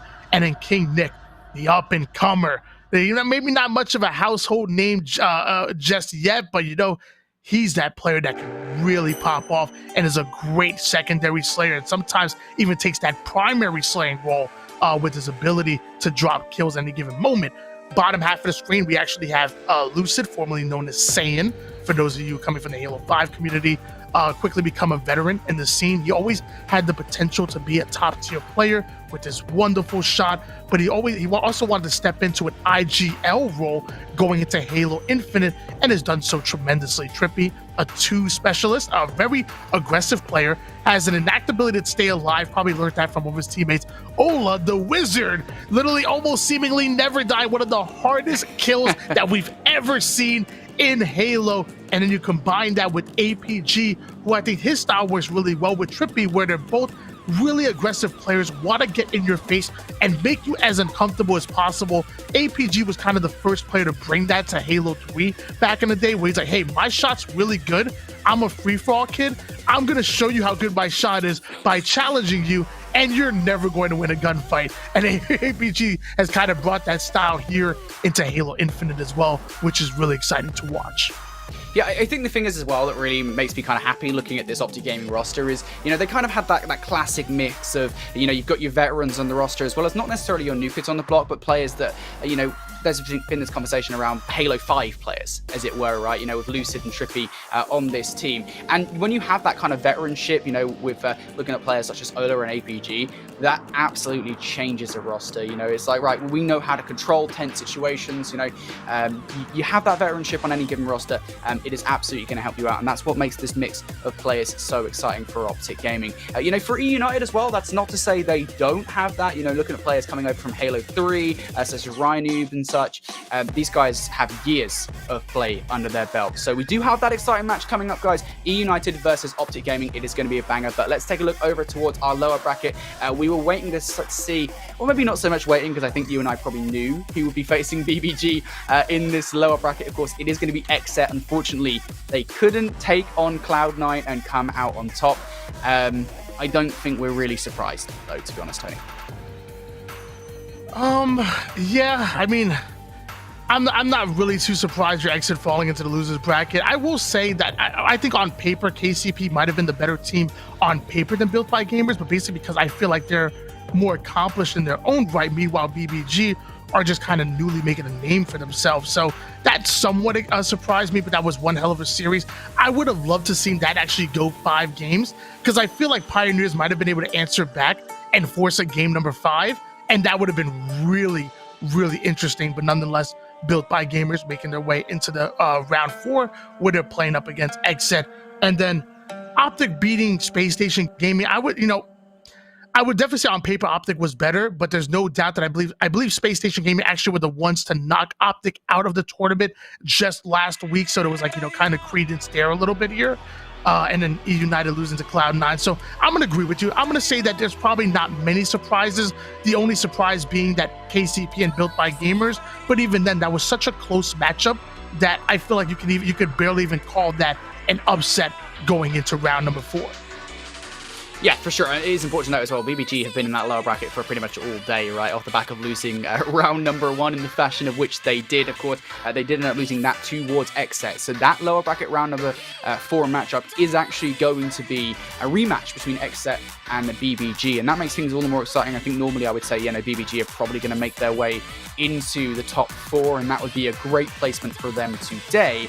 But of course, XSET, they've already beaten them once. They could absolutely do it again. So we'll try and give you guys updates updates on what is happening with XSET versus BBG as that one does go on, of course. And as you guys already know, the upper bracket final has already been decided. FaZe Clan versus Cloud9 is happening over there also. So it's been a great day of Halo so far, Tony. I'm really excited to see what North America has been bringing to the table. Obviously, you know, I had the opportunity the other day to go and cast some European Halo, you know, to see how my homeland is doing. Things are looking pretty good over there. We've got a lot of Call of Duty players doing well, which makes me super happy. And also in North America, things are looking pretty spicy. Oh yeah, for sure. And that's one of my favorite things about Halo, like going into the majors, maybe not so much the regionals like Anaheim, which is supposed to be somewhat of a smaller tournament. Going into the majors, like in Raleigh, we actually had qualifiers where teams duked it out, not only for points, but if you made it to a certain tier, you got flown out for free. You didn't have to pay a penny out of pocket to be flown out to Raleigh to duke it out. And then we saw some of these regions mixed with NA, like, you know, we saw ANZ come in and they mixed in a little bit. We saw EU along with the let me tell you, French Halo. Man, France are taking over. They're the new NA. I mean, you have the all-French squad. Well, I'm sorry, excuse me. 3/4 of that squad being French of Ascend, and then Snipe Drone being the only British player coming out for that team. And then you have Quadrant, the number 2 squad, before Markets seemingly taking over, all French. So they come and they get to show what they had. And let me tell you, the Quadrant and the boys, they were no strangers to trash talk. They were going at it with some of the boys like G2. I believe it was actually Quadrant that were up 2-0. Oh, sorry, they were up 1-0 in the series against G2, and we're having 2-0 in the series against G2, and we're having one hell of a game 3. G2 then answered back, and as their bodies are getting shot, as they're getting teabagged, as SLG and the boys were standing up and actually talking trash from across the way, able to answer back and pull off the reverse sweep. But it was really fun to see some of these guys coming in from EU, some of them coming against ANZ, and showing what they got against our NA talent. That's one of my favorite things about going into Halo and going into these majors, because it doesn't matter who you are. It doesn't matter where you come from. If you have skill, you have a chance to come in and compete against some of the best of the best. Where other esports are kind of blocking out the amateur scene a little bit, it looks like Halo is still running open bracket. They're still saying, hey, look, it doesn't matter if you're keyboard and mouse. It doesn't matter if you're controller, PC, console, what your input, it doesn't really matter. Come in and make a name for yourself, and maybe you might earn yourself a free trip across the globe to compete against some of the best of the best, and that's what really excites me. Yeah, although I will say one thing, you know, Tony, everyone made it pretty clear in our behind the scenes, our little green room, you know, if you're using a PlayStation controller, no. I'm not having it. I'm not happy about it, guys. It's not good, all right? That's all I'm saying. They can do it, though. They can do it. You can do it. I just will judge you heavily for it, okay? That's all I'm saying. Although I don't think anyone really cares. Regardless, you know, absolutely, you know, it is awesome to see Halo in its current state. You know, it feels weird because, you know, for years, Halo was kind of like talked about as sort of the esport, which maybe wasn't doing so well, I think would be the best way to describe it. And now it's kind of this revitalization, the revolution of Halo esports. It's never been in a better state with Infinite coming out, and that goes for both the franchise and the esport. But I think game number 1 is finally ready to get underway here between E United and Optic Gaming. We're jumping right into Strongholds here from map number 1, and we're going to live fire. All right, I'm really excited. It looks like we're looking at Spartan's point of view right now, one of the better slayers on this team. I remember back in Halo 5, he played on a surprising low sensitivity so that he made sure that he could hit every single one of his shots. And man, was he able to do so, starting on board, going the garage side, and actually wasting no time whatsoever, going right after Bravo. But Trippy going to be able to take him down, and all 3 out of 4 members of E United are going to hit the black screen, allowing Optic to steal away the first points of the game. Yeah, I actually really like that play from Rain, right? I mean, all players basically go down. Yes, they've already lost B, but Rain, right out the gate, says, look, I'm just going to back all the way up to house here to make sure that my team can kind of stay alive and we don't lose A, because things can definitely go out of control pretty much right out the gate on Stronghold. So good play coming out from Rain to hold on for his team there. And also straight away now we're on board with Spartan to see what he can do. He has the sniper rifle in hand. This is well served if you get control of tower.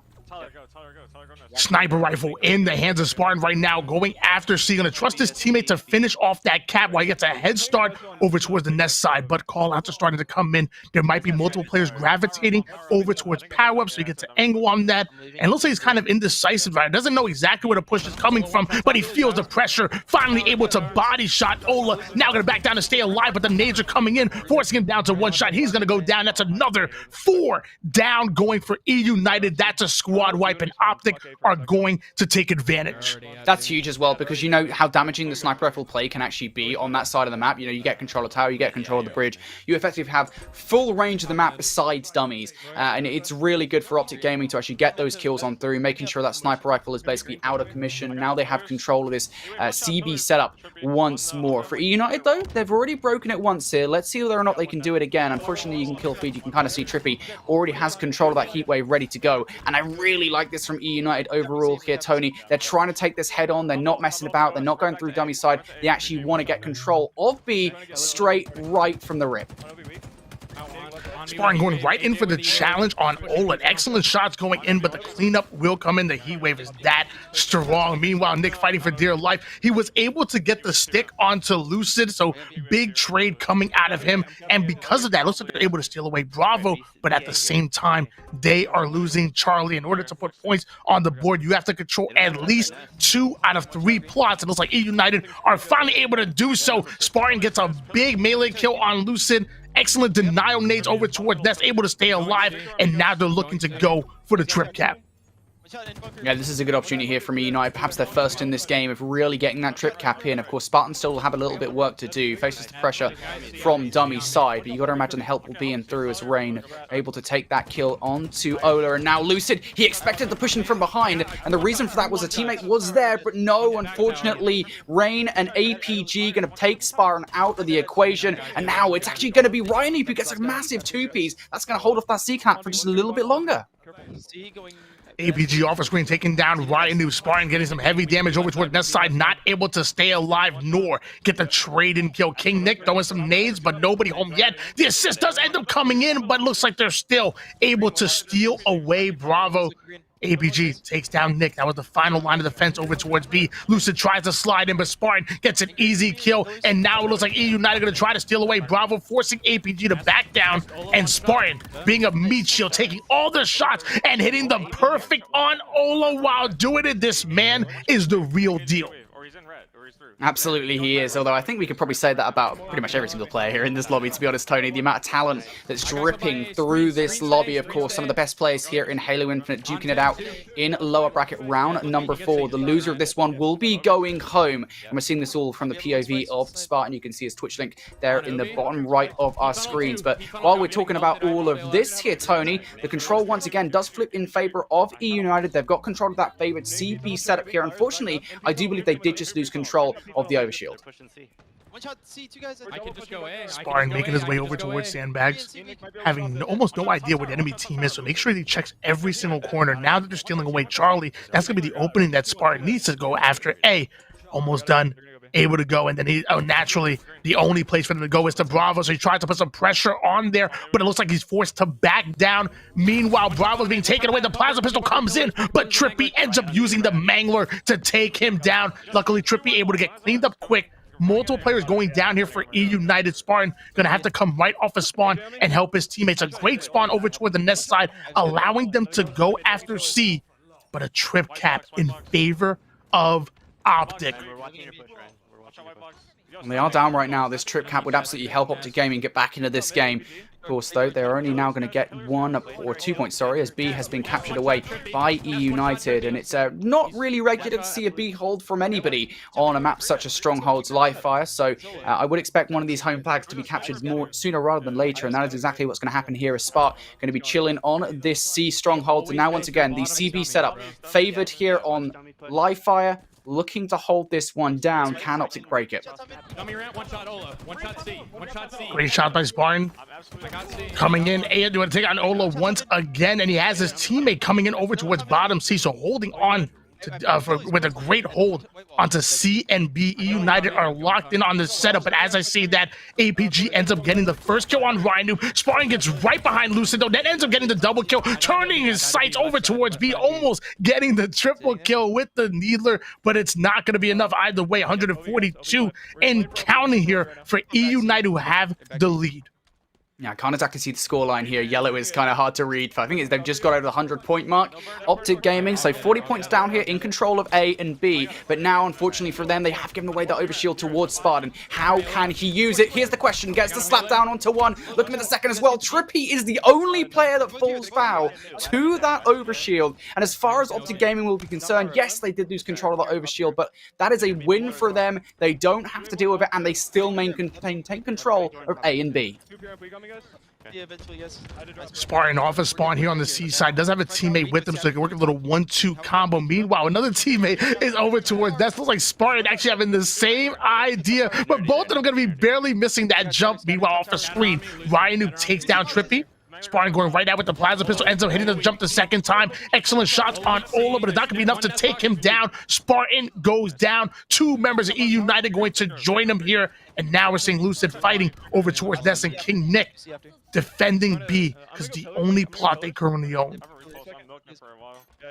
Yeah, look at Optic Gaming, though. They're starting to come back into this game. They've held at least 2 strongholds here for a pretty elongated period of time, so they are about to take the lead away from E United, unless E United can do something about it. Repulsed away for a second. There is Nick inside green. Unfortunately, won't be able to get the kill off the back of it. APG able to pick up 2, and now on our screen, Spartan again looking to capture this A stronghold, and finally, after an elongated period of time, they're able to flip control back into favor, and now Mangler in the hands of Spartan. There's been a lot of conversation around the Mangler, and Spartan, I'm sure, is about to show us why.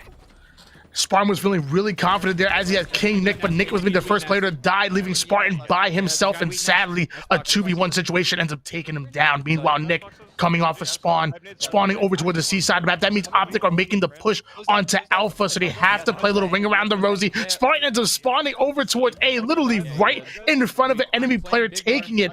Overshield coming up in about 5 seconds. I'm not sure if he was able to see that, but at least right now he's able to bait it for a little bit as he feels the pressure coming from sandbags. He was right. Trippy ends up putting down the initial damage as Ola cleans him up. Ola now going to be able to get the overshield here, and Optic might be able to steal game number 1 with the overshield and the momentum on their side. E United need to answer back right here, right now. Well, look, here's some good news from E United. They have spawned over towards A. You know, they can use this momentum themselves over towards B. That would be the play, at least, that I would like to see coming in from E United. But the overshield is going to be a problem. Ola still up with it as well. Spartan going to have to back away for the second. Teammates are in support over by Scoreboard. Ryan Noob and Rain, they are there. But Ola still has not died here. Lucid still up as well. This is a problem. And Spartan, the pressure starting to really boil over for him over here. Going to have to back away to Scoreboard. Him staying alive might be a distraction for Optic Gaming, but not really doing anything of value as Lucid finally finds him, takes him out of the equation, and even worse for E United. Optic Gaming now starting to dominate the kill feed once more. Spartan now coming right off a spawn over towards the drop wall side of things. Meanwhile, his teammates on Nest, but he takes the early damage and over towards top tower, so forced to back down. Nades are starting to fly in. Ola's going to be able to clean him up, and that is the first initial kill that Optic need to start to get aggressive. Lucid trading off kills with Rain. Trippy going to go right at King Nick, and now Spartan right once again coming off a spawn, but he's in trouble. There's a trip cap going in favor of Optic, and with these final moments being put on the board for Optic, we're going to see what E United is going to be able to do to try to answer back. Let's go into a listen-in and see what E United have up their sleeve. Last guy red. Last guy red's a bunker. Mangler. And A with Mangler. Ovi's coming up. I'm going. B one shot APG. One guy B. We're getting this. That was the last guy. I killed B. We're gonna go B. Killers is going green. Repulsor going top mid. He's white wall, sitting spiking. Two white wall, two white wall, two white wall. I'm pushing this. Push with Ovi. Nice. In A. They know. Repulse me back. APG's weak. One shot. APG's weak in bunker. APG one shot in A. Capping B, one is bottom mid. Nice, dude. I got sniped by spikes.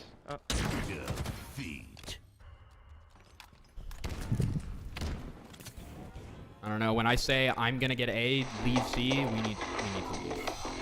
It looked really good. did a shit ton of damage. Just none of the one-shots did. Like, I get that, Tyler. It's just your call-outs, like, you did that. It wasn't affirmative. Like, I know you're saying it. I said I'm getting A. Let's leave C. It is. From what I remember, it's like a question.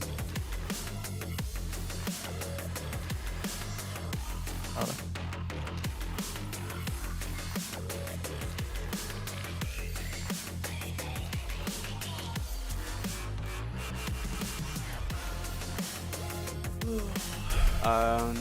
We got Aquarius Slayer.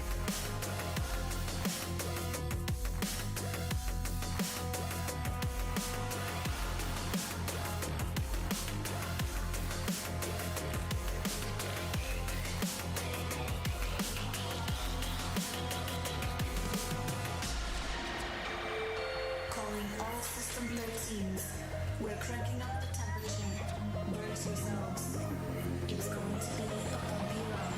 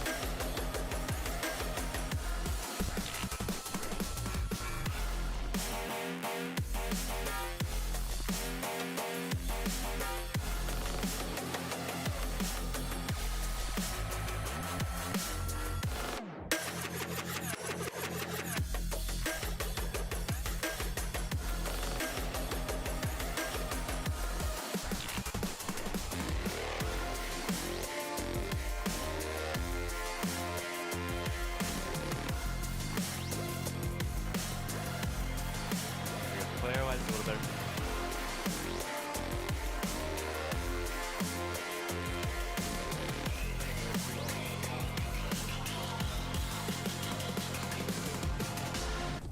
Outkill your opponents and claim victory. In their car jump. Yep. One shot pink one. Okay. I got one shot pink one, two here. In their flag still lose it. Two pink one on me. Nice. Another one pink. Another one. Inside bottom mid. Inside bottom mid. Inside. Three dead, last guy, last guy. Three. Last guy's in window. Last guy's Right. in window. Yeah. Blue Jenny's blue Jenny's. Force the spawns there. I spawned red. Oh, Pushing I'm- blue gen. I'm killing this guy. We are back with game number 2. You already saw Optic come out with a big win in game 1, and now we're going to see if United can answer back here. Ryan, actually utilizing that AI scan, making sure there's no extra weapons on the ground here. Love the utilization of that. Gonna have to stay alive. They currently have a 1-kill lead at the moment, but he does have a challenger over toward the car side. And then Ryan coming right in with the heat wave. One-shot melee. Finally gonna be taken down by Trippy. Yeah, we were watching Spartan's POV in that last game, so it's nice to see Ryan to see what he is able to do there. And I've not seen that scan like at all so far in Halo Infinite. Like, I even forget that it kind of exists, Tony. So it's kind of surprising to see it there being used by Ryan. But hey, that's what it's there for here in Halo Infinite. Is kicking this one off. It is currently going to be E United with a very small lead. Now, on a map such as Aquarius, it can be super unforgiving at times, but of course, there's quite a lot of utility around for you to play with in the sandbox. Those thrusters, especially, watch out for those in some 1v1s. But for both of these teams at the moment, things looking pretty heated early on. Remember, folks, this is a best of 3 at the end of the day. Those best of 5s, I don't think happen until lower bracket finals. Ryan Noob making his way over towards the car side of the map. Shots are going to come in. Luckily, Spartan has his back. Spartan ends up getting the cleanup kill onto Lucid. Ryan Noob throws the prediction nade, but ends up just getting the assist. Spartan able to get the double kill. Ryan Noob, excellent job listening to his teammates' communication. That was an easy cleanup kill over on the utility side. Takes down Ola once again, and man, E United are on a roll. Yep, indeed, they are E United on one at the moment. managed to get some kills in their favor. How many more can they get here in this game? That is going to be the question. APG going to fall. Nice two-piece coming out from both Ryanoob and a teammate there. Not too sure who it was. I think it might be Rain, actually. He was able to help him out inside utility, and even better here, off the back of that play, able to get enough map control that they go straight for that camo, and now it's Predator time, baby. Let's see what Ryanoob can do. The man currently wearing half a Snuggie right now, staying warm, putting in the shots, going down to one shot. Ryan gonna be hunted down, and you see it in his face. He is not happy about that one. Rain gonna be taking some heavy damage, luckily able to take down APG, but goes down to one shot. All of E United finally up and on the map. Rain gets the first kill onto Lucid, but Ola cleans him up. Nick gonna trade off kills onto Trippy, and here comes Ryan with the sidekick, gets the trade of his own. Both of these teams so evenly matched here on Aquarius Slayer. They're pushing my flag, dude. Yeah, they are. I'm trying to help you. Absolutely. This is a super close game so far. Just 4 points the difference between these two teams. Ryanoob, of course, seeing what he's able to do here. Has teammates all the way over to his right side. They were together, I was going to say. Spartan and Rain, unfortunately, both will fall. And look at that nade coming through from Ryanoob. I think it was a dynamite grenade that went all the way out. Actually, sorry, just a regular nade. Able to pick up those gunfights. Now Ryanoob looking for a second one as well. That's going to end Ola's streak with the killjoy. How much more damage can Ryanoob do here? Has teammates coming in. The cavalry is on its way from that area of the map. And actually, just going to play his life while those dynamite grenades spawn up. And those things, as we've well discussed here, they can be deadly. That they can, but it looks like they're not going to be enough to keep Ryanoob alive. Trippy going to be awarded the kill for that one. Spartan luckily comes in for the cleanup kill, and Nick ends up getting a clutch kill right back onto Trippy here. So now Ryanoob up in the tempo. Car side might be clear for him. No, it's not. There's one player over there. It's going to be Lucid going down. So one shot, he comes right back out with the 2v1. And now Ryanoob once again taking advantage of the dynamo nades. I know for a fact he must be timing them. He got them literally right as they were coming up. Yeah, those dynamic grenades, they can be deadly. Ryanoob going to be using them to perfection. Unfortunately, will not get too many kills of them for now. And Ola coming through, going to take him out of the equation. That's a nice bit of pressure coming on through from Ola, from the remainder of this Optic Gaming team. On the whole, Rain and Nick will pick up a couple of kills in response, but overall, I think that is a good wave of kills coming through from Optic Gaming. They'll be more than happy with that, as this game pretty close at the moment. Just 33 to 31, 2 kills the difference. Ryanoob doing a great job of holding down this top control, but has to stay alive. He has to prioritize his life. Meanwhile, off the screen, Spartan ends up going down. That's going to allow Optic to take advantage of that extra numbers. Ryanoob staying alive on Car. Nick doing a great job of playing his life as well, but they don't know where the pressure's coming from. Finally able to 2v1 Lucid. Great bait and switch, and now Lucid putting down the shots over toward bottom utility, and once again, right on top of the dynamo nades. This dynamic grenade's going to be thrown out there. Not going to connect with anything just yet, but I think more importantly here, Ryanoob has actually got control of utility. Can he hold on to it though? That's going to be the question. The answer is no. It's going to be Trippy coming through with that heat wave. It is absolutely deadly in the right hands, and Trippy, trust me, his hands are incredibly correct for that weapon. He will pick up that gunfight. Now trade's going down. It's going to be Rain coming out on top, and here comes Spark, here comes Rain, here comes Ryanoob. They want to take these players down from Car. Can they get it done? Pistol has been picked up, now going for the dynamite grenades also. Ryanoob climbing up over the top. Car. He knows that the camouflage is coming up soon, and so does the enemy team. So what do? Absolutely shred him, force him to back down. Trippy gonna hunt him down, get the easy kill onto the one shot. I believe Optic might have been able to get away with the camouflage, but I'm not sure yet. Rain does end up getting a beautiful double kill. Spartans is pinging left and right. Love the utilization of the pings coming out of E United to find out exactly where they are. And once again, Ryanoob utilizing that AI scan. I'm about to talk to him and find out why he's been using it so much more than almost any other player that we have in the Pro Series. And got to make sure you don't miss anything, of course, as you already said earlier on. Now, there we did actually see that camo player. I think it was going to be Trippy who did end up having that one. So keep an eye on for him. He can be deadly with that. It would absolutely give them advantages right now. 43-43. Nobody has the advantage here in this game. And you can really feel the tension on Ryanoob's face at the moment. He sees all that utility coming his way, knows how important it will be to stay alive. Lucid able to pick up that one kill against Nick. Going to have to back away towards Refrigerator. It's going to be Rain and Ryanoob. They're ready. But look at all the utilities coming their way. It's like a complete warning. Stay away from here. We want to get these gunfights. Three here, three Heat Wave ringing out shots, not enough to get the kill. It actually is going to be hunted down. I believe that was APG who ends up getting the double kill here. Meanwhile, Nick able to trade off kills. The 47th kill on the board here for our villain roster for Optic. Meanwhile, E United still fighting for their tournament lives. Ryan ends up getting a big kill, but goes all the way down to one shot, able to stay alive, backing down and regrouping with his team. Every life matters at this point. Yeah, this is when you're really going to see things start to slow up here. Players just making sure they've got hold of every single angle. Look at Nick watching the crossfire alongside Ryan Noob. They also have to be careful that nobody comes from that refrigerator side. Here we go. Gunfight going down. It's going to be Spartan winning that one versus Ola. Now, does anybody get traded out? The answer is no. Ryan Noob just going to sit on his lonesome for a second, make sure that he regens before any more gunfights come on through. Gets a tag against another one, and Nick is over there inside utility ready for the fight. But here comes Ryan Noob. He's going to go at it with the commando. I believe it's 46 to 48 right now, still going in favor of Optic, which Optic, all they have to do is just play in twos, and also they're able to finally do it, hunting down the final 2 kills, and that's game number 2 and the series. Optic are moving forward. You can kind of see the disbelief on Ryan Noob's face there. And I got to be honest as well, United did not play that badly in the final moments. I think there was just a camo play coming out. I think Optic Gaming actually managed to take charge of the game when they basically removed United from the map. They got them out of car. They made sure that they had control of the camo plays coming off the back of that. The kill feed was absolutely theirs for that last minute or so. And as I was saying, Tony, it's not like they played badly, right? I mean, they knew what they had to do. They knew they couldn't really give away any kills in those last few seconds. They managed to grab one. I think it was Sparty who managed to get that last kill.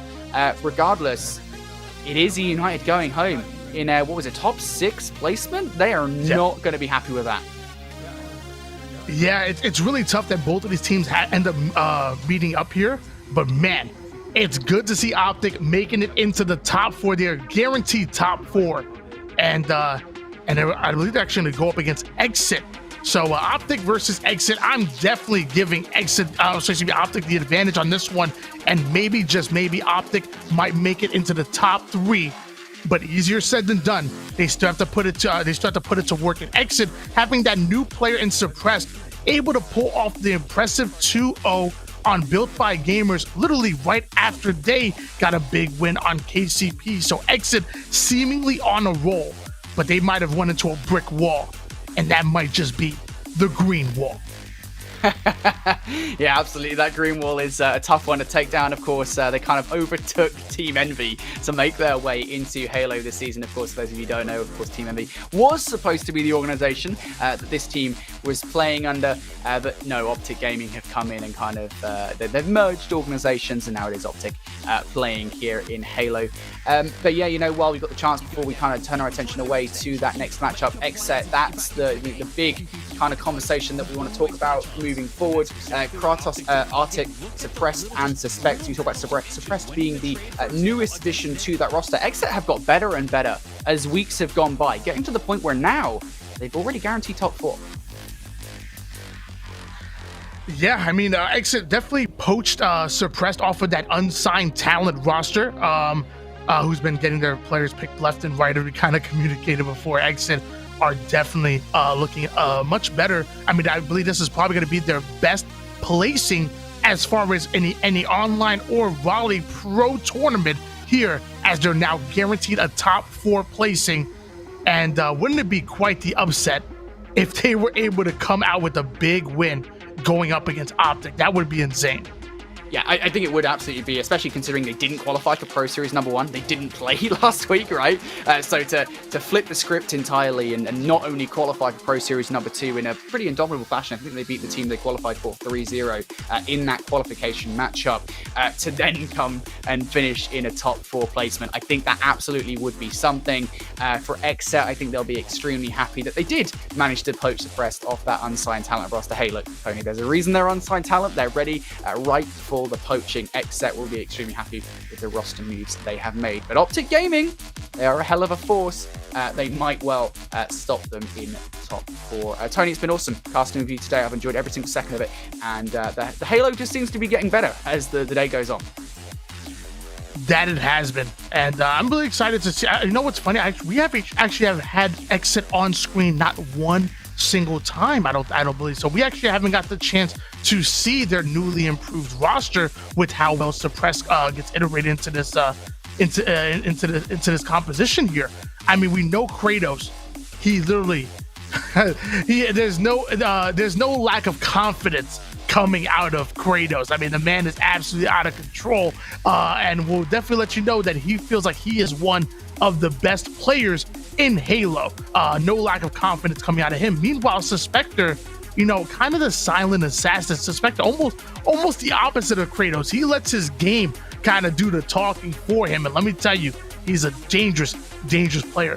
Joining them, obviously, we talked about Suppressed, a mean shot, very left stick dominant, almost really touches that right stick, and it's a very steady one at that. And then you have Arctic, another poached player, joining this team. And let me tell you, this is a good little squad that we have in a bit of youth mixed with a bit of veteranship.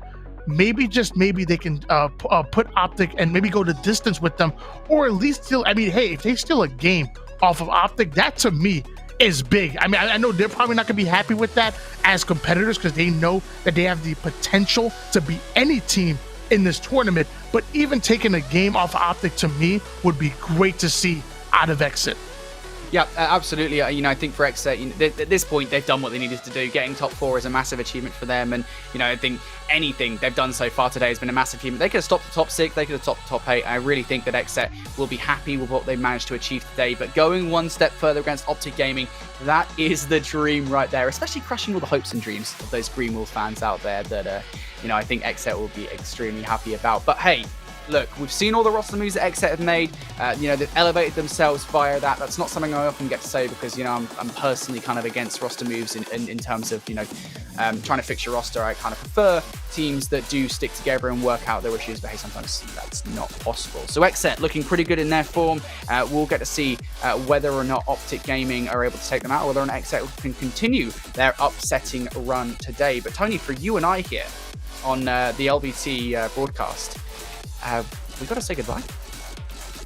That we do. It's been an absolute pleasure getting to cast with you, and hopefully we can do it many more times here in the future. But we're gonna bid you adieu for now, and we're gonna watch Exit try to pull off that upset against Optic here after a short intermission break.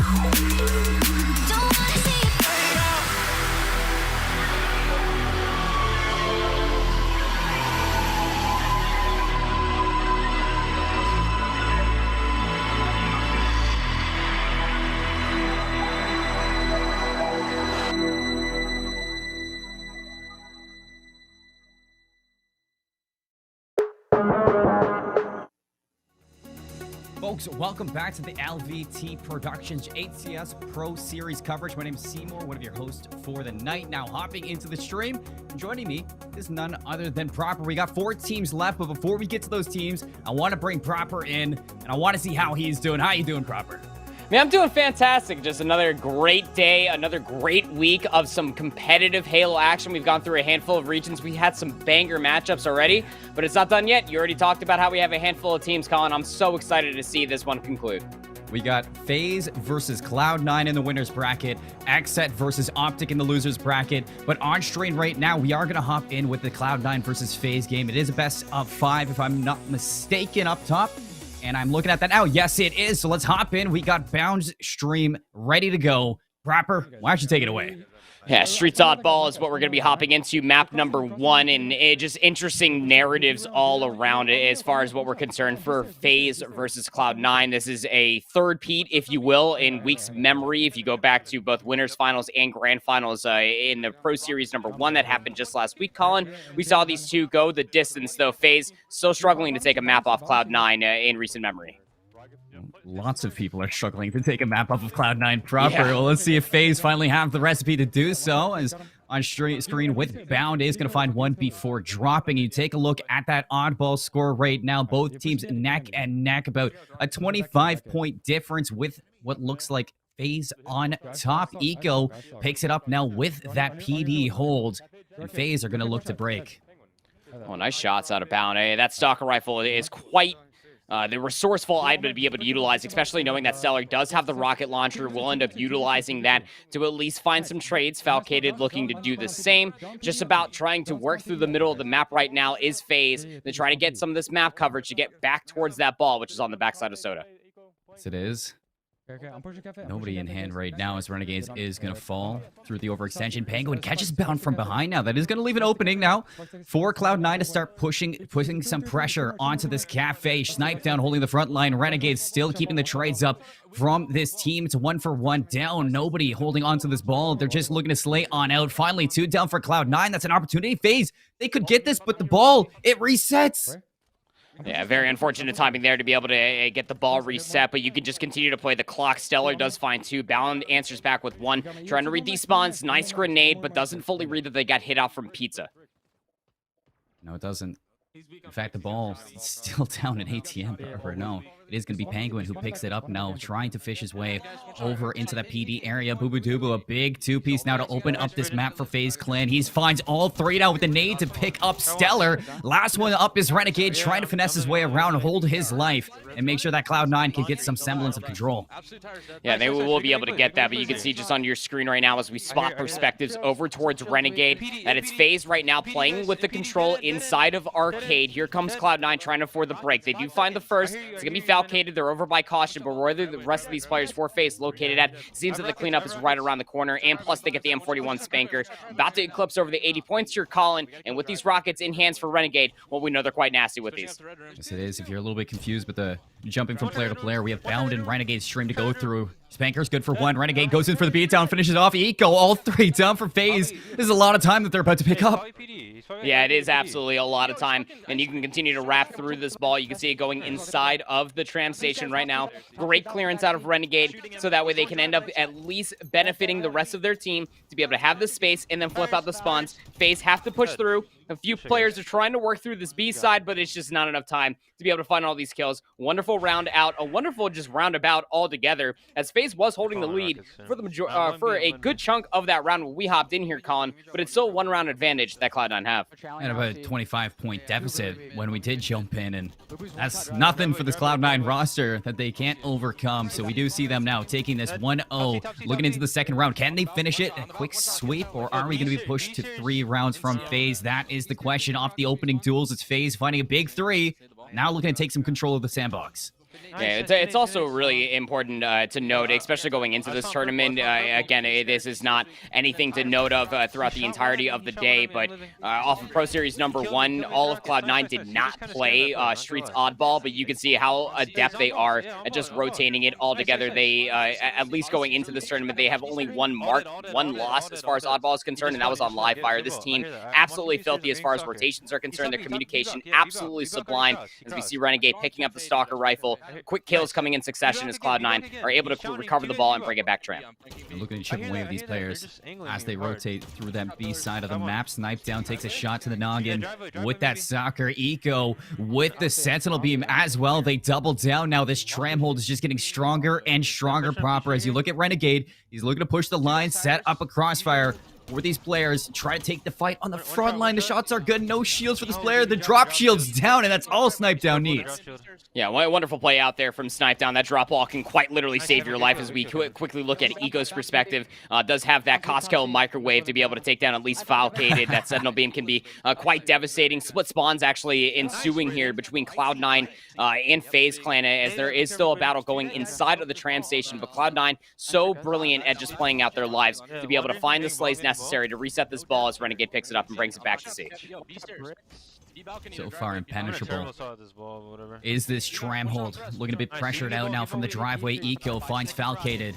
Renegade again to push the line. Keep on setting up these crossfires with his teammates as you do see Spiker, or Spanker, pardon me, about to come up. Looks like FaZe got their hands on that, and you called it before. This should be a guaranteed 2 kills with that Spanker. If not, Renegade's gonna spawn out as well. So FaZe Clan putting some good pressure here. Bound finds Eco.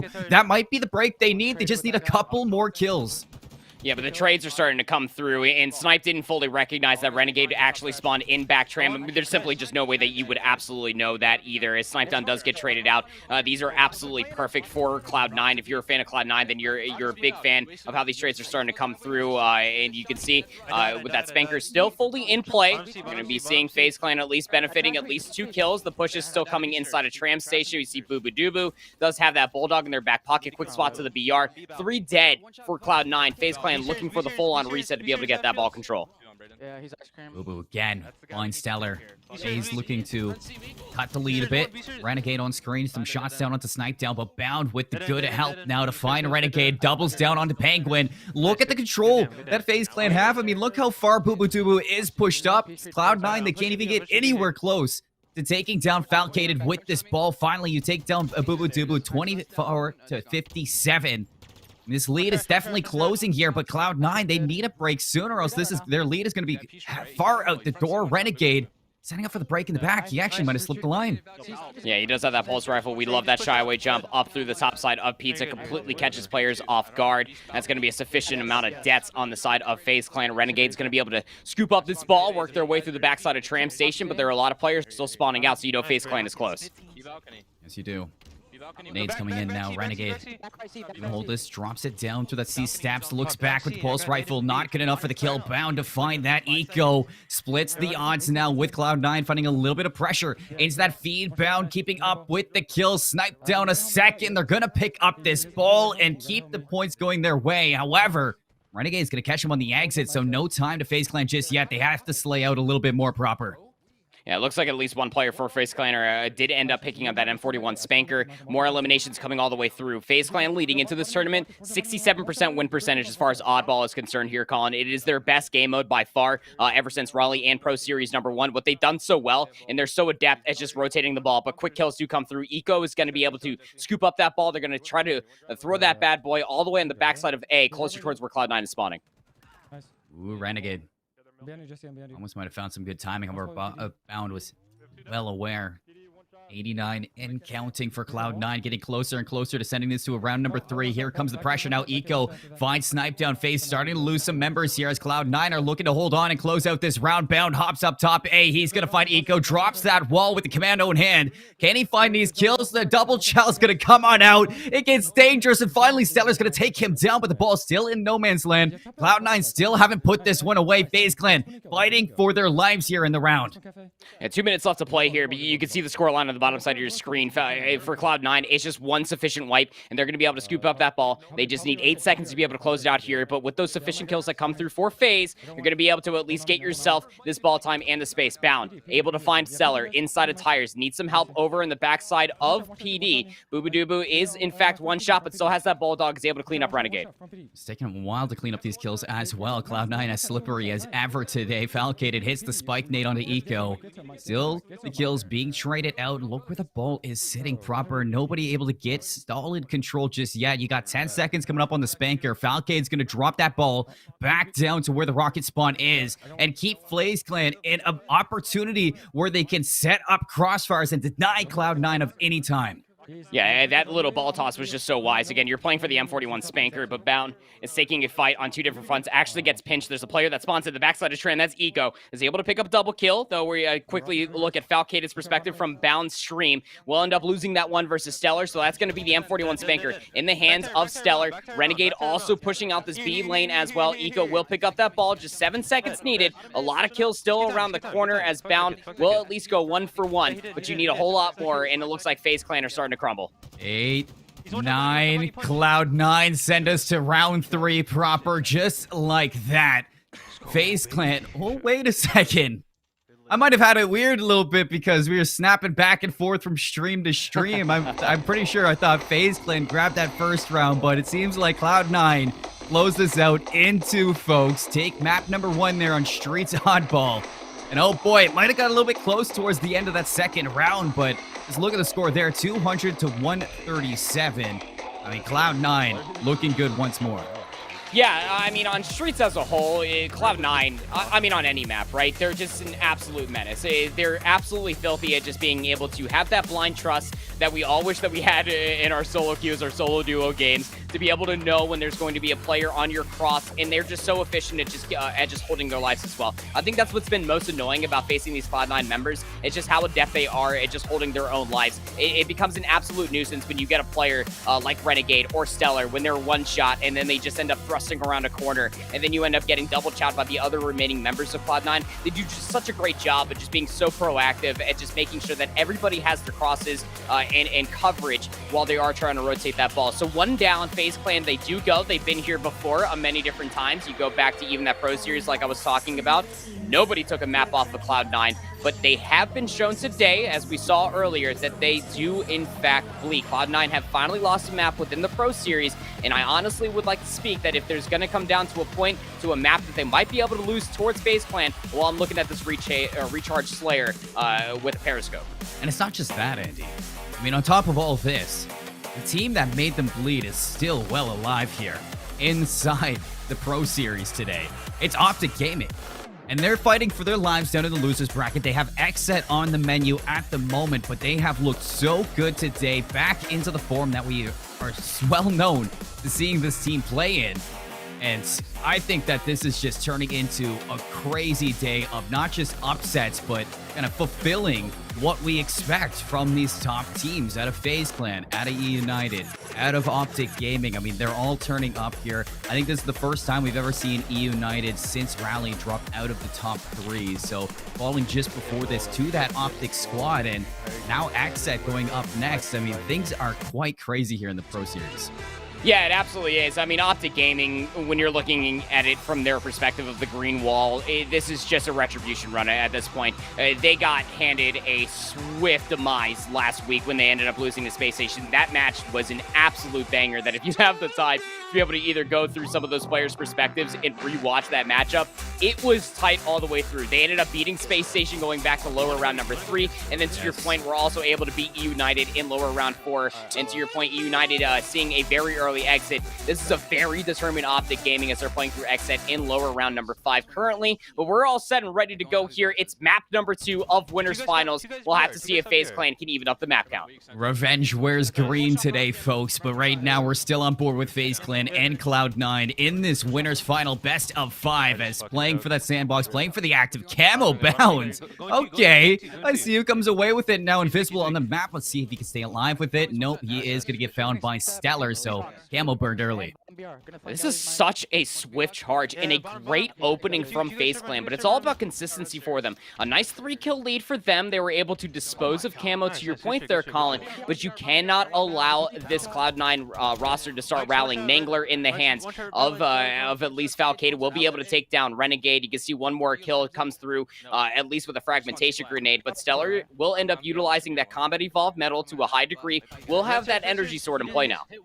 You gotta watch out for that. That is going to get deadly. A little bit of help from Renegade to make sure Falcade can't chase down his teammate. I'm going turbine, making plays. As inside this pit, Oh, things he's are looking good. Valley, Cloud9 just holding on to Valley. control together.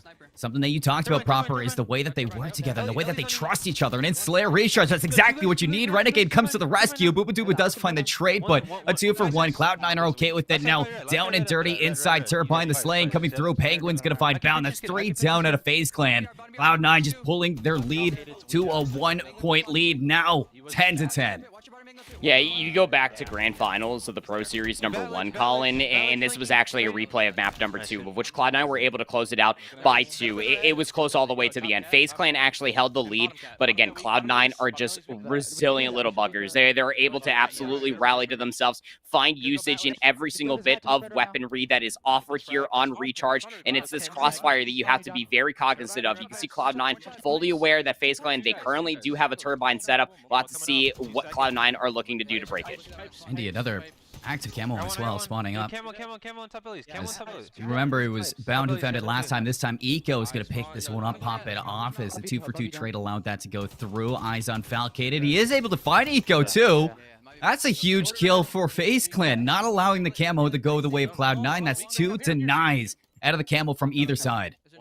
Oh man, I'm already starting to get some PTSD of Renegade just holding this shock rifle in their hand. Snipe down will find Penguin off screen. Renegade under pressure. There's from the bottom pipe stairs over by that pulse or the plasma pistol, excuse me. But Renegade trying to get out with their life. Booba will not let you get out scot-free. More battles actually happening here inside of bottom control. Will end up fighting Snipe down, who was utterly one-shot. Still keeping this close. Very competitive series, or very competitive Slayer here on Recharge so far. Just within 2 now between these teams. I know we've been so familiar with the best of 3s all day long. This is the best of 5, folks. So if Cloud9 find this, FaZe Clan still have another chance to rally on back. Falcated is going to find Stellar off screen. 20-21. Shock rifles up as well. Renegade snaps onto Boo. Oh, snipe down there for the trade, but that was disgusting. Now time to take control of these weapons that are coming up. You see Energy Sword up again for Cloud9. FaZe Clan, what can they get going? Got to be able to find sufficient kills within sequence of one another, right? I mean, ever since FaZe Clan did have that blistering start of about a 3-kill lead, Cloud9 have been starting to rally. The Disruptor pistol, the damage over time will end up finalizing that kill, at least onto one member. It's just every single weapon that you have in the back pocket for a sandbox is absolutely going to be valuable. Now Renegade under a lot of pressure up from top. Addict Stellar is right around the corner to be able to help them out. We'll end up taking down Bound, so now we're going to be looking for this pipe push out from Cloud9. Has one more player inside the pipes. That's going to be a trade, but trades are good if you're a Cloud9 fan now that the kill lead is just to around the 4 mark. Boo finds Stellar there, but again, a trade because Stellar finds the stick with Pulse. Camo's up again. Camo number 3. Cloud9 surrounding it like sharks in the water. Falcated going in for the punch. The Mangler. Penguin, can he finish it out? No, Bound comes to the rescue. FaZe Clan still alive here in this Camo fight. Renegade's going to drop into the pit. It's a race here. Bound for the jet slide. Can he get it off? Yes, he can. Renegade ran out of ammo there too. That's absolutely put that in the list of things that you absolutely hate to see if you're a Renegade fan. Snipe Down actually has the energy sword off screen, is able to find Penguin. That is about 4 to a 1-kill trade that FaZe Clan have been able to find versus Cloud9. That little kill lead that Cloud9 once had has quickly evaporated now within 1. Top red. The call-out's coming out top red. That was a shock rifle, as well as you hold under your heads, folks. You don't want to lose them. As you slide out, Falcated, and some more heat, 31-31. Bound finds Penguin here with the Mangler. Renegade trying to finesse his way into it, but hops up. Hello! That's a plasma grenade waiting for you. That's a big kill for Boo now to swing the lead over to FaZe Clan. 32-31, neck and neck. Here comes Boo with the energy sword, keeping them alive. Falcated did have that shock rifle in hand. You can see it in the kill feed. Falcated completely finds the ninja onto one. You absolutely hate to see it. Renegade trying to clean things up. Snipe down the veteran. It's going to be able to take down Renegade now. Again, as the lead swaps once more, just within 1 for FaZe Clan. But you can't get over ambitious here. That's exactly how they lost this map mode combo last week in the grand finals, Colin. And you have to expect FaZe Clan probably went to the drawing board, fully recognized those mistakes. We're going to be playing this rather meticulously as we swap to Bound's perspective. With the amount of toys to play with in the sandbox, you definitely need to stay composed here. Bound getting a little bit too ambitious. Stellar's going to take him down even up now, 36-36 proper. And this is where FaZe Clan, they need to slow things down and take it together. Penguin finds Boo, but Snipe Down answers back with 2 of his own to keep him up by 1. See another camel's coming up. We haven't seen one get put to use just yet. Can this be the time? Be able to find at least a handful of kills. You get your snipe down just at least in the comms. That there are many players one shot able to find one nice little combination there. Call it a noob combo, but call it efficiency out of bound just to at least guarantee the kill. But the back smack will be there regardless as FaZe Clan are starting to let this kill lead grow. Yes, it is marginal at that, but they are still finding an infamous amount of value. A lot more value than what we saw from last week. This is a lot different of a FaZe Clan than what we saw the last time going things back in Pro Series #1, Colin. Look at the call out that comes out there. Bound just a fadeaway shot to help snipe down out with the shock rifle. Barely misses that one, but like you said, comfortable indeed. 43-40, the biggest lead we've seen pretty much in a while from one of these teams, and it's only 3 at that. It's Cloud9's turn to slow things down, try to draw their way back. You can see how much FaZe Clan don't want to give this team. Because Cloud9, in an instant, they can turn this around, Andy, and it's not going to be pretty if it does. And what's even is scarier too, heading in towards this Pro Series #2, Colin, is that both these teams, as far as Recharge Slayer is concerned, were both 3-1. The only loss that FaZe Clan had leading into Pro Series #2 was against Cloud9. That was in the grand finals. Looking to rectify that, this win right here would certainly put a pep in the step for FaZe Clan as things have slowed down considerably in this Slayer. I'm going turbine with shock. Yo, Mike, go top A if you can. I'll have a shock. Things definitely drawing out. Yeah, shock. There's finally some shots traded out from these teams. They are biting a little bit at the bait. With 4 minutes and 22 seconds, there's plenty of time to just let the game breathe and try to find some style points between them. Maybe a little bit of a Hail Mary, maybe a fadeaway with the shock rifle from Bounds. Anything to give them this, but 8 seconds left. This camo could be what Cloud9 needs to swing, or what FaZe Clan needs to put this away. We'll have to see if you can even feel an opportune moment to be able to push this. I mean, you know that there are a lot of players that are going to be looking at you from C-Plat. One player is up inside top attic. The push actually comes through on the backside, completely unbeknownst to FaZe Clan, that the push comes through from top and bottom control. 1-for-1 trade, boo-boo-doo-boo. Able to pick up a crucial double kill. That was a very timed push out of Cloud9, knowing that the camo was up, but it comes back and it blows up in their face. Now FaZe Clan, Mangler in hands of bound, plus the camo, I believe, snipe down, try to at least challenge for that. One player is low, down over by the repulsor. Great cleanup out of bound, but gets traded out regardless. 44-46. Excellent play from Cloud9 now to keep them down by 2, keep them alive here in this series. As things are starting to get dangerous, snipe down puts them up to 47. FaZe Clan 3 kills away from putting this away. And you can see the rest of FaZe Clan slowing things down, but it's Bound who wants to push this aggression in. There's Penguin. Energy starting to open that up. Not the wake-up call that you really expected if you're Bound, but you can see the rest of FaZe Clan. They're flying. They're ready to put this through. 1 kill left. Snipe down finds Eco. Who's going to be next up to the chopping block? Cloud9 better be hiding, because here comes FaZe Clan to try to put this away. Just one more kill needed. Has one more player down low. The trade is going to be there for it in FaZe Clan. Finally, within a week's span, able to take a map off of Cloud9. They had to work for it.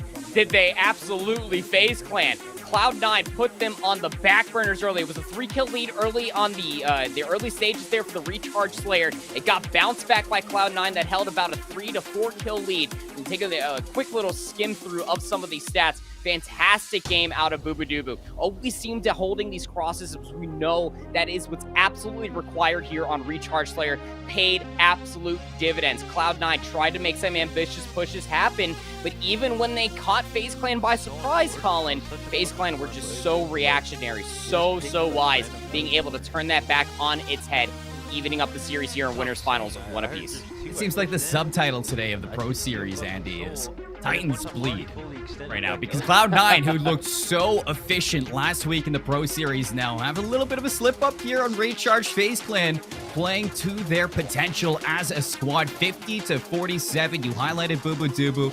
Gonna highlight the rest of the squad. Even Bound just keeping up with the tempo, keeping the rhythm alive on Recharge, not allowing Cloud9 to ever get comfortable on that map and ever set up really in a position where they can let their experience flow. And that Cloud9 Streets Oddball was very one-sided. But you move over to Recharge, and FaZe Clan bounce back exactly what you need out of the squad. And here we get a look at this best of 5. Haven't yet looked at these maps. We got Bizarre CTF up next, then Live Fire Strongholds guaranteed. This goes to 5. It is going to be Aquarius Slayer. How do you feel about the rest of the series?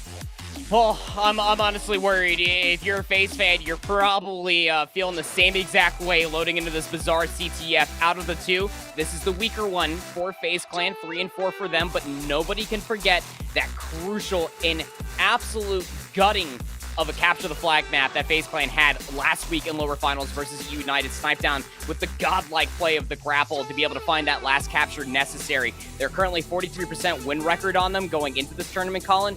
Absolutely gets eclipsed by Cloud9. They have not lost this map mode combo thus far. Again, so wise to be able to always play around the Manglers that are on both sides. The power-ups, as you see, from Renegade's perspective, immediately going for that thruster, the M41 Spanker in the center, the grapple. All of this can be used to such a high degree as Cloud9 are looking for some slays early on. It's not even last week proper. Even today, it hasn't looked that good. FaZe Clan going to overtime and even getting a map reset against Status Quo on this very bizarre CTF in round 1. But here, off those power rifles, you do see the Spanker get picked up from FaZe Clan. Snipedown was able to find one, but Cloud9, they answer back with haste. Boo Boo falls in spawn. Renegades might have just opened up for a flag pull, but you need to find a few more before that. Snipedown doubles back, finds Penguin, and Bound cleans up Renegade. And now they're going to be looking for a little bit more map coverage here, though trades out of FaZe Clan will start to at least get their side of the map back in their favor. You see Eco will end up finding Boo Boo Doo Boo over by Cloud9's jump up, one more players over by the Mangler of Cloud9's side. Renegade's going to be at least looking for that kill. It's going to be Stellar that is able to clean things up. Still trades across the board here between these two teams. But Cloud9 definitely have a little bit more map coverage. Renegade's going to drop inside that frag grenade, so you know the reposition is going to be absolutely called for. Both teams just trying to go for the struggle of at least getting some map coverage back in their favor. Stellar with the Bulldog, a great tool to have as Renegade also has a Mangler to try to mount a push over to FaZe Clan's flag. Nobody finding a comfortable opening. This could be it. Renegade pushing right through the double door with the Mangler. Finds the first shot. Can he clean it up? Yes, he can with that BR, but enough damage that he is going to have to give up the push to the flag, hop into their antenna, find a secondary kill onto a teammate. Snipedown gets found, helps with Renegade, takes him down in the double door, but Renegade does fall now. Less players on Cloud9 to siege out this hill. We got our eyes on teammates here. Eco with Penguin. They open up Falcated down onto that antenna. Now 3 players in the base. This could be a pull. It might as well be a pull. Yeah, FaZe Clan are going to end up spawning over by their alleyway. You can see 1 player's down over inside of their pillars. So now FaZe Clan, they have a little bit of an option. Do we try to cut mid-map? Do we try to stop Cloud9 from mounting this push? Or do we try to counter push over towards Cloud9 space? It looks like they're going to be going for the former here. Trying to at least push back into their double doors. Boo Boo Doo Boo's going to go down. Penguin will beat them down. As we can see from Renegade's perspective, all the wise are counting players, looking for names on the mini-map or on the map as well. We'll end up finding one inside their base. Still has 1 more player to worry about, but as the flagpole is starting to work for Cloud9, they should be able to get this past mid-map. No, Bound! That's a big kill inside the base there of Cloud9. Eco does go down, so Bound, a big opportunity to be able to try to flip this on its head. Definitely could be that. You need these kills now. If you're Cloud9, you can't let things get out of control, but Falcated finds Renegade. Is the pull through mid? Can they get the reset now back to their base? The return, it's going to come through. Penguin waiting in turn, finds Bound with the beatdown, doubles down on a snipe down. Last player is Boo Boo Doo Boo. Stellar's going to put him away, and all 4 is down for FaZe Clan. Cloud9 are going to get this return. They're going to pick up the Spanker as a reward. And now, can they get another pull with this setup? All 4 players up. This could get dangerous. Now, the map has reset, though, apart from that Spanker that you just talked about. Oh, Falcated. But at least you got both rockets out. That's actually bigger than it may seem. That trade right there got both the rockets out from the Spanker, but Cloud9 still very, very aggressive. They're in their base. FaZe Clan need to try to deal with these players before they try to get some map coverage for themselves. Yeah, they're tree right now, Eric. I shot him twice. I'm getting. If you can hear that, Renegade and Cloud9 calling out for these players. Somebody slipped the line there. Renegade's going to get his eyes on, but tagged very low. He gets cleaned up. Snipedown slipped the line, finds him inside that cubby. Bound and the nade for Renegade. Or onto Penguin. Inside that base, Eco, a huge kill into Falcated just to keep FaZe Clan away from pulling that flag out of their base, but it's now Cloud9 on the defense here. FaZe Clan putting up some pressure. FaZe Clan at least looking to flip this back on its head. Overshield is up. Penguin will find Bound on the opposite side. You can see that there's a lot of different players for FaZe, at least taking a heavy focus over towards this Overshield side, though Eco, Stellar, able to combine for 2 quick kills. That should be the Overshield pull here for Cloud9. Bound's perspective will be quite telling for this entire push so far. We'll go for the box slide all the way down inside of the Bulldog. We'll pick up said Bulldog and looking for a very quick push inside Cloud9's base. Just live, Eric. Just live. I'm on their flag. There's a flagpole from Cloud9 on FaZe's base. 3 players down. You see Bound on screen. Bulldog inside this bar. Only player to play stop to this pull. Spike grenade, is it on target? Yes, it is. He's going to stop that pull for now. Stellar, though, with the Mangler is going to get the shot punch. Is going to trade this one out. Flag still pulled. Still going strong here. Cloud9, if they find another wave of kills, that might be home free.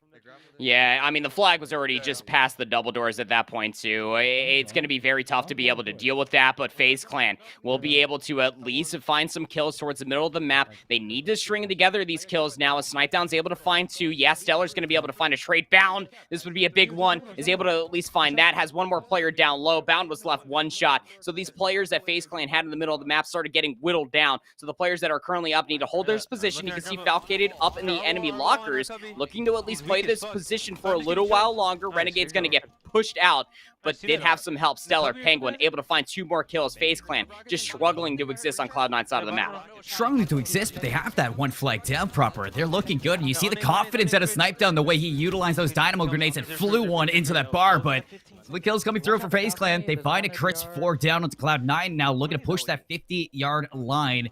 Set up for a base steal here in Cloud9's hold. You see Spankers coming up in 6. If they take control of this map, they can utilize that Spanker now for a second pull. Oh, Renegade, ambitious play right there, trying to at least go for the hold this metal to be maybe able to find the 1, but FaZe Clan, like I said, this is a completely different look for them. They are playing just so wise with one another. N41 Spanker's actually going to be collected here by FaZe Clan. It's a 3-for-1 trade. Now the opportunity to be able to push inside the base. Renegade gets gifted a spawn over by their flag base as well, though under immediate pressure. There's the last rocket out from the Spanker. Falcade is going to take down Renegade, and this is the best look that we've had from FaZe Clan thus far to be able to get map positioning and to work this flagpole. You can see Eco getting back to the base. The flag's already gone, though. You have to push now to find this kill. Falcade is taking down Penguin. Nade's gonna come on out. Renegade trying to finesse his life, but FaZe Clan are just stalling. They're just holding things back. They're looking to go up 2-0 here, and things from FaZe Clan are just looking so good. 1-1, as in fact it was Cloud9 who did have that lead. So 1-1 tie here. FaZe Clan even us up. Yeah, like I said, I mean, that was the best look out of FaZe Clan, and it all really started there from Bound off that box slide, buying a lot of space and buying a lot of time for the rest of the FaZe Clan members that were spawning all the way by their base to be able to mount that push past the middle map and being able to get inside Cloud9 space. Now the map has fully reset itself. Nice little shots coming through to be able to help that player up on the top rocket stairs, though Renegade not out of the woods quite yet, under immediate pressure, trying to utilize those dynamo grenades to be able to get themselves some space. 1-for-1 trades coming through, but Cloud9 still has the superior map position. Our pillars. Yes, they do. Big 2-piece out of FaZe. They double down. Can they find a third? Yes, they can. Penguin's going to be uprooted from that cubby. And now on the jump up, you can see Renegade on his teammate's screen. Stellar trying to finesse his life. Inside palm as Cloud9 once again on the defense here. Assault rifle from Renegade. Can he beam this player down? It is going to get a little bit crisp. Eco is going to take down Snipedown, and now Cloud9, they're finding the necessary kills to keep FaZe Clan out of the base. They need to break soon because that overshield's coming up.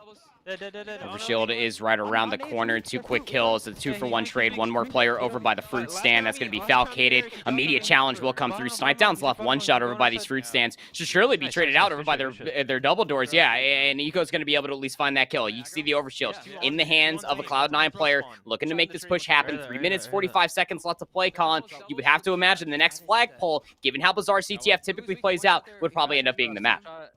I think the most wild thing we saw earlier proper was a 5-0 on this map, but that was pretty one-sided from KCP versus Astra.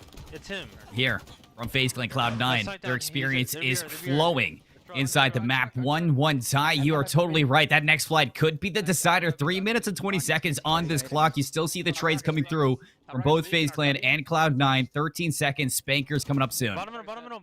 Yeah, I think it's like bottom middle. looking to at least find these players towards the bottom center because of that one simple fact that you just highlighted, Colin, that M41 Spanker.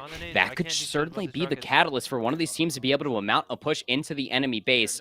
Would definitely be something to be able to keep your eyes out for, but FaZe Clan trying to at least get up inside Cloud9's catwalk area. One player up in top Rocket's area is going to be sniped down. We'll go 1-for-1. Bound's going to be able to at least find Eco on the opposite side. You hear Renegade just relentlessly and exclaiming that the M41 Spanker is up and it's available, but the Cloud9 are starting to fall apart at the seams over by the middle of the map. FaZe Clan looking for that middle map coverage as Bound does have that M41 Spanker. Nice wall shot. The beatdown will be there to take down Renegade. Uses every single point of the map to his ability. Second rocket's gonna be out, finds Eco. Third kill as well. It is a double, but 3 down now for Cloud9. FaZe can get this pull. They just need one more player to go down, and that is gonna be a successful pull. They are pulling it now towards the bar. That's gonna be Renegade cleaned up. Stellar to fall as well. This could be it for FaZe Clan. Yeah, Bound has this grapple as well as the Mangler combo. You can see the overshield coming up in 3 seconds. Going to be looking for this angle. Nerdy stuff coming out of Bound here. There's the overshield pull. We'll end up pulling this as well. There's no way that Cloud9 are going to be expecting this. Stellar had absolutely no chance. You can see Renegade was over inside their bar as well. Big double kill coming out from Bound. The flag will surely be looked at next. Bound's going to be looking for this pull. Going to be bringing it to tree side, Colin. Take 2, Andy. Can he get this one through? The Mangler in hand.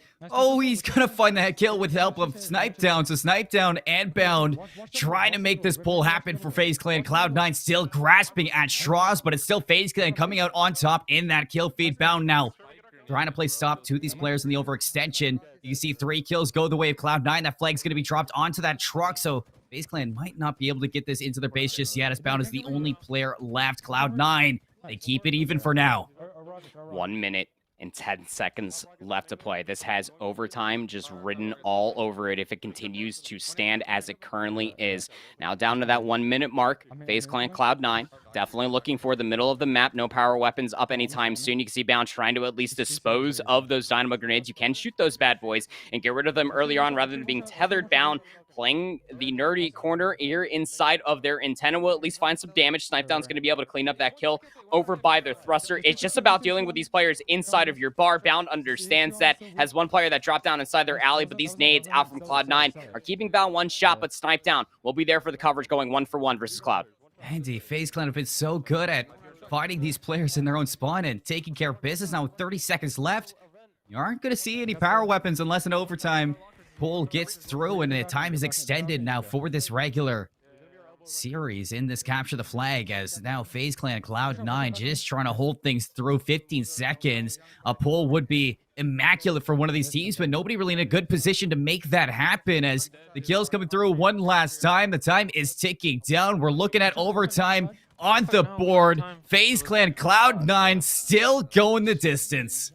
And they absolutely will be doing just that. And it's even funny to be able to look at it from a perspective that this was the final map in Grand Finals. Now it ended in a 2-1 win for Cloud9. But you go back to even how the scrims looked. I know I'm not trying to flex scrim bucks here, but FaZe did end up taking that scrimmage over Cloud9. Take it as you will. But that's how different of a FaZe Clan team that we are messing with. They are progressively getting better. Big first blood for this round so far, but we know the first rollouts out from Cloud9. They have been absolutely filthy at it. They find 3 quick kills in succession, and look at them fly. Look at them fly indeed. Scrum boats are everything, but when the eyes are on you, who's going to stand tall? So far, Cloud9 flawless into this round. Another one to fall. Stellar with those rockets. This pull, it's going to be made, and Cloud9 have been nothing but perfect here in this overtime. Looking to make this go away in a very quick, sensible fashion. Renegades looking to drop back. They don't know where these players are for FaZe Clan, but Bound makes himself known, and they're going to be in the base. Boo Boo finds Penguin, stops that flag now. FaZe Clan, they're just being a little bit pesky here. Proper snaking their way through, trying to stay alive here, but oh my god, Stellar and Renegade might just make this happen. Renegade is an absolute nerd with these thruster plays up in the top side. Jumps back out the truck, is able to get the benefit from the high ground. Easier headshots from at least that angle. 3 quick kills come through. The flag was still over by their tree side, and it is a replication of the score of what we saw the series end in Grand Finals, as Cloud9 are able to take Bizarre CTF 2-1. And we'll see you up in map number 4. Cloud9, 1 map away from punching a ticket to another Grand Finals. Absolutely mind-boggling out here, Proper. This is crazy from Cloud9 and FaZe. Now, this is what feels like a grand final series between these two teams. in the Pro Series. I know this is only the winners final as well. I mean, we had a little bit of an update as I'm looking at the bracket for that lower semifinals between Optic and XZ, where Optic take it 2-0 now, waiting for the loser of this game for a chance to play in that grand finals. But between FaZe Clan, between Cloud9, I just cannot guess. The talk of the town for Bizarre CTF was, it's not FaZe Clan's map, but they look like they're making leaps and bounds to improve.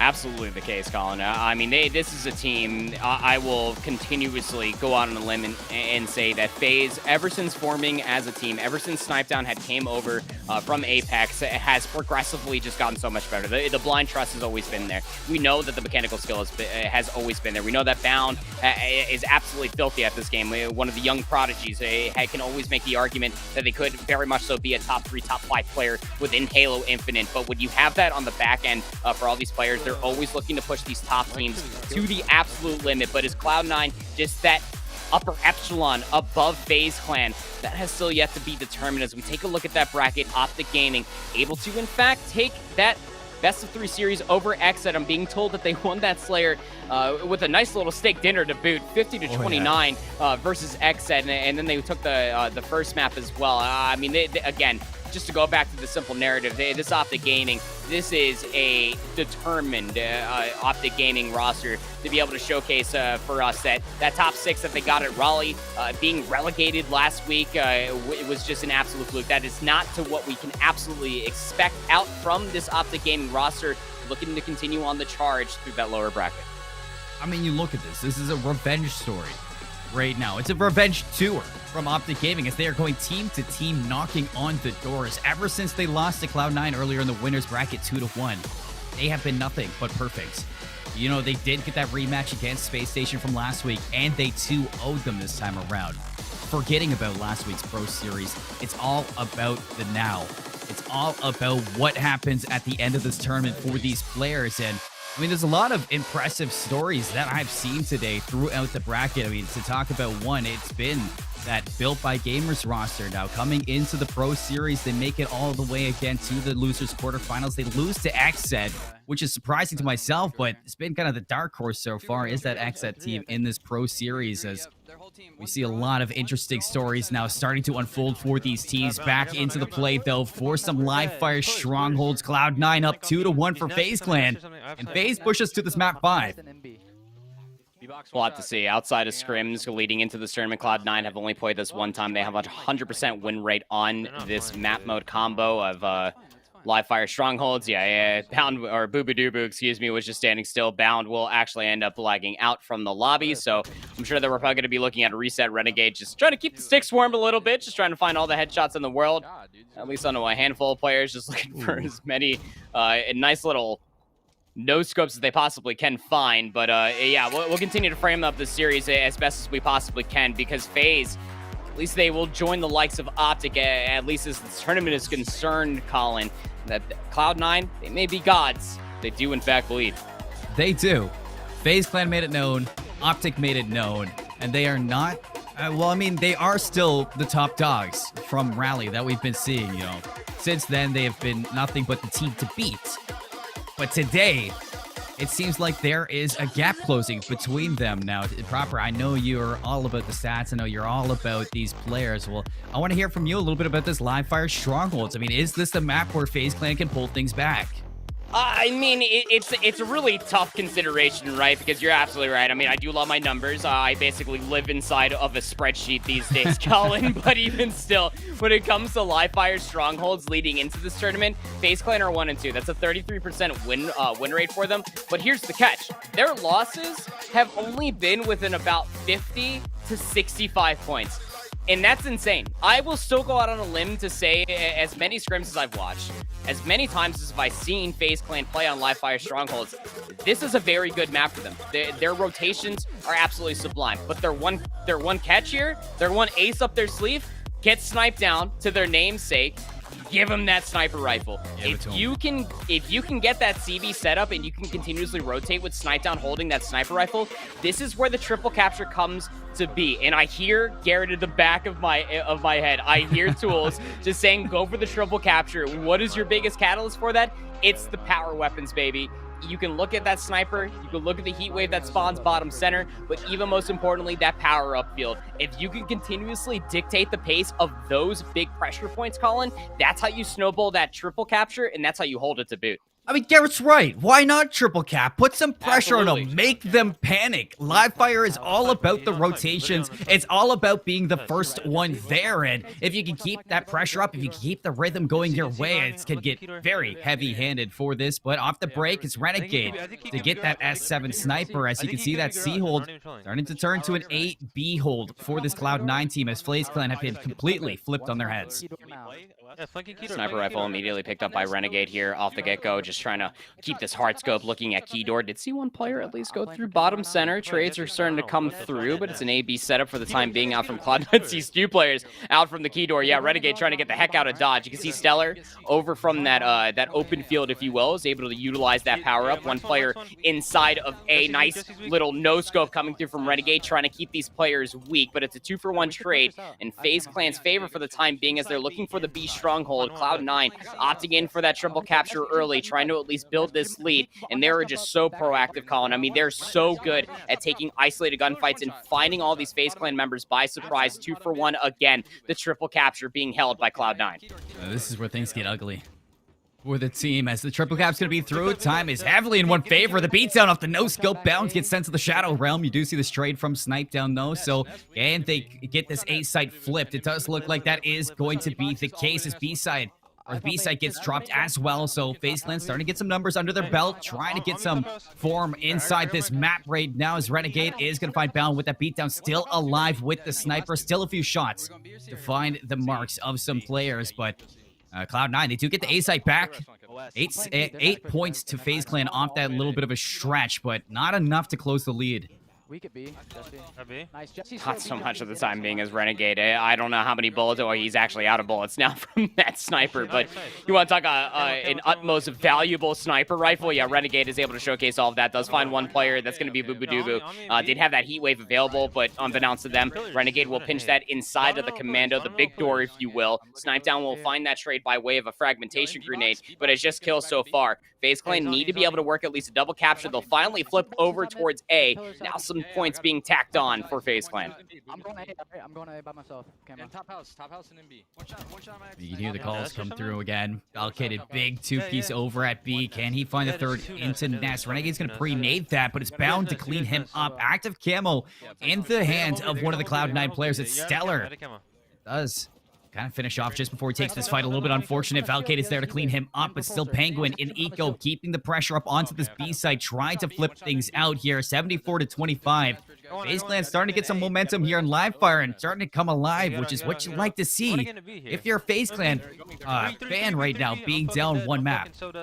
Yeah, you can see the proactive play coming out from FaZe Clan. All of Cloud9 pushed through from scoreboard. They will flip over towards A, so they immediately rotated over towards C. They will swap perspectives over towards Bound. Nice little movement coming through, and to be able to find that kill on Renegade. Has one more player that challenges out from basement door into A. It's going to be Penguin. Does take them down, but for the time being, FaZe Clan still holding strong with the CB setup. Cloud9 more or less feeling trapped.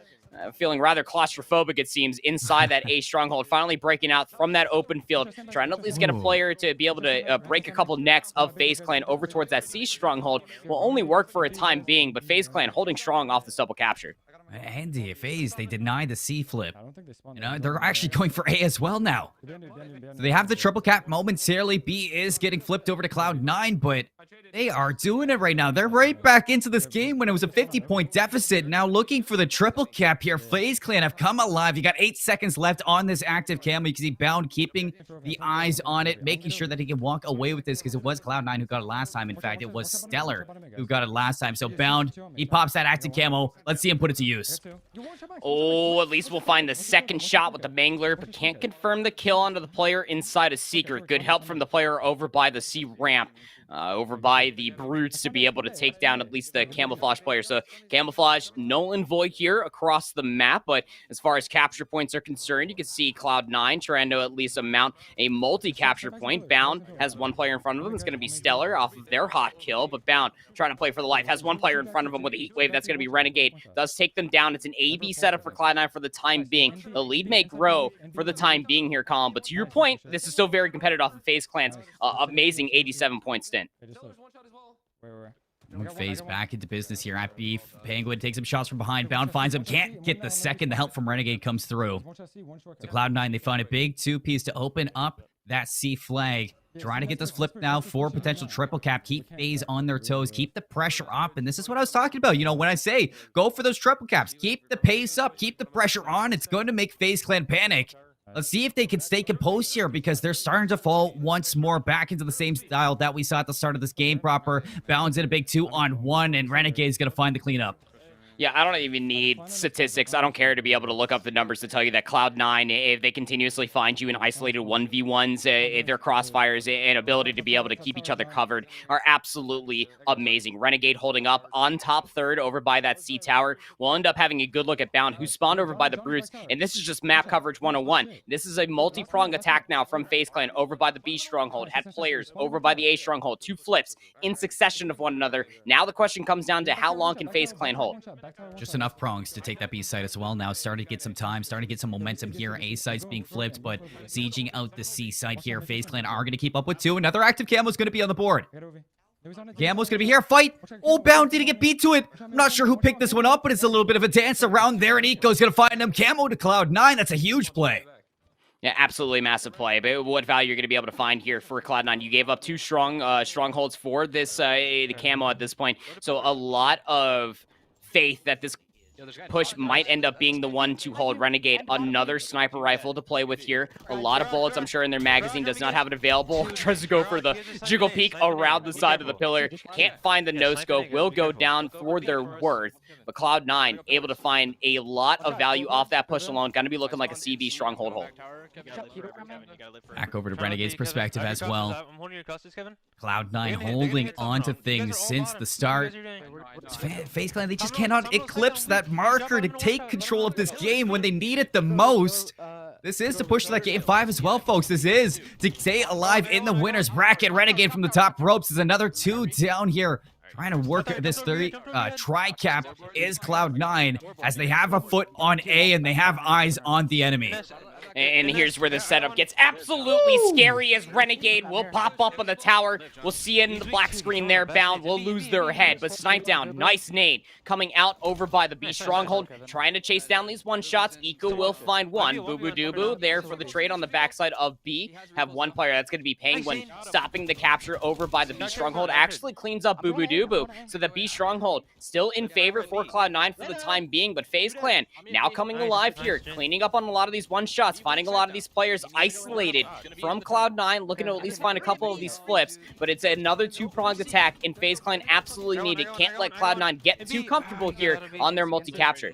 I don't know if you can feel it, Andy, but Cloud9, they've got the rhythm right now. They feel the rhyme. It's cool runnings right now for the boys in blue, and they're in the home stretch here with 200 points. FaZe Clan, they are going to flip things out for the time being, but you can still see it. Renegade off spawn, goes for the A site. Immediately pushes now to these players, trying to keep FaZe Clan away from the advantage, trying to take control away from them. This is amazing so far from Cloud9. This looks like the deadly squad that beat them out last week.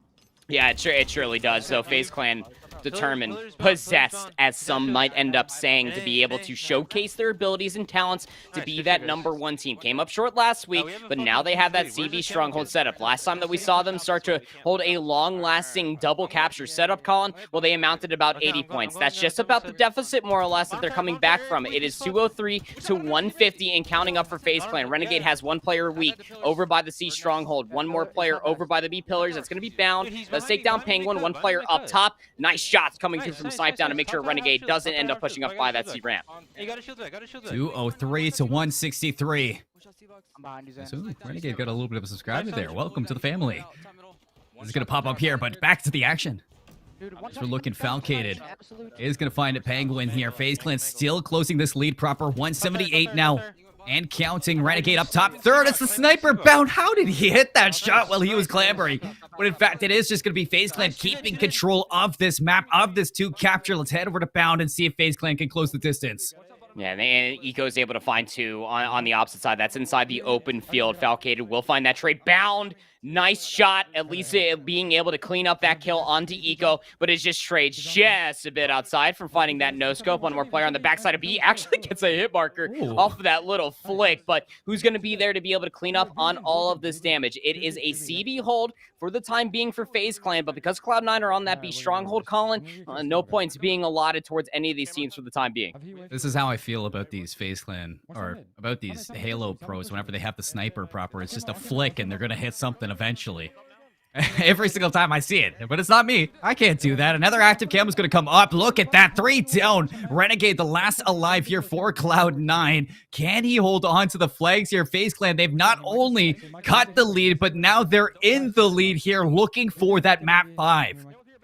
CB hold for the time being. Cloud9 trying to showcase their presence there on the C stronghold, but the proactiveness from FaZe Clan, able to put themselves over towards A. More players over by the pillar side. It's going to be Seller that does take down Bound in return. Big battle over by top center. Falcade is going to be able to clean that one up, does immediately get traded out. Now 2 down for FaZe Clan. What can Cloud9 look for here as they're on that CB setup? FaZe Clan need to rally here. They cannot they cannot allow Cloud9 to be able to get on towards this A stronghold. They need to be able to work a pick here. 1 player on the bottom side of Nest. Bound with this Mangler does at least see 1 player over by the C stronghold, but they're starting to lose numbers. The final stretch right now. 10 seconds left for FaZe Clan to push the distance here in this winner's final. Renegade's gonna not find 2, but he finds all 3. That's gonna open the map a little bit, but they don't get the flag. Oh my word. And can you hear Renegade and all the comms out from Cloud9? They are just exasperated. I mean, FaZe Clan put them through the blunder, and again, another tight call out from FaZe. It is that 34-point win that Cloud9 are able to hold over themselves. Renegade with 28 kills to their name. Snipedown was going absolutely AWOL with 22 and 21 for themselves, but you have to go back to a lot of those isolated engagements when Cloud9 were holding their triple captures, when they were proactively working their way from the C setup across the B field over by the Nest side, able to at least find a continuous amount of value with snipers. I'm pretty sure it was about a 3-to-1 ratio as far as snipers. Cloud9 heavily getting more value out from that sniper rifle that spawns up top center and finding more kills with it as well. We saw Bound come and at least find some very cheeky kills, but not a whole lot of map presence alone. This Cloud9 roster are just absolute phenoms. There is a reason why they are your Raleigh champions. There's a reason why they're your Pro Series #1 champions. They are phenoms. It's going to take something of a different breed of individuals to be able to take this team down. Though FaZe Clan, they're not out of it quite yet. They will have to go back through lower finals and maybe try to get their way back into Grands. And then there were 3. Cloud9 in that grand finals once more. FaZe Clan dropped to play Optic in that lower finals. Only 3 teams now left into this one, but only 1 can come away with the championship. FaZe Clan, can they bounce back into the winner's bracket? Have another shot at this Cloud9 team? Can Optic fulfill what they've been running through all day long right now proper? Can they make that lower bracket run, get to the grand finals, cement themselves once again as a top competitor here in the HCS Pro Series? So we're ready to find out, and I'm sure you all are. But before we get to that, a quick break. Stay tuned because LVT Productions will be right back.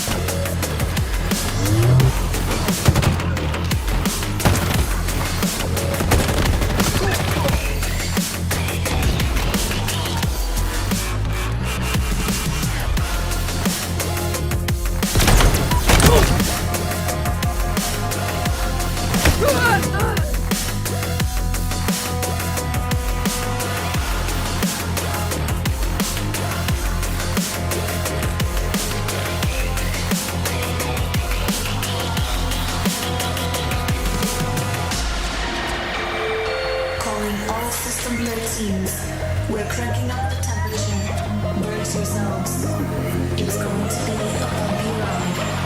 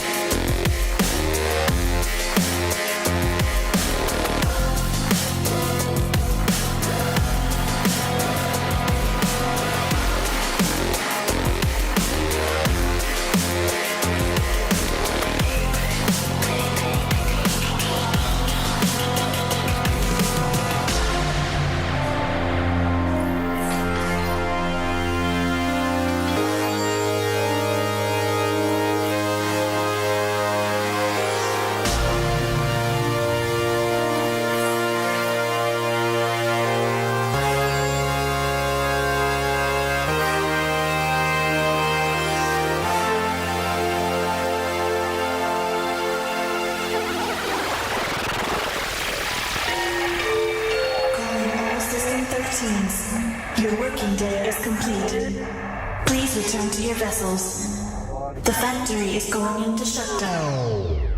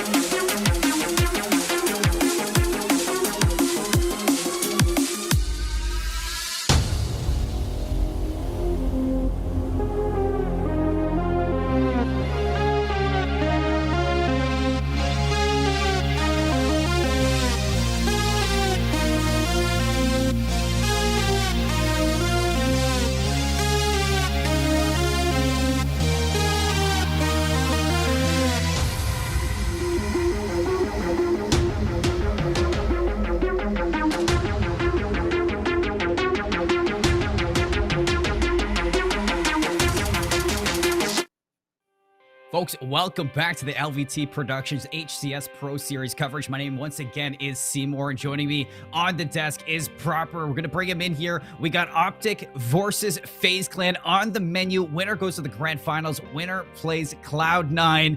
Proper, we got 3 teams left. Is going to be any better?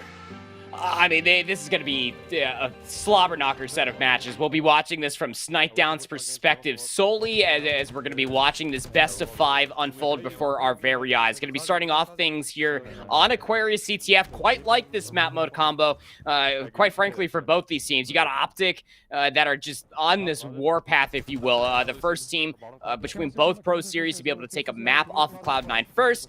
FaZe Clan then did it second. Later on, as we just saw in winners finals, now it comes down to which one of these teams are going to be able to continue on with that momentum. Look at all the kills, though. Optic able to come through very cleanly inside of FaZe base so far. Since we hopped inside this stream, FaZe Clan, I don't even think found a kill so far. That flag is already more than halfway past the map. That's looking like a capture already. It is looking home free for sure, as you see a few kills go the way of Optic.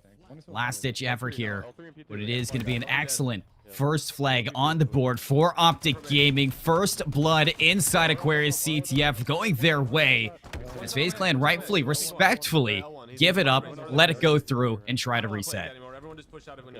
Yeah, I mean, at this point, now you just got to be looking at your thrusters, going to be looking at the heat wave timer, if you will, just to be able to try to utilize any sort of weaponry at your all. Again, I honestly really call to be able to see maybe a heat map of where all these engagements happening. You're going to be seeing a main focal point over by this utility hall. Nice little jump up there from Trippy from FaZe Clan's jump up. Will end up being traded out here, of course, but constant pressure being flooded in from Optic Gaming over inside of FaZe's utility.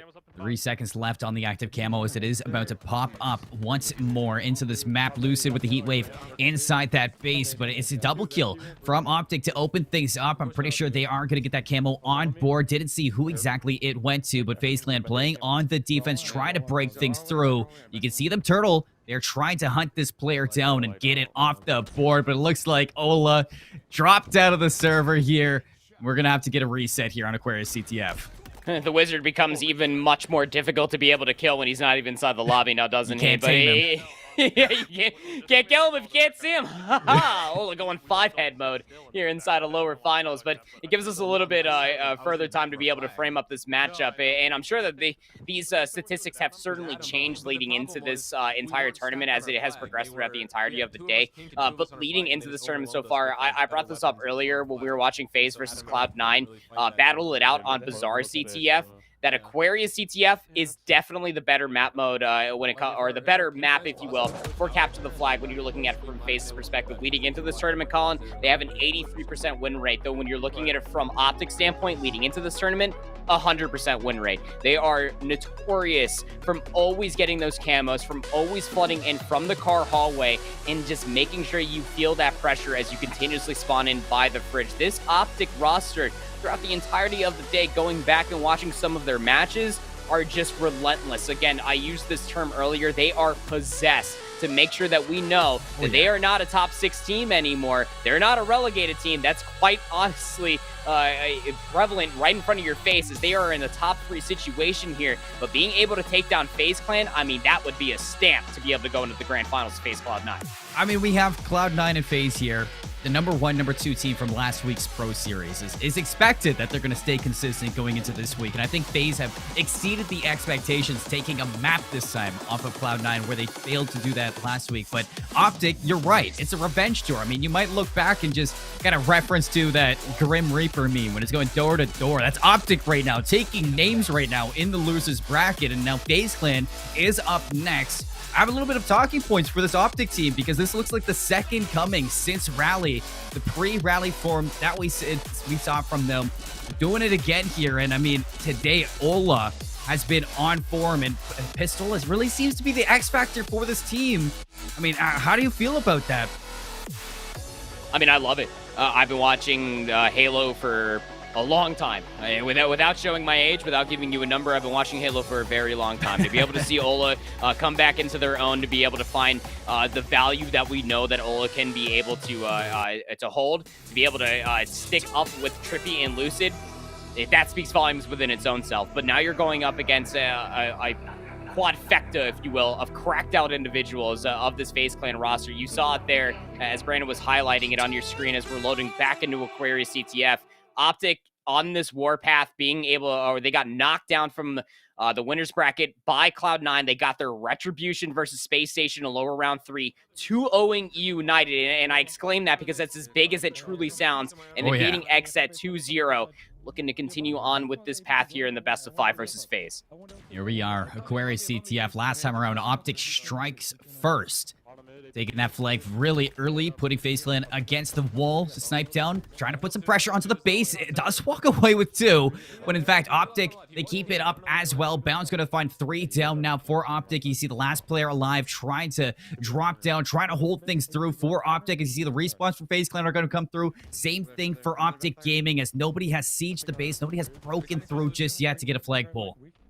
Yeah, you know, this complete rollout is a stark difference of what we saw the first go of things. Optic in that first go ahead was a 6-for-1 trade in that early capture. To your point there, big trades going on over by the enemy base. We'll continue to continuously keep this map at least static for the time being, but you can see that you have APG up in top.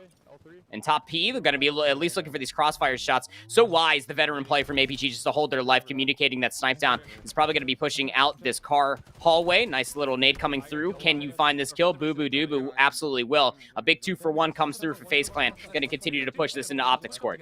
And how proper, you can see that Optic against the wall here. FaZe Clan looking for a pull player on the base, pretty much ready to get that done, but no, it's not going to come out just yet. Still Snipe Down working his way through. That's a heat wave. That's not the welcome you were hoping to get into that base, and APG is going to find him with that nade, a double kill from FaZe Clan just to keep this pressure up, and here we go. Here's the pull.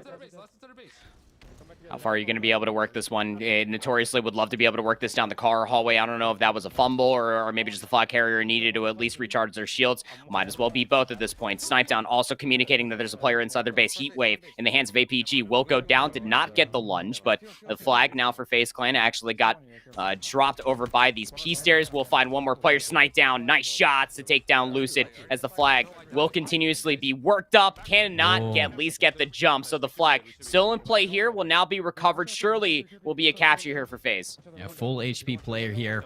1-0 for FaZe Clan. An excellent start where we saw Optic lead the first one through. This time around, it goes the other way. That's going to be interesting now. Can Optic pull things back their way? Trippy, a big 2-piece now. Opens up the middle of the map now. He is going to be one shot waiting to heal up for his squad. As you can see, the callouts for the death cam going to be there. 3 down for FaZe Clan. Optic starting to catch up. Starting to put some pressure here, but off spawn. I love this call from FaZe. They're just going to jump into the pit and run it down mid. Oh, pressure out from the refrigeration unit, though. Snipe Down. Not even giving a single hoot, actually just continuously pushing through, communicating with their team that there's one player up top, cleaning up the one-shots as well. Nice double kill coming from Snipe Down. There's APG up top of their base. Well, it's going to be working this flagpole. We'll find a very weak a player of Snipe Down, but that's all they're going to be able to work, trying to at least push this flag past the 50-yard line. Lots of players over by the utility hall here. Yeah, working this from closet to closet. Is he off spawn here?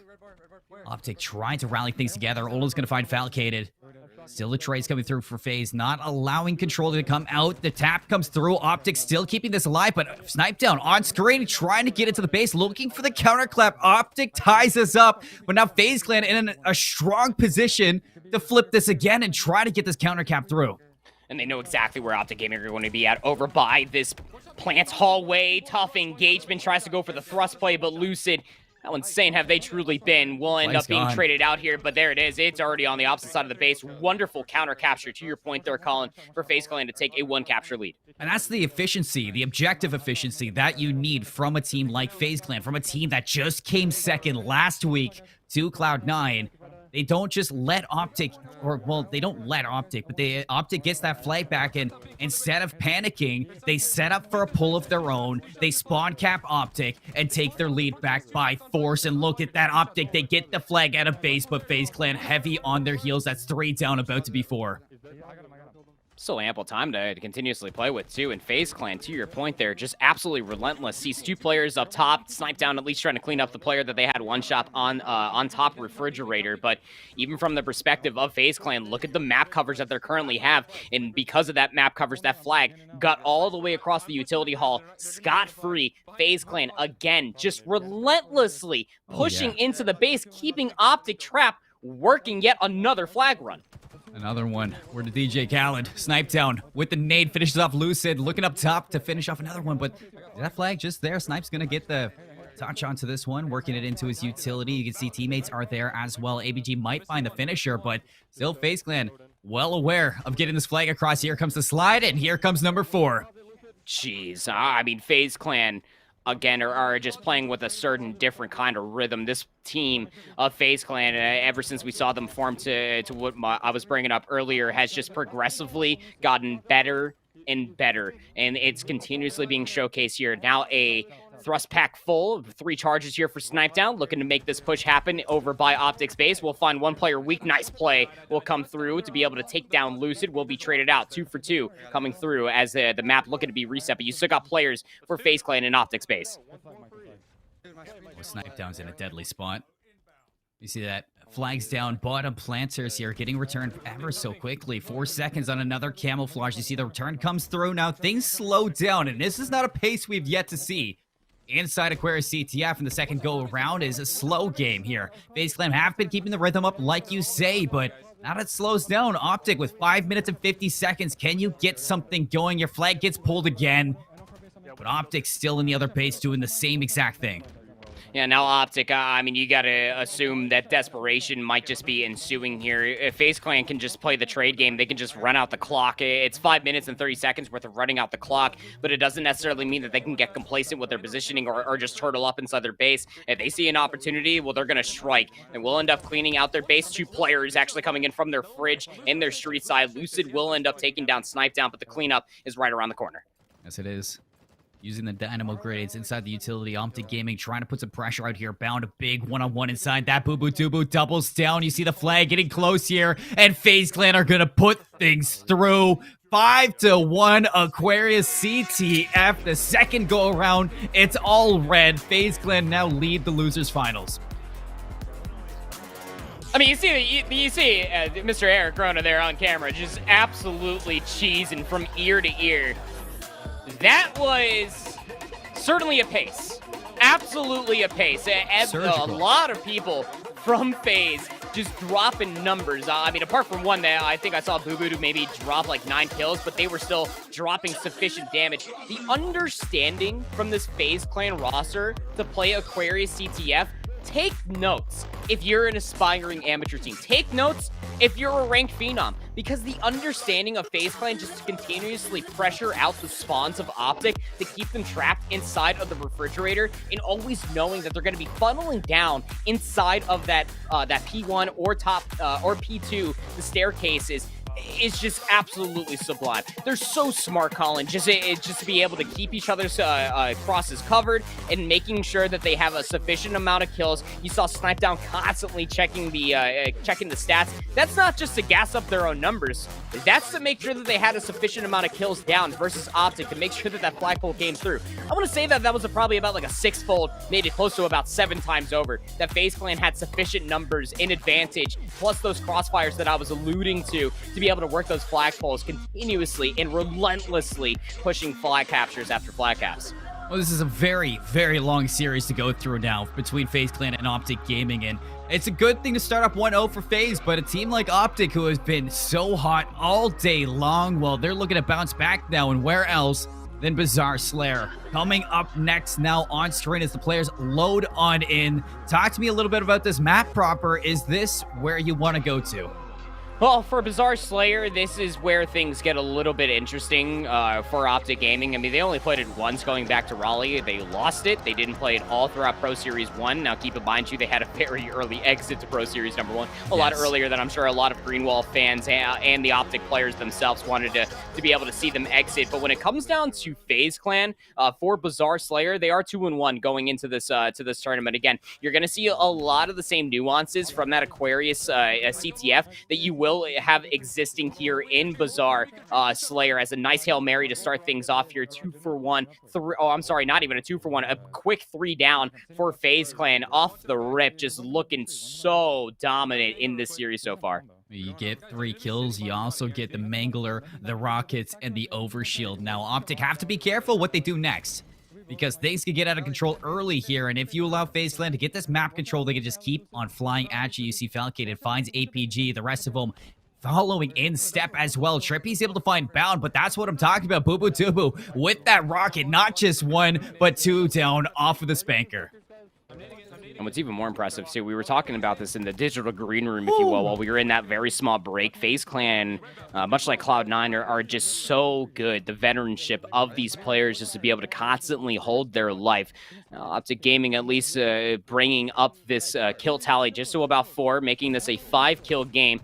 As one more player in front of them, snipe down. We'll find the double shot with the Mangler, and then the 1 shot from the BR will take down Trippy. We'll go 1-for-1. But from going on forward for FaZe Clan, you can see what the idea is here. Just get a couple nades, make sure that you're pressuring out the enemy bar, and make sure that you're continuously dictating the pace, making Optic have to force out a move. Hats off to the green wall, though. You see, they were down by quite a bit, but they brought this one back 11-9 right now. As you can see, the Lucid on screen finds Boo Boo Dubu, and with 22 seconds on that Overshield, you can see the map control coming out for Optic, trying to work the sandbox as best as they can. Here comes the Bulldog out of 1. Lucid with the help from Rockets. That's 3 down for FaZe Clan, just like that. Optic Gaming open up the map and tie us up. Yeah, this is where Optic Gaming can start to get scary, to your point there. You got to credit the green wall where credit is absolutely due. Being able to recognize, hey, we can't play at their pace. Maybe we should try to reset ourselves, try to isolate a couple of engagements, watch for a couple crossfires, clean up on a couple grenades. APG trying to get out with the Overshield won't be able to do so, as it's going to be dropped over by the red side of truck. Pretty ambitious, but you got to get it done. It's what's going to leave you there, and snipe down. Not sure what's going on. It seems like a lot of these players are just standing still. Now, Bound. Okay, Bound DC. So another player's going to drop through here. Bazaar Slayer, 16-14. Things were looking good. We had a game going there. You know, what started off very strong from FaZe Clan, pretty much perfect. On a surgical beginning to this, getting that 3 down, getting the power weapons in your hands, and then pushing your lead even farther. Optic bounced back. They even us up, but now we're going to go back to even, reset the lobby, Bound dips on out. Let's run it back proper. Gonna have to. I mean, hey, this is gonna give Optic Gaming another good look at the rollout that FaZe Clan just offered to us, right? I mean, here's where the aspect is starting to unfold in front of our very eyes, is that Optic Gaming, again, recognizing that there was a pace differential in between these two, looking for a lot of isolated 1v1s. They were getting crossfire. The nades off spawn were just absolutely amazing from FaZe, but they brought it back. To your point there, Colin, we had a crazy game there, but when Bound ended up lagging or dropping from the lobby, rather, it was just within 2. And Optic, even not having all the power weapons to be able to play with as well, that's how deadly they are. I mean, yeah, say what you will about Lucid and how adept they are, no matter the weapon in their hands, it doesn't really matter for them. But even with the traditional BR, that's where you can really lean on Pistola, APG to be able to not necessarily always tour guide Trippy and Lucid, but be able to fully clean up on these cross angles in the space that Trippy and Lucid are providing.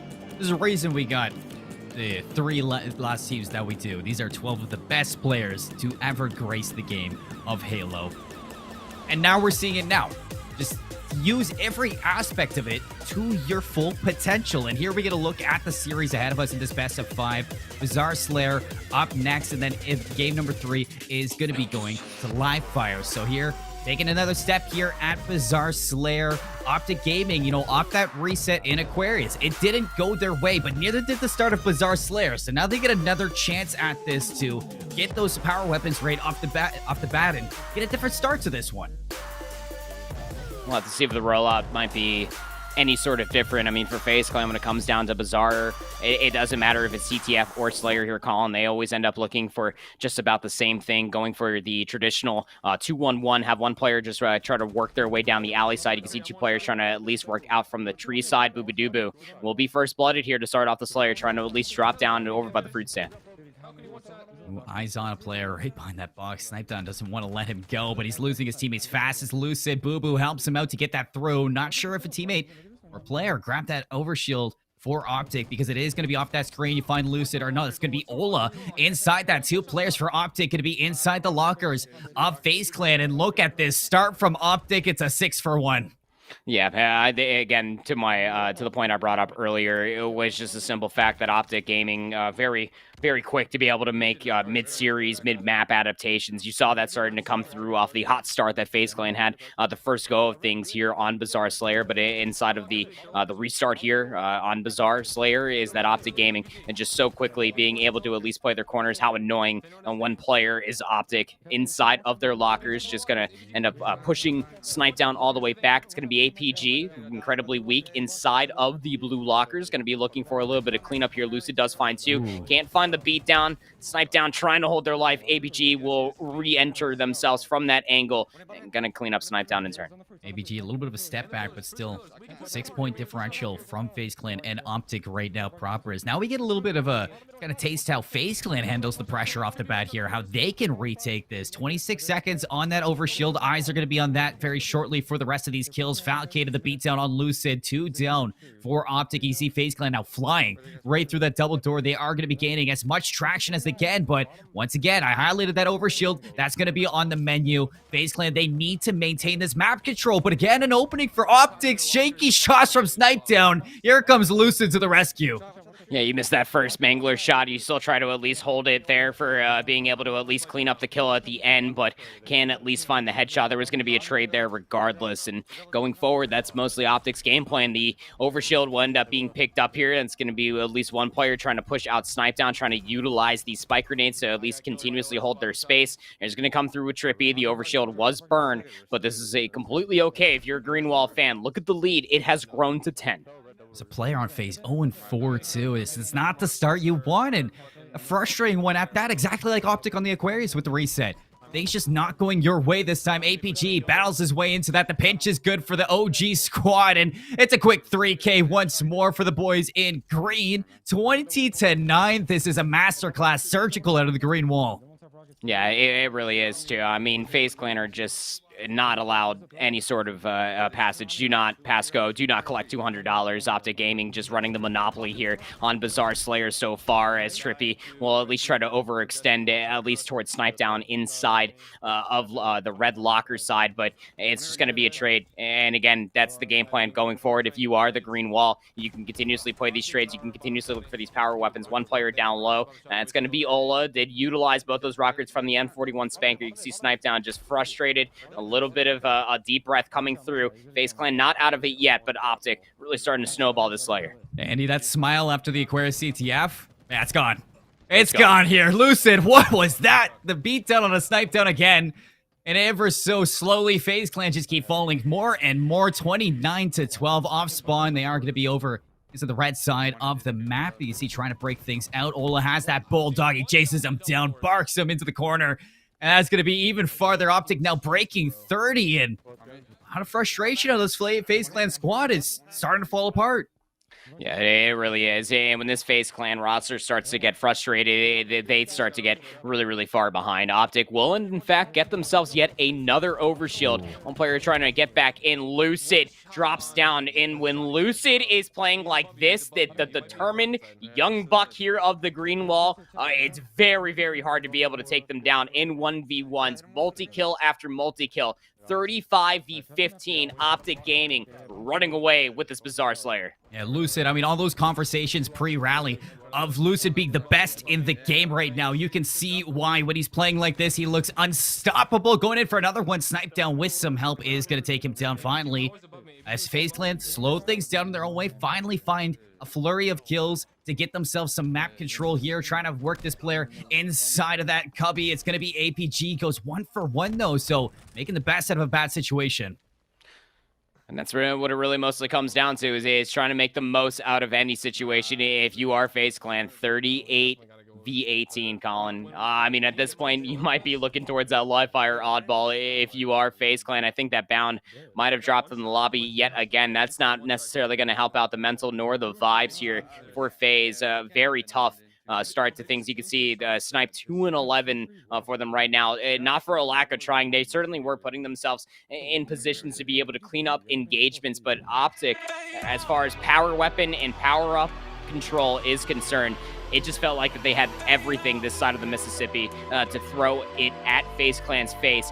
Very stark difference of what we saw from that first go of things here on the Bazaar Slayer. I mean, it goes the same way, like I've been highlighting time and time again for Optic Gaming, was the start of that Aquarius CTF. I mean, they get that first flag right off the bat, and it was Ola who disconnects, and they have to restart. Now, Bound having the same problems, and the face of Snipe down at the end of that reset says it all. Just not having it. 2-11.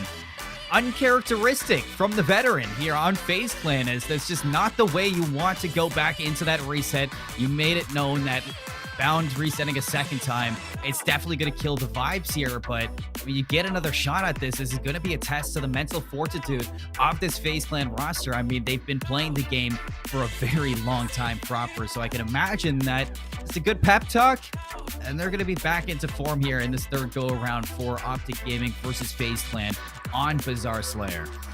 Yeah, I mean, you go back to just even last week, Pro Series #1 for this FaZe Clan roster, when they even faced that United roster on Bazaar Slayer. It was Boobadooboo and Bound that were just continuously going AWOL. I mean, even Falcade went like 13-9 or something like that, but all of them were dropping around 4,500 damage on average of one another. Snipedown was the only one that was kind of lagging a little bit behind, but Snipedown's role on this FaZe Clan roster isn't always the one to be the utmost Slayer. He's not the cracked out player, right? I mean, when you're comparing two different rosters, he's that veteran player to have a certain understanding. Now, when you go back to things and say that when you go down to lower finals last week, when Snipedown is feeling themselves, that's a player I never want to find in a BR 1v1. I don't care who you are. You could be Lucid, Trippy, Ola, or APG.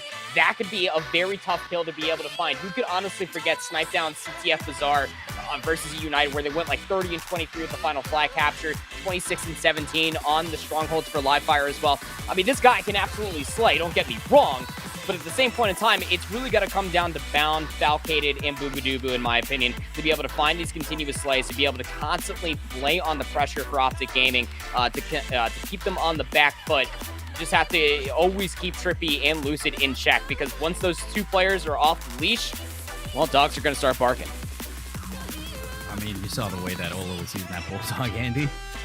Things were barking, and it was Optic loud and proud on Bazaar Slayer. But here we get a look at this. I was hinting to the best of 5 that is the front, and if Optic are going to be tying us up on Bazaar, well, that is going to guarantee not just live fire oddball for that map number 3, but as well as Streets Stronghold later on down the line. And if this goes the distance to that map 5, Recharge Slayer is going to be on the menu. There's a lot of good maps here. A lot of, I wouldn't say even just fan favorites, but personal favorites of my own. I mean, Recharge, Streets, Live Fire, probably my trio of favorite maps here. How are you feeling about this best of 5 and the longevity of it? I mean, I love anything on Streets, but it's to your point there, a lot of diversity as far as this map pool is concerned. And it seemed that FaZe Clan at that point, Bound lacking out twice over, will end up forfeiting that Bazaar Slayer. And that's scary to me, going into a live fire oddball. It's not the mode of oddball, it's the map, Colin, of Optic Gaming on live fire. Now, things might have changed. I think that the only match that they might have dropped on the day is actually against Cloud9 earlier on, but they didn't play a live fire during that, I don't believe, which would still push the narrative when it comes down to live fire, 100% win rate for Optic across all game modes. Keep in mind, this is outside of scrims. This is literally in tournament play. I'm sure during scrims that they probably have lost a few maps on live fire, trying a couple different cheeky things. But when it comes down to tournament play on LAN and in the Pro Series, they have not lost a single live fire, which is daunting if you are a fan of FaZe Clan. Possibly looking at this first 3 maps, if this is going to be looking like a 2-1, if history is continuously repeats itself here for Optic. I'm not too sure what it is. Maybe it's the weapon set for live fire coming out from Optic. Maybe it's their understanding of the map. Manipulating the spawns is also a little bit more linear here on live fire to be able to hold that ball in certain positions as well. But it's still that one daunting factor that you have to go up against the juggernaut that not only is the screen wall, but is the screen wall on live fire, no matter the mode. It's scary. That shadow definitely going to be hanging over you going into that map number 3. But just a little bit. I'm not sure if you guys were paying attention to the chat, but Snipe Down, he was talking about it. He was saying that, you know what? We dropped out twice of that. It's just going to GG go next, you know. So it was a agreement for that Bizarre Slayer to go the way of Optic to tie it up 1-1. And now with that live fire, like you say, I mean, it's definitely daunting looking at the history of this green wall. And I mean, scrims only take you so far. I already said it. I mean, when the lights are on you, when the eyes are on you, how are you going to perform when the pressure is there? So Baseland, they definitely have to find their form here, see if they can finally take Optic Gaming down in a live fire setting. But talk to me a little bit off the get-go. What would you like to see out of this Baseland squad to put Optic on the pressure block? You know, I talked about this during the live fire strongholds. It just never really came to be because Renegade just was doing Renegade things with a sniper rifle, and it was just he just wasn't willing to share. He's like that angry kid with the better spade inside the sandbox here. It just never allowed FaZe Clan to be able to get that sniper rifle. That has to be the catalyst here for FaZe Clan. Get control of these power weapons to be able to break ball setups. From that ball break, you're going to be looking to hold these power weapons from power positions to be able to extend your ball control if you are FaZe Clan. Get this man on your screen, that sniper rifle. Get bound to that heat wave, or anything for that matter. Get power-up control. If FaZe Clan can dictate the pace here on live fire, they can do some dirty things. G2. G1, Space Station, E United, XSET, now FaZe, Optic Gaming have made that run through losers bracket to top 3. And they're looking so good, Andy. I mean, just talking about that, they haven't dropped a map since they went into losers, too. I mean, against G2 earlier, they dropped one. Against Cloud9, they dropped both of them to lose out and drop into the lower bracket. But even still, they are looking like the second coming of this Optic Gaming squad. You know, that loss from Space Station last week, it was a slap in the face. It was a wake-up call to realize, okay, something's not going right. We need to talk things through. We need to figure it out, and it's definitely looking like a polar opposite green wall into this week, and I'm impressed. I'm impressed with the retaliation out of the squad. It's what I expect from them. Yeah, I mean, I feel like that's what we all expect. You know, when this Optic roster first got announced at the beginning of the Halo Infinite year, that we were looking at this team just on paper alone, we're like, yo, this team's going to be absolutely gross. I mean, if you see clips, as far as Lucid is concerned, that's where they always make the argument for being one of the best players in this entire game. A lot of arguments to be made. Maybe you could put Bound up there. Renegade is up there as well for me, probably the best player in the game, but Lucid always makes that argument with how versatile they are, and it just comes down to the cohesion and figuring out what the heck went wrong, right? Because when you go back and you look at that bizarre CTF loss that they had versus Space Station to get fully eliminated last time around, Colin, there were a lot of mishaps. There was a lot of miscommunications. There were a lot of overextensions that came back to absolutely bite Optic Gaming in the rear end. All of those things seem to be immediately rectified, as, again, to your point, have only dropped 3 maps on the entire day. Those 2 to Cloud9 that won the G2 Esports back in round number 1, then round number 2. But ever since they hit that lower bracket, the word possessed, I'm going to continue to use that for Optic Gaming as far as Pro Series number 2 is concerned, because they are possessed on trying to make sure that they are known, that they are going back to the top of the leaderboard. You go back to Open Series 1, Open Series number 2, where they beat Cloud9 twice on over, resetting the bracket in Open Series number 1, and then beating them in the first best of 5 in the grand finals of Open Series number 2. They were the top dogs. Everything just started to slip up a little bit come that Raleigh qualifier, and then a couple matchups that went a little bit awry going back to Raleigh, and then falling flat on their face last week, during Pro Series number 1. That if this roster can really come to their own, if they can continuously clean up a lot of these overextensions and a lot of these egotistical plays, yeah, on paper alone, this team will continuously be gross. As it will. I mean, you've been in this position to lose this bracket. It's looking like a semblance of that pre-rally land where Optic were constantly playing grand finals against Cloud9. Well, time to do it again. I mean, you got to not just do it, but you have to reset that bracket once more in the grand final. And before that, you have to get through FaZe Clan, which is dangerous of its own. Oddball, live fire. We're finally into it, folks. This is going to be the swing map between both of them. You got 16 seconds on that active camo. Oddball inside the tunnel. And a trade of kills back and forth from either squad. Oh, forget it. It's Overshield that's here on Oddball too. So that's one thing that could, again, I keep on utilizing the word is catalyst to be able to mount any sort of these pushes. Ball will end up being picked up here by Trippy. Going to be at least looking for that C push, if you will, that C stronghold setup. Overshield right in the face of Snipedown. Look, the Mangler beatdown is good, but it's not going to deal with an Overshield that fast. No, it's not. You need a couple more hits to make that happen. 25 seconds off the bat. Optic pulling the ball back to that top third.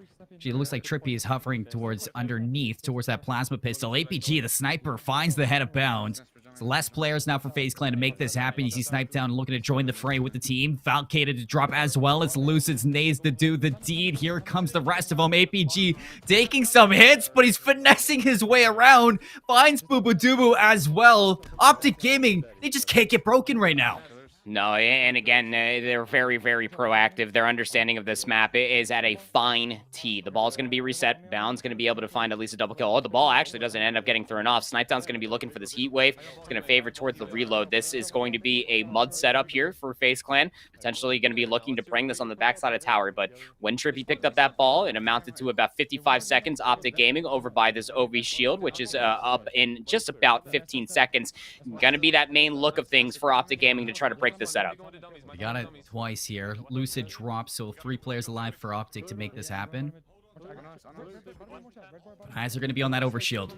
APG, Trippy, they find 2 seconds for that overshield to hop on up. You see the nade spam to keep them through. Ola finds Snipedown. The break comes before the overshield is even grabbed. And I think that's, again, a big testament to Optic fully realizing when they have an advantage. The advantage state is absolutely massive. Now Ola with that overshield against Snipedown will be the unfortunate person that's going to have to run into Ola with that overshield. We'll find a couple of shots, but Optic Gaming, again, although you can see where that ball is all the way back on the C tower, this is where Optic Gaming are just so dangerous here on live fire. They will continuously push the envelope, keep you trapped over by scoreboard. 83 to 22, APG throwing shoulders to get that. Lucid with the AR finds Bound, and looks like Snipedown from up top looking to make this happen. There's another player behind him. Lucid being so sneaky, so cheeky, making sure Optic just keeping that player advantage. Now the ball has rotated all the way into that dummies area. Bound's finally going to get the kill onto Trippy. That's going to drop that ball into no man's land. Optic's going to have to battle this one out, but 90 to 22. Finally some kills coming up from FaZe. Finally a chance for them to get control, but most importantly, throw Optic Gaming finally into a loop. One more player over by the C box. Sniper rifle is up. Snipedown is going to be looking for that. We'll end up picking it up and keeping their life as well. A lot of pressure actually mounting over by the open field. So slippery. When Lucid, again, is playing this determined, the movement, the shots, everything. S+. He's an animal. It seems like he just cannot be beaten in a one-on-one. Ola's going to pick things up, and with everybody spawning up deep into that garage, nobody able to touch for FaZe Clan. A little bit of a kiss goodbye from Optic with that snipe. One last kill through the window. Cross map on the dummies. And they're going to take the opening here in live fire oddball. This is starting to look like a 2-1 series lead for Optic Gaming. If FaZe Clan can't amount to anything on the C Stronghold start, Overshield not up quite yet. Drop wall will come down to at least a boom block that grenade. Gotta love that metal that came in here. And even still, trying to at least clean up these players. Snipedown knows that this player is weak. Just one of the hardest kills in the game. APG just barely will go down. And the shots at the back for Snipedown. Look, collect this heat wave. Overshield now up just in about 1 second. Does have one player on that overshield. Crisp shots coming through from Snipedown to make sure that that bad boy doesn't get popped. Able to read the jump, now Bound. Working for that overshield. Nobody yet to get some time here. Snipedown puts APG down in 2. With that heat wave and a little bit of a help from a friend, Falcated to split the odds, and Optic off spawn, keeping the pressure up. Now they're going to pull that ball out over towards garage, it looks like, if I'm not mistaken. No, they're just going to hold it down into the tunnels, and I like this call. You can see them hovering on, deciding whether they want to go to the B side, whether they want to go back into garage or hold on to that triple third. So many options for Optic, but it's going to be FaZe Clan instead now to grab this and hold it underneath this top third. Ola had that overshield. I didn't see it go his way, so that might be a good chance here. Optic finds the first, and that's going to be a play ball. Overshield is going to get burned, though, and where FaZe Clan are able to find their best amount of time in sequence of one another is off that mud setup all the way on the backside where that kill just happened onto Lucid. Looking to get a couple of string kills together. Our FaZe Clan now spawned up together. APG Trippy, though, looking to break things up, able to combine for 2 more. Now FaZe Clan back to the drawing board. Overshield is on that very close timer, just within about 15 seconds. But with those kills that came through previously to this, Trippy's going to be able to collect that ball. 1v1 over by the C Stronghold. Trippy, smart play out from them. We'll drop that ball, make sure that their teammate at least stays alive, but that's until Bound turns back things in their favor, finds a nice crucial 2-piece with that ball dropped over by the C stairs. You highlighted Bound in the pregame, and here he is making some plays here. Boo Boo Dubu to find the third as well on this Optic squad, looking to clean up Lucid. That's all 4 down. Snipe Down trades it out with his life, but you see FaZe Clan pushing their lead now 32-5. APG finds one of the dummies, but the trades from FaZe have been so efficient. Finally a break from Optic. Ola finds 2. They're going to pick things up back into the tunnels. Trippy looking to escape, and he does. A little bit of help from Ola. Trippy gets it out there, and a little bit of time to Optic. Just a little bit of time, but they got that ball out into a precarious position. You need a serious amount of kills in sequence of one another before that ball can actually be collected, as FaZe Clan are going to be looking to do just that. Now, Mangler in hands here of Snipe Down. The sniper rifle itself actually on that timer. Snipe Down is going to be looking to hold this tunnel drop here. In about 5 seconds, going to be looking for that trade for the sniper rifle. Again, that's going to be the catalyst here for FaZe Clan to looking to snowball this entire round, if you will. Has one player weak in front of him. Top Sandbag's going to be looking for the kill. Trippy, though, over by the overshield, is going to be able to find a double. You know, Snipe Down's looked very shaky since that Bizarre Slayer, and maybe just a little less confident after Optic really put him against the ropes there. So FaZe Clan just yet to be in that top form that we saw them play in that Aquarius CTF off the start, but 41-8, a strong lead right now. A lot of cushion right now for them to play with inside the map and try to break one last time. You see the ball does get reset, a little bit of fight down into the pillars. It goes the way of Falcated. 3 up still for the squad. Snipers in the hands of Lucid. Oh, somehow it's the body shot, but Snipe Down's able to clean that one up, and now a chance to make a play for this ball. You have your eyes on that overshield as well, spawning up in 15 seconds. FaZe Clan, they can take their lead even farther now. Going to be looking to do just that. Snipe Down, trying to at least get out of dodge, but it's Trippy actually with the Needler going to be able to at least clean up that kill. Will be traded for their worth. Down to 1:50 left to play. You can continue to slay out here if you are FaZe. I mean, this is a solid 33-second time advantage that you have over Optic Gaming, but Optic with those series of kills, you're going to be able to at least clean it up. Nice fruit grenade will come through. We'll end up sticking Trippy right in the chest. Going to be looking for the second, but Snipe Down, taking a page out of Ola's book, trying to at least get the hell out of dodge, keeping their life now, joining with the likes of a handful of other players. We'll end up trading out with APG, but is it enough to be able to break this setup entirely and get some time? No, it's not. Ola finds Bound with the beatdown. Now still a little bit of a scuffle to get control here. Big one-on-one going to be happening near that big door. You see the help coming through. Snipe Down shots into APG. Not able to clean things up. Still some players here for the green wall, and that's an excellent play here from this Optic Gaming squad just to hold on to control of this site. You can see FaZe Clan trying to hunt down the rest of them. Lucid, though, catches them in the open. It's 3 down for FaZe. Again, off of a smart play from Optic to take the fight to the open map. Yeah, and now they have the back green setup here, back B strongholds, if you will, for Optic. So the ability to be able to play the ball if you're under pressure is absolutely there. Mangler in the hands here for Snipe Down. Pressure also coming through from Ness. Nice shots. Going to be able to at least clean up one player from B pillars, but that's all Snipe Down's going to be able to get. 2-for-1 trade. Not going to be good enough for FaZe Clan to be able to break the setup entirely. You know, this is a very long game, number one. You see 52 seconds on that clock, 32-41, with Optic closing this lead. This might go to the score clock if this stays as contested as it is, but another 3 down. Snipe Down, the last alive, has the heat wave, is near that pillars area, so I'm going to finesse his life, find a few players. Excellent shots in the reversal onto Ola, but he can't stay alive. Lucid hunts him down. Optic Gaming, they've eclipsed the lead that FaZe Clan has, and they've pushed it even farther. Yeah, and now it's an 8-second lead in favor of the green wall with 40 seconds left to play. You can see what Optic are starting to do here, right? The rotation actually came through all the way through the basement for Optic Gaming. We'll now throw that ball inside of the Brute field here. Bound at least going to be cleaning up a couple of one-shot kills here. Bound will go 1 for 1. Snipe down again. Does have that Mangler in hand, but the nice timely nade there from Trippy will clean them up. 2 for 1 now. Goes FaZe Clan. Now we can see what they can look like here with the overshield. Falcated will have that burn, but at least they found a series of kills.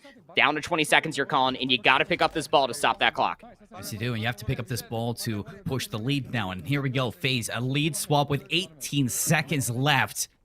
Either squad now, you have to be careful in the way you're handling these fights because the ball goes down. If things get scuffed, FaZe Clan will win to time and push this to a round number 3. See, Boo Boo Doo Boo finds Trippy. Snipe Down's going to drop the ball right out in the open, and now it looks like FaZe Clan just playing for the kills here. They want to take it to time. They want to take it to round 3, and that's what we're going to get delivered. Trippy's going to take down Snipe Down, but it's a consolation kill. As to your point there, Colin, knotted up here, 1 apiece.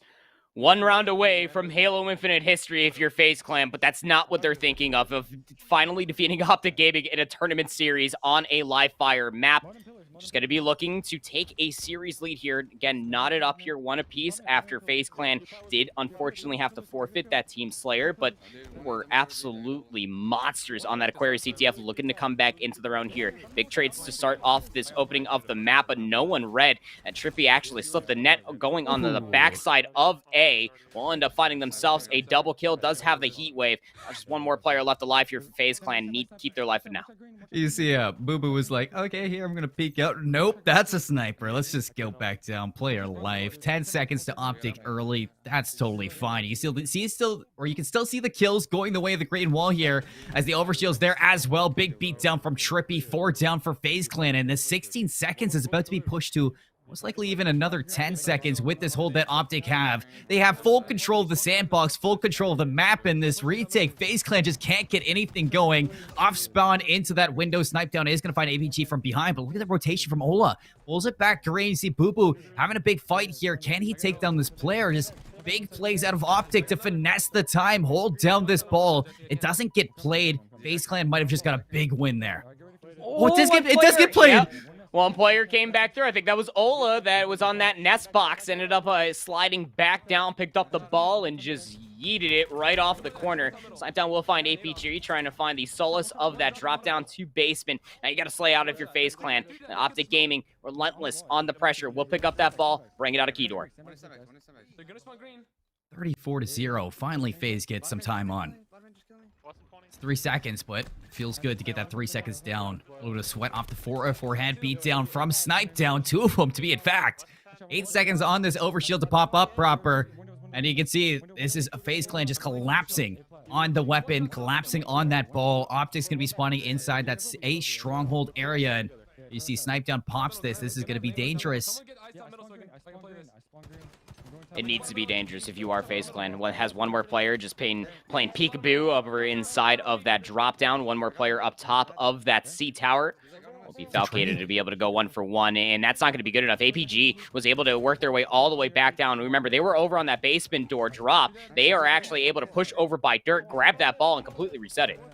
Snipe Down says, forget about it. I don't care about that bizarre Slayer. He's here to play here in live fire as he's starting to heat up with that traditional BR weapon. And the rest of Optic Gaming are having trouble now keeping up with the slaying that Snipe Down's putting down, but they are making that objective efficiency pay off. 40 seconds now to the green wall. They're going to be pulling it back to that top third area. You see that Sniper's coming up here. It's going to be the catalyst to this break as FaZe Clan, they need to start putting these to work here. That's the Mangler, the beatdown. Snipe Down may have just opened things up. Yeah, but you can see Snipe Down's HP. It was just at a mustachio's hair away from death, and they're going to get cleaned up as well. Optic Gaming will reset the ball here. They're finding a serious amount of kills. Falcated at least trying to find 1, but won't be able to do that as APG will be there to help out Lucid, who does collect the ball, brings it up to tower. Good team shots coming through as Bound will clean up the ball carrier. Yeah, it's going to be time out of the hands of Optic that FaZe Clan really need to negate. Ola, so sneaky. Just a snake hiding in the grass. Finds Snipe Down on the entrance. Gets the beatdown with APG. That's 2 each way. All beatdowns here as it's a fist fight between Optic and FaZe Clan for this live fire oddball. We highlighted the importance of this as well. It's not just any live fire. This is a swing game. Big one-on-one here. Ola has the heat wave, but the shots from Snipe Down. He finds the kill. Will be able to find the kill. Has one more player that's down over by that plasma pistol. I thought he was going off the map there for a second. Was not close enough to the railing, but at least had, got some residual damage from bouncing off the wall. Was not a pancake kill, not a medal that we're going to end up seeing, but now the ball carrier there will end up throwing that off. That's going to be trippy. Wonderfully played out from Optic Gaming, excuse me, who are just being so proactive as playing from the ball, recognizing when they need to find some slays as well, making sure that FaZe Clan never have sufficient numbers to be able to get a setup. Yeah, but finally, they have something going, some control going with the overshield. Trippy is going to get some shots down on Boo Dubu. Stop the collection of that oddball right now. Denies the time of FaZe Clan for a short while, but big 2-piece from Bounds. Things slowing down here. FaZe Clan, can they translate this into time? It's what they've struggled with. They're finding the kills, but they're just not getting any time, Andy.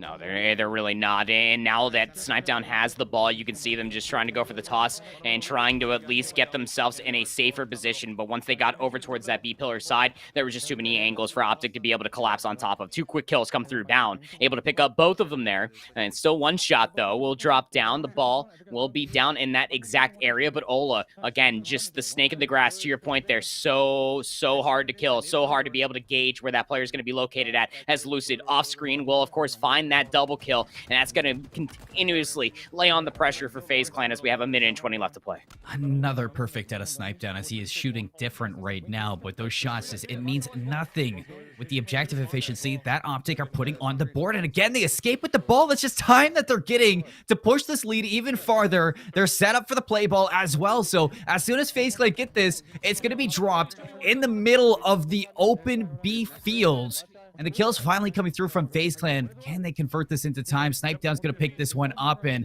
it looks like they're going to set up for this back green holes.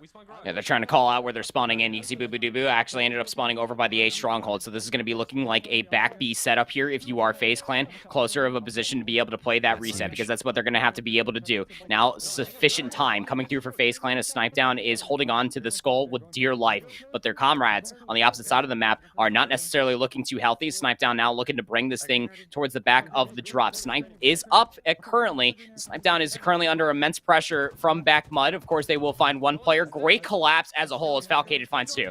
And they're okay with leaving Snipe Down here. Trippy, the repulsor. See you later. And here's the help from Boo Boo as they're allowing Snipe Down to stay here in case he needs to play that ball off the map. Well, the rest of his team gets control of that overshield. They collapse before Optic can make a play. And look at this time now, 69-73. They're right back into live fire. Right back into it. Again, just one round away from just upsetting Optic as far as their perfection that is here on live fire across all modes. Big 2 kills come through for FaZe Clan. You can start playing for the game clock here. 45 seconds remaining. I know it's not the biggest lead in the world, but continue to slay out here for FaZe Clan. It's got to be their win condition. Optic trying to get themselves back to the ball, but they don't have lives to do it. Ola does, in fact, collect said ball, and now they're looking to rotate this back towards Garage. Just a 4-point lead that Optic hold. With how the series has gone proper, I mean, this could very well go to time, but Optic Gaming back in the lead with 41 seconds left. Ola, back green setup. APG has the cross. Lucid, big kill onto Falcated. The ball gets played back to the reset when the kills come through for FaZe Clan, and Optic Gaming are looking to bring this one back, but a heads-up play from Snipe Down to get there first and exit it through that key door. 25 seconds remaining. Optic Gaming are going to be looking for these slays here just for a little while longer. And FaZe Clan on the opposite side, not only do they need these slays, but they need to be able to get themselves back towards the ball. Losing players along the way are not going to be helpful. 15 seconds on that overshield, but FaZe Clan are not going to be focused on that. APG, Ola, able to find 2 more. One player down low with the heat wave. APG is going to keep Snipe down low. Lucid will clean them up. Nobody doesn't pick up the ball. They're letting it go to time. 87-74. FaZe Clan, they need to pick up this oddball. Ola finds Boo Dubu, and with the time going down, Optic Gaming keep the perfection up on live fire. They take the swing map. They're going 2-1. Yeah, again, just massive on 2 different fronts here, Colin. The one fact that Optic on live fire are just phenoms. Oh, yeah. Absolute phenoms. Hard to be able to take down these players. We saw a nice little bounce back come through as you see Bound. 43 kills to their name. 12,000 damage was the most damage found in the entire lobby, but it simply did not matter because Optic, again, were just so proactive at recognizing when I can end up getting time with the ball, when I need to play the ball, when do we need slays, when are the power weapons up, how many overshields did we see come through for Optic Gaming, specifically for Ola, who is one of the hardest kills in the game alone. Having that overshield making it so much more difficult, just always keeping FaZe on their back foot. And to your point, that is the swing map mode here in this best of 5 that Optic now have a 2-1 lead over FaZe Clan in lower finals. And you even look at the way this whole series has gone.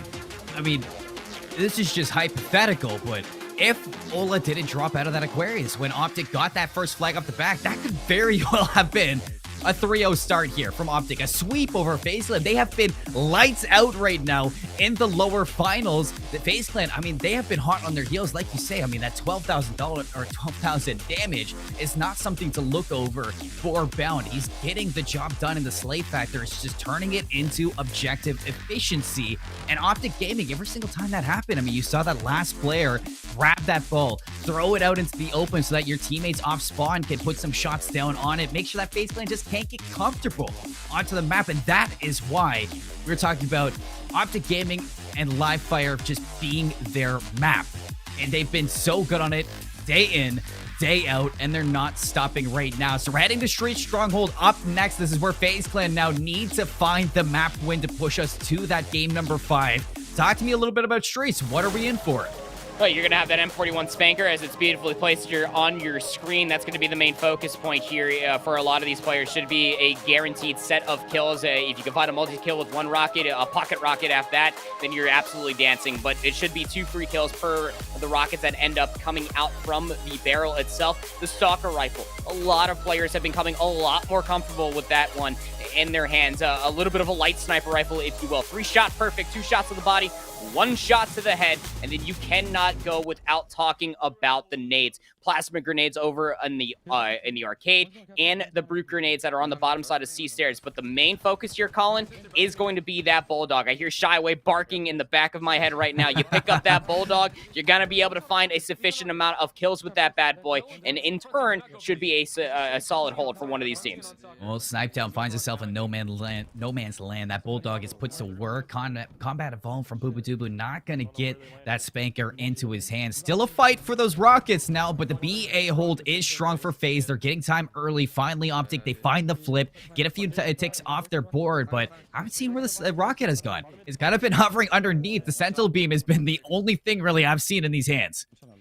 There's another fun tidbit for you folks at home as far as the green wall is concerned for Street Strongholds going into this tournament. They were 0-3. They have not won a Street Stronghold going into this tournament. I'm sure that has changed across the multiple of rounds that they have been on a tear for. FaZe Clan on the other side, 1-2, 33%, again, leading into this tournament. So both teams, not exactly the strongest Strongholds teams that we have here within the top 5, but Snipe Down. What a massive triple kill. Looking for number 4 here. Won't be the overkill, little offset, but Snipe Down on an absolute warpath to be able to help their team succeed here on Strongholds. And they got the triple cap down. That's the FaZe Clan that I'm used to seeing. Just efficient trades throughout them. But in fact, it's the team shots that shine in that little stint that Snipe Down has. Now the killing spree for himself. 5 in a row. Spanker's coming up in 25 seconds. And this is where FaZe Clan can start steamrolling things. Get this through. C is about to be capped again for a triple cap. Bound puts that one through. Optic Gaming now on the back foot.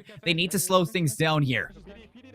Snipe Down already making it difficult by playing the head glitch over here on Back Soda, and then puts down the drop wall with the commando. Very tough to be able to find the last shot needed. A lot of players go for the trusty BR, but still their teammates here. First Snipe Down, cleaning things up. The comms, absolutely electric here for FaZe Clan, looking to turn things up. They are holding this triple capture to a fine T, Colin. They're past 110 points.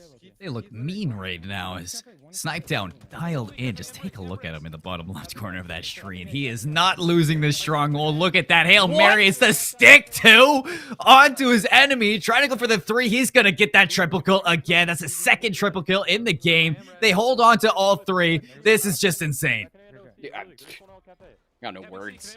This is what I was alluding to earlier when we were talking about the slaying prowess that is FaZe Clan. But when you have this possessed player of Snipedown playing like this is just a different breed. Double kill the thruster play. Oh, I thought for a second he was gonna find yet another triple kill, but the damage has certainly been done. Optic Gaming, though, a couple players are able to slip past inside of that B streets, and you will end up having a couple players trying to at least challenge that bound.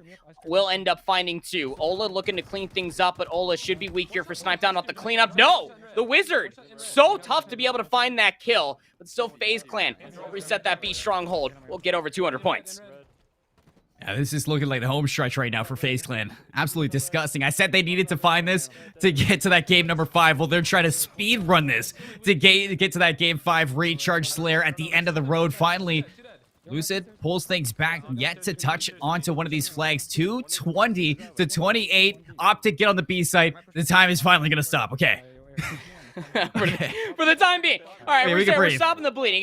This is like a sufficient amount of bleeding that we're stopping with just like a small first aid band-aid right now. Just a one-step and a multi-step process for Optic Gaming. They need to continue to slay out. Lucid is starting to come into their own. Yeah, only 8 and 6 for the time being, but we need to see that Lucid that we did in the previous 2 maps, Colin. Remember, they dropped 43 kills going in that last map for that live fire oddball with about 1,200 or 12,000 damage themselves. Need to continue to find that consistency if you want to bring this strongholds back. At this point, it's like they went to a store and got those Hello Kitty Band-Aids. It's over a gaping wound right now, but FaZe Clan off spawn just as quick as ever. The Sentinel Beam, the back smack, Snipedown opens up the B side for a flip, and in fact, the A side's open for a triple cap. They're going right back into form. C side does get flipped by Optic in the last-ditch effort, but here comes FaZe Clan right on the door. Yeah, and just right in their face inside the tram center. No access to any trains out here. The only train that Optic are looking to be able to take in, FaZe Clan being the conductor of said train, is going into map number 5. Now 237, 263. Optic Gaming desperately need to make something happen here. They're trying to make this B stronghold flip happen, but Bound with that Bulldog will find 2. And that'll be the final 2 needed. 250 to 63. FaZe Clan with a statement to push out game 5. Hold on, did somebody catch the license plate of that car? I'm pretty sure we just witnessed a hit and run. That live fire oddball went so long, I feel like we just started that stronghold streets. FaZe Clan, they mean business, and when they are on a roll, they are on a tear right now. Snipedown back into form, 17 and 8, 2 triple kills. Absolutely leading his team in that veteran play to this streets stronghold victory. And now that recharge Slayer, I don't even know what to expect. I'm looking at my numbers here, Colin, and I don't care. I'm pulling a why not here. If I had papers in my hands, I'd be throwing them behind me. Luckily enough, I don't have to catch my headset, but even still, this is going the distance. And Cloud9 is sitting there in grand finals, licking their lips, looking at these 2 teams, just picking and choosing. I don't think they care which one that they're going to end up facing, but man, what a stronghold to showcase for themselves. Snipedown 17 kills to their name, to your point, 12 and 6 out of bound. It was constant pressure from the Bulldog, from mid-street. And Optic were just reeling the entire time. They never found themselves with about more than 2 players at a time to be able to push one of these strongholds. And when they got spawned out, FaZe Clan were already in their face. This recharge Slayer is going to be quite telling just off of the sandbox alone. 1 Mangler, but I'm mostly looking at that shock rifle. You have so many players in this lobby, Colin, that can absolutely pop off and sway any sort of lead at all with that 1 weapon. Andy, FaZe Clan had 11 captures in that. I mean, they didn't have to do anything. The slang was doing it all. Boo Boo Dubu was 3 and 7. He was in the backseat like, yo team, like, you guys got this. You're doing great. He's just like cheerleader in the back. Like, he just had to sit back, relax, and allow Snipedown, who, like you've been saying, is possessed right now, just take control of streets and never look back. Now, Recharge Slayer, you get rid of the objective. You just straight up, kills matter here. And when you're looking at Recharge with all the lethality that the toys apply to the sandbox and the crossfire from Blast to that A catwalk, this could be very scary if you're Optic Gaming in the way that FaZe Clan have been slaying out from that live fire into the streets. I mean, their gunfights have been insane. I will say this much, though. Optic going into this day, Colin, have a 20% win percentage for Recharge Slayer. Things have to change. This team has to absolutely turn up, and if there's one thing that you can take away on the day for this matchup here in map number 5, Colin, is that FaZe Clan were able to beat Cloud9 in that winners finals. It was the only map that they were able to take 50-47. Here looks like Optic got a hold of that active camo. Gonna stay alive still. Oh, Lucid was a little bit slippery there, but couldn't find a second onto it. Still a fight for this energy sword as it's Boo Dubu to finally put the nail in the coffin onto Pistola. As off spawn, the rest of FaZe Clan now looking to put some pressure off of these Optic Gaming players coming off the respawn. Ola finds Snipedown out in the open in batteries, but it's still FaZe Clan with a 5-3 lead, just a 2-kill advantage, keeping them in a comfortable, confident position. Yeah, now if you're FaZe Clan, I mean, it's mostly just continuously dictating this pace. You can see Boo Dubu is going to be dropping down on the pitch, just trying to read from where the spawns are coming from Optic Gaming. Ola's going to be able to take down Bound. The sword is dropped over by the stacks. Snipedown's going to be looking to pick this one up, and they're going to be pushing out back blue. Ooh, shock rifle. Misses its mark. Trippy trying to get a little creative there. 9-4. Lead grows for FaZe Clan as Optic Gaming yet to get anything going. They need to find that form that they had in that Bizarre Slayer, that start that they have, that perfection that they had out in the desert map. That is bizarre, but Boo puts Trippy into 6 feet under with his own shock rifle. Now Bound follows it up. You got 22 seconds on the active camo. I mean, FaZe Clan, they're in form right now. Absolutely in form right now. I mean, they're just cleaning up on one shots, the team shots, the chemistry coming through in spades for this FaZe Clan roster. One player up in top glass. Snipedown's going to be pinging that relentlessly, and we'll chase that player down inside of Sneaky. Now with the sword in hand, Snipedown again, just trying to keep their life, trying to figure out where these players are located at, and look at that. Just the teamwork in general. Bound picks up the camo. Snipedown drops the sword, so that way Bound can utilize that combo to a high degree, but Lucid will sot them out. A nice 2-piece coming through from Lucid, and this could be the track to be able to get Optic Gaming back into this game. That's exactly what you needed. Snipedown, a little bit of Santa Claus there. Christmas is gone, so Lucid said, no, you don't get that energy sword. Now here with the Mangler, can he put it to work? Finds 2, swats to the BR. Actually drops the Mangler, and is going to find that kill. The trades come through 14-16. Optic Gaming, they battle back to a 2-point deficit once more, but FaZe Clan just ever so slightly keeping that advantage. And now you go back to that Bizarre Slayer that you were highlighting. The first go of things before the reset ended up ensuing. FaZe Clan were able to start off of a very electric lead, but Optic Gaming were very quick to be able to bring it back. Now this lead only within 1, as Ola's going to be able to find the trade onto Falcated, but even still, you cannot allow Optic to have an inch. If you do offer that little itty-bitty space, Lucid's going to be able to showcase their movement and their abilities with a multitude of weapons here at the sandbox. Snipedown popping up top. A BR2 going to be looking for APG, who's going to be able to hold their life for now. Does need some help, but it looks like there's a couple players on this A stronghold side. Ooh, shots are good top glass, but going to call to a teammate to finish that up. Nobody in a position to make that happen. Lucid spotted inside batteries. Here comes Bound for the back smack. Lucid now out in the open. Snipedown is able to clean that thing up. 3 now. APG trying to finesse his life, but 3 the other way. Trippy goes big. And all that work from FaZe Clan, still Optic Gaming hold on to the 2-point lead. Trippy's now caught rotating with that energy source. Snipedown! Oh no, 1 player left. He's 1 shot. But now he has to give it up because Snipedown waiting for teammates to reinforce. Yeah, but Ola is just essentially trapped inside of control. The player might have ended up just eluding them for the time being. Ola had ended up going away, but APG is going to get cleaned up in return for Falcated. A big 1-for-1, but it's not really much to speak of. 25v22. FaZe Clan past the halfway margin to get themselves into Grants. Optic got the active. This time around, that could be the catalyst to pulling this back now. Still a 2-point lead. Optic have not eclipsed that mark, haven't pushed the cusp. That FaZe Clan have collected at the start here. Good nades out there. Is going to force Lucid up top. Snipedown cleans that one up. So another 2 kills their way. Starting to get this lead. Mangler in hand. You saw how dangerous he could be with this one. The Plasma Grenade hoping to finish this one off, but a little bit of goodbye shots, and Gonna send Snipe down packing here. Falcated picks up where he left off, finding Trippy. Now with this Mangler pushing on the backside, getting communication. There's a player up on the backside here of the Siege Stronghold. Gonna end up maybe seeing Snipedown trying to pop up, but Trippy was inside Sneaky to take them down. Now 28 v 25, Optic Gaming trying to bring themselves back. Falcated with that Mangler will take down APG. Again, trades are fine if you are a FaZe Clan fan to be able to get themselves into that grand finals. And they're doing a great job of just reading the spawns so far, Colin. Doing a great job of just reading their own spawns, making sure that they never overextend too far, never allowing these unforced errors to come through.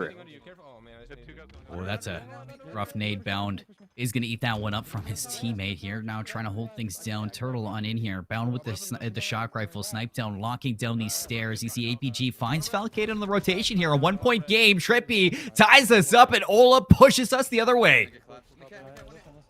Now 31 v 30. As to your point there, Optic now with the lead. This is to what we were probably going to end up seeing there on that Bizarre Slayer, the first go of things. If Optic were continuously taking these mid-map adaptations of never fully overextending, never looking for these ones because they were not closing them out in their favor. Snipe down, trying to at least go for the remote detonation elimination on those plasma grenades and bottom elevator. Won't be able to find it for the time being. And now we have a little bit of a reprieve here. One player up on the top catwalk will be bait for the time being. Boobadooboo trying to push in towards top A. Will lose and drop the sword as well. 2 quick kills come through for Optic Gaming. Now have the lead by 4. You find Falcated, you find the active camo. Optic Gaming now looking to push this even farther. They got a 4-point lead here. Trippy is the Mangler, gonna be forced out here. Snipe down that nade, hopefully for the follow-up here. Finds Ola down low. It's a big kill now. Big pickup for FaZe Clan to slow things down. Big shots on APG, but can't finish it out. All the pings coming through right now for FaZe Clan, trying to collect this pressure now, trying to bring things back in their own half, but Optic Gaming still in the lead here. A few kills go the way of FaZe Clan, and they should slow things down with a 2-point deficit of their own now. The turns table here. Yeah, the turns are going to continue to be tabled, Colin, as we're progressing further and further towards that 50-kill mark. APG, bottom elevator, will jump to the other side, will keep their life for now. FaZe Clan being very reactive to where Optic Gaming are located at. Mangler now picked up here for Snipedown. Will be challenged. It's the sword, APG. What a play out from them. Ola on the opposite side will end up picking up another one over the 40-kill margin. Now the lead extended to 5. That was almost a horror movie right there. Proper. Optic 10 points away from finding that grand final spot. FaZe Clan with such an electric start, now slowing down. Ola's going to find Bound, trying to grapple out. Snipedown is going to clean him up. And now, head to rights here. Look at the heal. Look at the map control that FaZe Clan have. They've completely slowed things down. A 4-point lead for Optic Gaming. Playing for that energy sword. Ola's going to be spotted on that cylinder here, but look at the shots and Snipe down here. Optic still trying to fish out these players, still trying to expose and exploit a small mistake in this FaZe Clan opening. The Mangler has been spawned here, but Snipedown's going to end up trying to push in here to try to clean up on a couple of these individuals for Optic Gaming. Lucid will be the first. Plasma grenade, the backside of the pillar, trying to find where this very slippery individual went for Optic Gaming, but Trippy's going to go down in turn. And for the past set of kills, it has been a 4-for-2, and APG will still get the swipe. No bolt true there for Snipedown, but Falcated will return with 2 of their own. Now Optic Gaming just within 6 to close out this map number 5, but only lead by 3. FaZe Clan's so aware right now. It looks like Optic got the camo. APG walks in, finds Falcated. Boobadooboo for the trade onto Trippy. 45-42. What was that? Okay. See you later. The glass, he's going to hightail it on out there. And now 46-43. Ola finds Bound. Things getting a little bit scary here if you're a FaZe Clan fan. Just a handful of kills needed. Now within 3 for Optic Gaming. Now within 2. Gotta stop overextending. We need to keep these lives. No free lives for FaZe Clan going forward. I'm sure that's what they're telling themselves. But it's a 5-kill deficit that FaZe Clan need to come back from. APG will find Bound. Here comes one more player up front. Great help from Boobadooboo. Is going to keep Snipedown alive. They're going to get challenged inside of control. The collapse comes through. And Optic Gaming did not have the lead. But FaZe Clan, they're going to lose it out here in map number 5. It was heroics from the past 2 maps. Sure, the 250-63 on the Strongholds was nice, but it just was not enough. This determined, this possessed Optic Gaming roster, Colin, are going to Grands. It's the revenge tour. It is the comeback story. It's the second coming of the green wall here in the HCS Pro Series week number 2. They get it done. They go door to door and take down organizations all the way through the losers bracket. And now checking FaZe Clan off of that list with a 50-45 recharge Slayer. It looks like they're back proper. It looks like they're coming right back into their form, immediately rectifying their relegation. Now, of course, they did not have to go through the Open Series due to Sentinels not competing this Pro Series, Colin. But even still, going up against some of the best here this weekend, able to hand them swift defeats in a lot of different type maps. Lost that Aquarius capture the flag in blistering pace, and that Street Strongholds. Definitely things that they need to clean up going up against this Cloud9 roster, but they took a map off of them going back in winners round 2, Colin. We'll have to see if they can not only do that, but they have to win 2 best of 5s to be your Pro Series #2 champions. I mean, it's written on big, bold letters on my paper right now, proper. Has Optic found pre-rally form? Well, that question just seems to be like a big fat yes right now. They got Cloud9 up yet. Another chance to take down the Titans. Now, they failed back in the winner's bracket. They get a chance here. They need to do the bracket reset. If you remember back to the Open Series, they've been here. They've done that. Now it's time to do it again. We're going to go to a break, folks, and we're going to make a little bit of a swap. So stay tuned for some more LVT production. Grand finals very soon.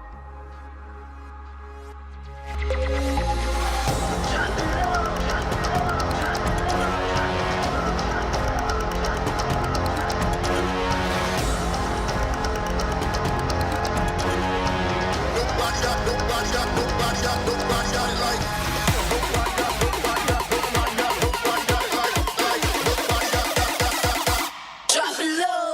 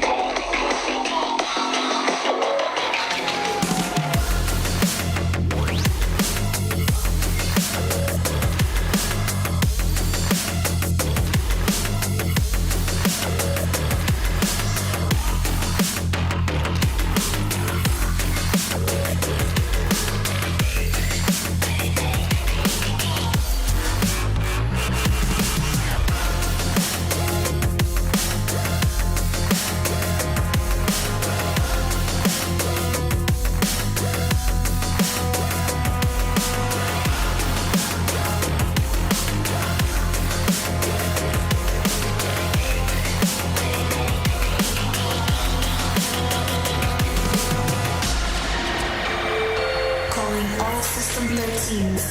We're cranking up the temperature. Brace yourselves. It's going to be a bumpy ride.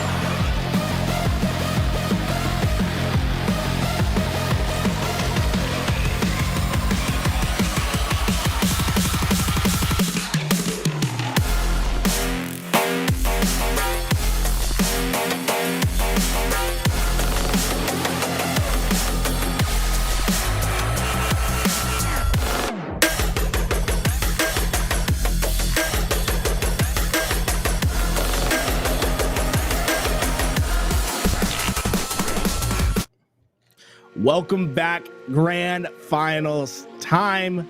We have Optic made their way all the way through losers bracket. They get to compete against the winners of Raleigh, the winners of the previous week, and in my opinion, the winners of this week, Cloud9. I'm joined with Tony, aka Why Not Be Reckless, aka Why Not Be Casting, aka kind of a big freaking deal. What's up, Tony? Glad to have you back for the finals. Oh, look at the shirt. Flex it out. Merch coming soon. Nah, I'm feeling good. Like you said, Cloud9 have been on an absolute tear. And if there is any team that might be able to go toe-to-toe with them, it might just be Optic. And we're about to see an amazing grand finals. I mean, losers finals was one thing, but now all the marbles on the line here. Check out that best of 5 series.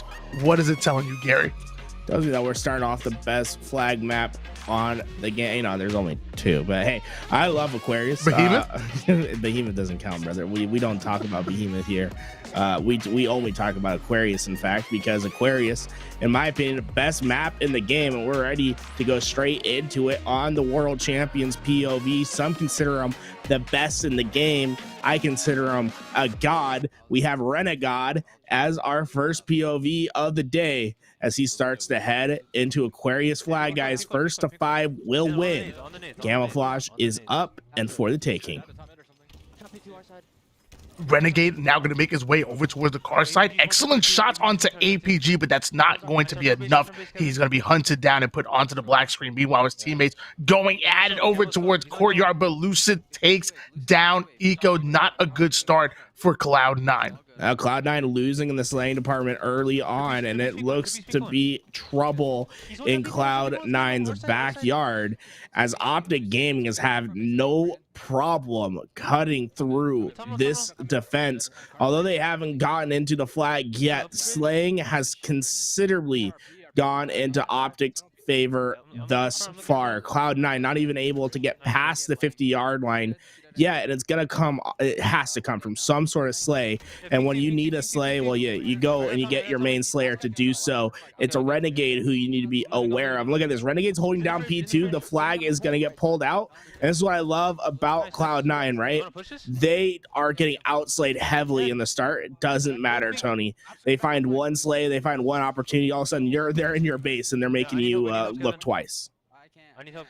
Renegade now staying alive, playing his life as long as possible here. Lucid having no idea right behind him, and neither does Ola. So easy damage coming in, but somehow Lucid still able to get the kill. Pistola coming in for some of the sauce. Doesn't want it apparently, and Renegade already having that flag towards the 50% portion of the map, and it is still on the move. Here it is. Man is running like a madman. The kills are going into Cloud9's favor. He's opting to stay back for the time being. He'll get his shields back, and he'll get the first flag in for the team. So Optic, great start when it comes to the kill feed. Great start when it comes to maintaining control of the mid map. And they are able to execute, and then all of a sudden you let Cloud9 have an inch, and guess what, Tony? Well, they take it a whole goddamn mile. First flag in. Cloud9 looking stellar to start. We have camera.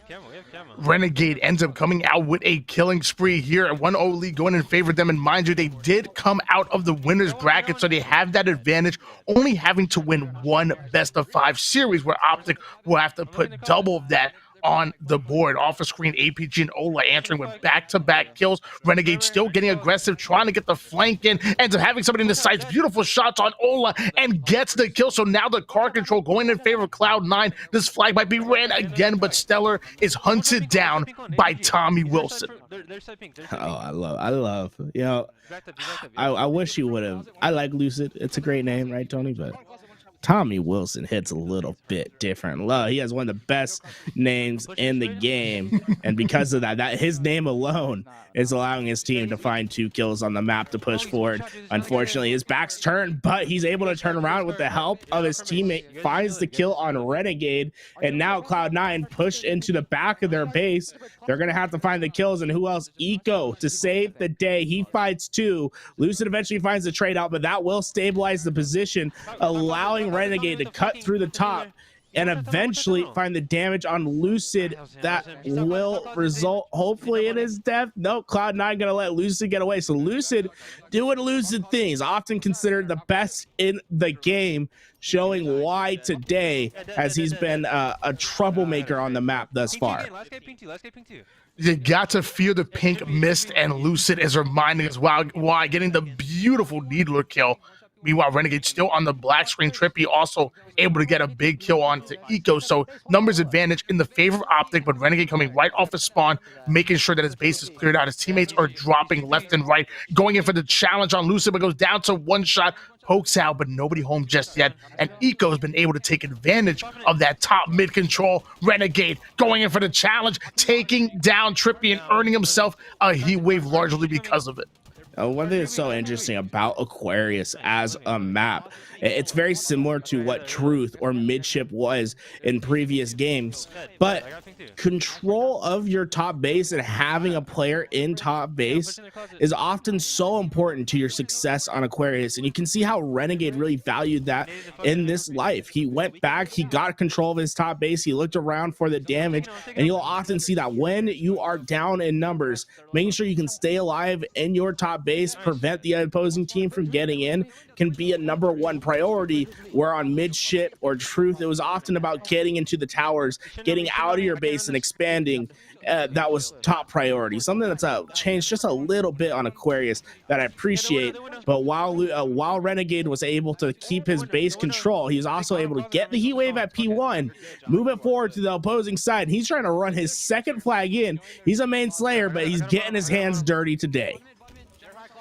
That is, I'm not sure if that was a fumble, if you actually meant to drop it and actually go back for the reach out, because you need a secondary round of slays normally to pull a flag cap through, and we saw that coming in from Renegade. The back smack coming out of nowhere. Ola ends up getting the double kill, but the flag has not been returned yet. Renegade gonna try to relay that flag in, but just barely gonna be missing, and the player that's 1 shot in front of him is going to get the best of him. That was APG. Oh man, I want to see Optic take advantage of this opportunity. They're finding kills. They still have yet to get into the base. It's APG who's just in the fridge trying to lay down the hurt, keeping Cloud9 back. But if they can't find the kills in the last step, this is all for naught. And that's what continually happens with this Optic roster. They have no problems finding the kills in the middle of the map. But when it comes to pushing forward and executing in the base, we've seen lackluster results thus far. And Cloud9 has taken advantage of this display from Optic. They need to figure out how to execute on the final leg of these flags. Big kill coming out of Renegade, but Lucid shutting him down instantaneously. And now Renegade staring at the black screen right now, trying to give off as much information as possible. Spawning over towards bottom P. Does have a teammate with them, but they're going to have to work together if they want to clear out the base. Eco and Renegade going right into the base. 2 players in front of them. Eco going to be the first one to die. The denial nade's going to come in, but Renegade is going to go down, and that's at least 2 to 3 players down, going for Cloud9. Penguin doing everything he can to stop the pull, but it's already making its way toward the utility side of the map. This is the first real flag that Optic has gotten out, and it's looking like a great run. Renegade's in position at P2, but he's not going to be able to stop the flag directly. He finally wears down the push, keeps him back at utility, but the kills still not going in his team's favor. They're gonna have to execute right here. Eco finds one. The flag is out. Trippy will get it in, but at what cost? This looks like a recipe for a counter cap. Is it all Cloud9 pushing into the base? Renegade has two in front of him. Oh, Renegade trying his best to stay alive. He gets 2 1-shots, but while he was keeping 2 distracted, Tony, the flag is out and it's away, and it's gonna be a second flag cap for the side of Cloud9 and an immediate answer back to Optic. Optic expending all of their resources to cap that flag, and they did an excellent job doing so, but they weren't able to keep their numbers, so just open things up for the counter cap to come in by Cloud9, and they are not letting their foot off of the gas. They want to keep on the offense because there's still 4 minutes on the clock, so anything can happen here. Renegade coming right off of spawn, making his way over towards flag, and now trying to take control of the P side of the map. This commando can be absolutely devastating up close, especially with a player like Renegade who's so adept at using it. I believe that's a skill gap in the game that will be discovered for months to come. When players start to get more comfortable with that commando, you're going to be seeing it used more and more often. Renegade, one of the players you'll notice use it the most in the scene, and there's a reason for it. It absolutely tears opponents apart. But here we go. Renegade, he's the most push forward for his team on the car side. Tip of the spear, looking for a kill and a lane for his team to push through. He finds the first, trying to stay alive behind the cover of the P jump up, will be able to stay alive, and this has allowed his team to push completely forward. You see all 3 that are up are in the mid at this point, and now it's just about finding that one kill to get themselves through and into the base, something that Cloud9 has been so effective at this tournament.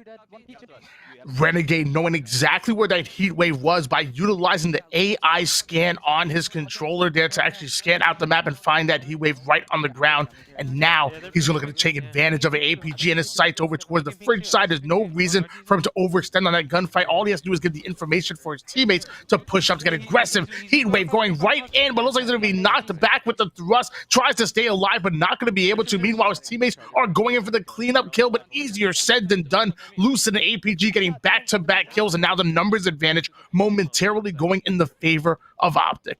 Lucid being ever so elusive in this match. A couple times where it feels like he should have gotten killed and he gets away. And in fact, it's going to work in Optic's favor this time around as they are starting to push forward. Lucid finally taken out.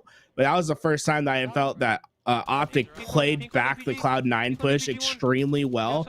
They just need to execute in the final phase once again, and we can see more success on their end.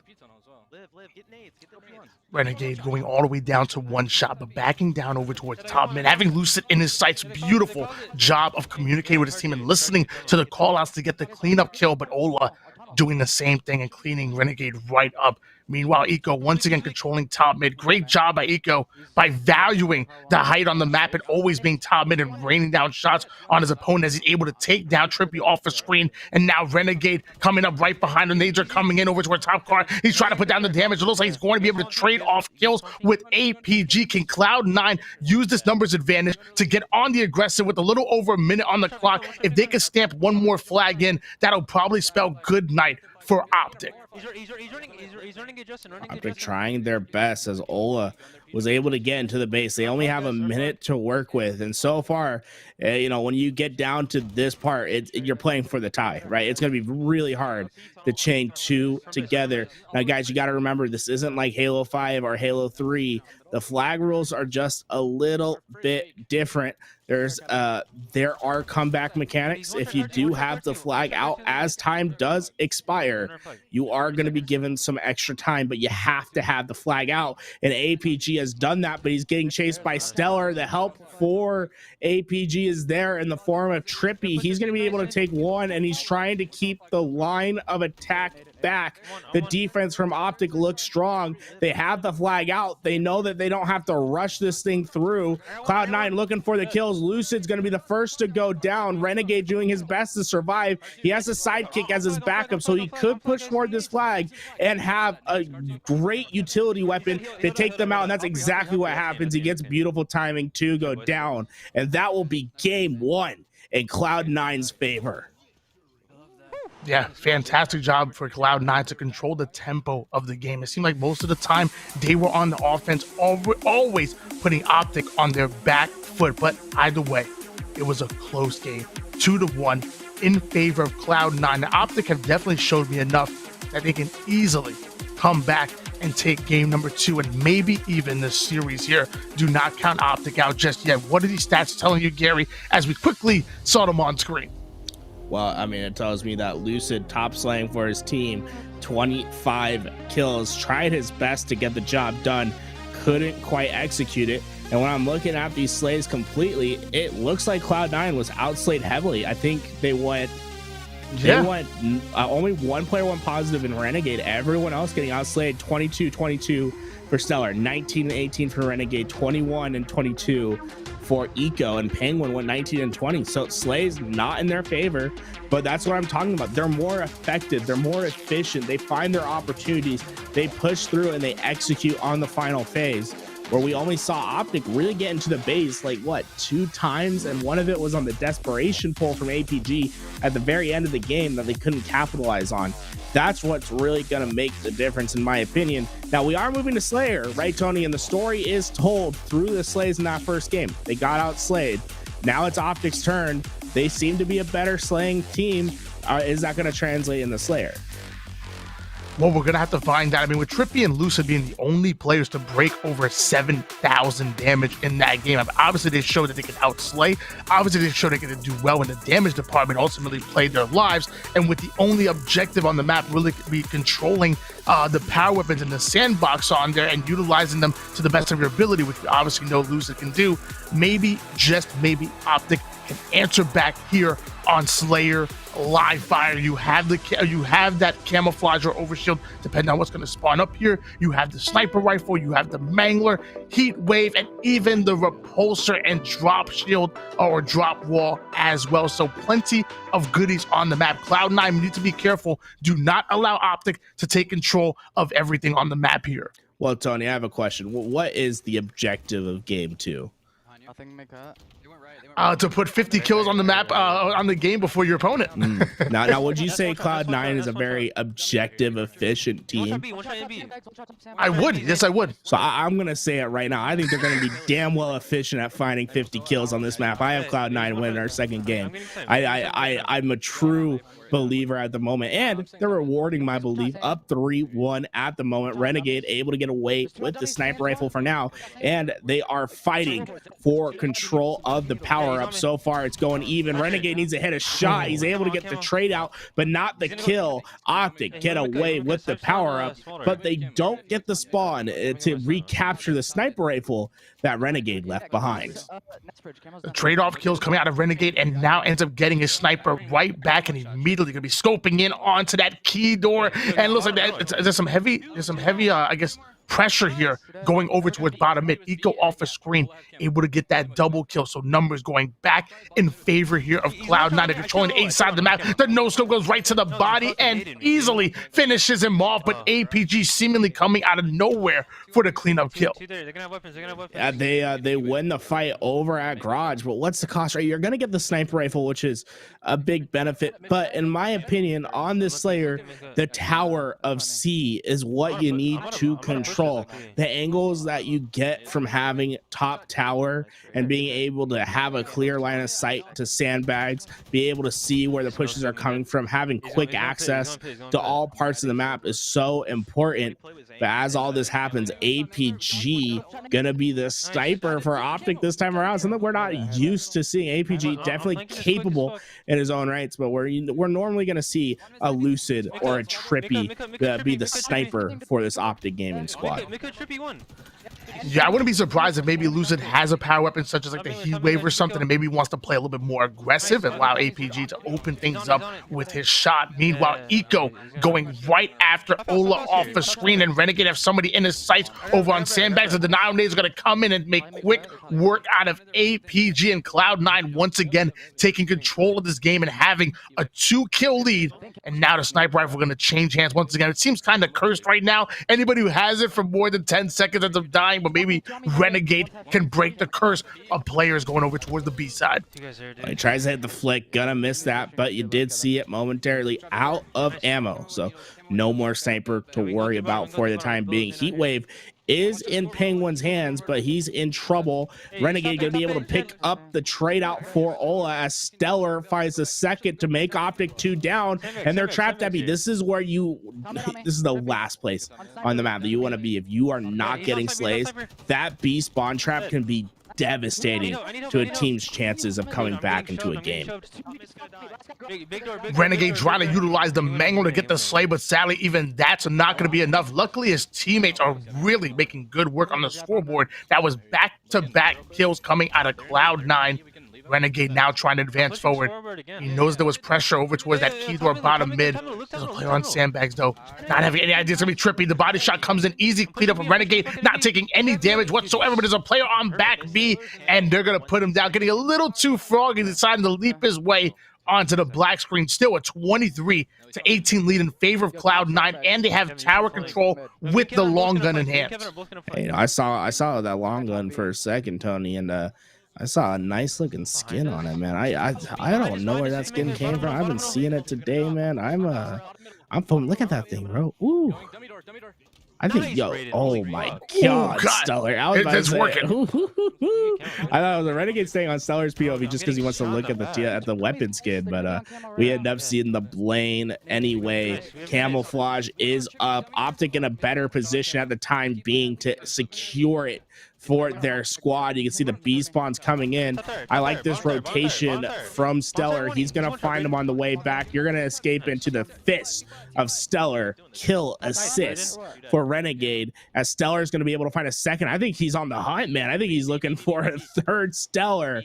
Tip of the spear. He's able to get the heat wave, and now that spear has been interlaced with hot magma, as he's going to be pushing forward and finding some disintegrating bodies with the help of Renegade, as they are just flying through kill after kill in favor of Cloud9. I'm pushing.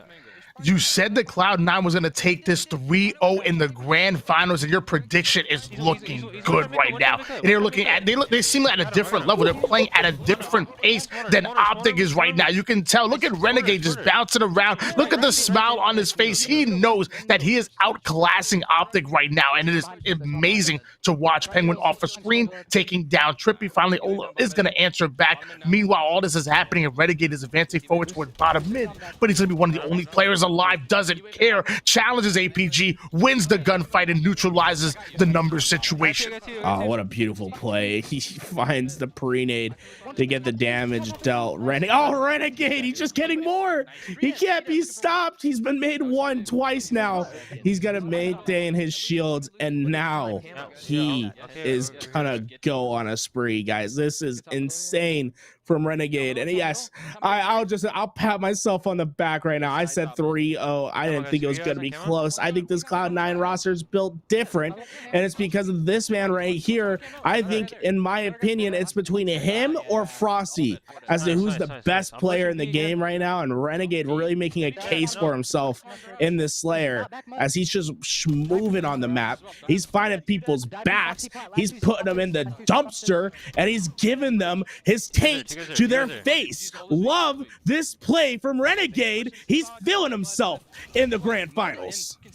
One more kill. It is no doubt that Renegade is a top 3 player, and I mean, you could easily make an argument for number 1. I mean, the man is absolutely insane. He actually won top Slayer at Raleigh, and you're seeing him put it to work here. His movement, his firepower, it's too strong, and one of the things that make Cloud9 simply too good. They're going to go up 2-0 in the grand finals and are now 1 win away from taking this Pro Series. It's simply built different.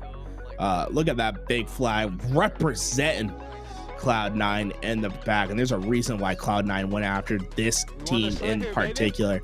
You know, everyone was always Sentinels, right? That's going to be the team to beat. They've done it for so long, but people forgot, man. It was the dynasty with this Cloud9 roster. They had Shotzi, obviously. Shotzi being gone, we feel the hurt, but they found probably the best possible replacement in Penguin. He's been fitting in. He's been feeling much more comfortable as of recent. You can see the role shifts have happened slowly to where Penguin has taken over some of the objectives, some of the slower responsibilities from Stellar, as Stellar has come into his own and replaced some of the slaying responsibilities that came from Shotzi. Renegade, you know, he's still the Hulk of the roster. You just let him do what you gotta do. And Eco, he's the Gorilla Glue that keeps them all together. Love to see that from this roster. Look at that damage dealt. All of them getting into the 3Ks. And I guess we shouldn't be surprised here, to be honest with you. I mean, I remember back in the Halo 5 Pro Series, even going all the way back then, Penguin was that objective player. I mean, I think he had the most caps out of anybody in the Pro Series. And I think it was about maybe 50 going into that final 10K event. He's been really coming to his own. He plays at a very fast pace. He's able to put shots, stay alive, and play that objective. And like you said, Stellar really stepping up as that secondary slayer. And when you have, you know, Renegade and Stellar coming at you with that level of firepower, it just opens up the entire map for Eco and Penguin to really do whatever the hell they want. I think that's a great observation, and I'm going to be looking for more of that going forward in this grand finals and even future tournaments to come. We're going into streets right now, potentially the last game of the series if Cloud9 can put the nail in the coffin. However, we've seen reverse sweeps before. We've seen Optic reverse sweep plenty of times before. Maybe they could do it right here, right now in your grand finals. Let's get it. You know, this is bad news for Optic Gaming because you're on Cloud9's by far best game type. They hardly ever lose the strongholds. We've seen them 250-0 plenty of pro teams in the past, even at Raleigh where they 250-0 X-set in the pool play. This is the last game type that you want to be playing this roster on. Yeah, nice. Whoa, it's here. No excuses. Time to step up. Stellar and APG are going to trade off double kills on the kill feed. Renegade making his way over towards that purple street. No resistance just yet.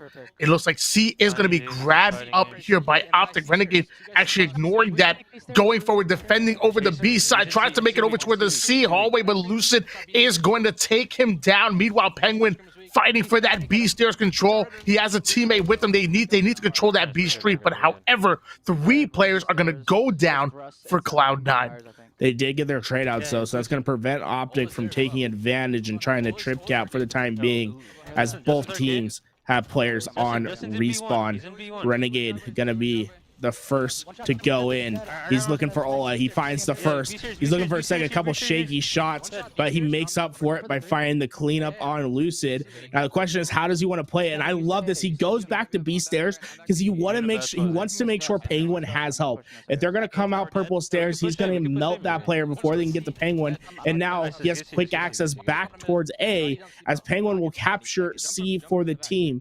Renegade will now be able to stay on the front lines, playing that middle position so well, being able to support his team when necessary. Finds the kill on Trippy. Cloud9 still scoring for the time being. I think he's front C. That they are. Renegade is going to come off a spawn, and a very good spawn at that, over toward the red B side. Stellar and Penguin getting back-to-back kills. Penguin actually putting them 3 down. The AI scan is going in. They want to know exactly where the power weapons are, collapsing over towards Purple Street, putting them a full squad wipe down. And Renegade going to trust his teammate to steal away A because he has some bodies to disrespect with the rockets. Easy kill, Ola. What are you doing? You ain't taking B. The double kill's coming in. Lucid hits the black screen, and Renegade has to slow down. Now going to go in for the triple. Ends up taking 3 out of 4 players. Can anybody stop Renegade? And I love that Renegade throws the rockets down at C. I think he thought his teammate was going to spawn behind him eventually. I don't know. Was it out, Tony? I don't think it was out. I think he dropped one, but no, I could be wrong. He's too cracked. He's too cracked. But yeah, there's so what a wonderful play from Renegade. I like the way he just cuts through the map.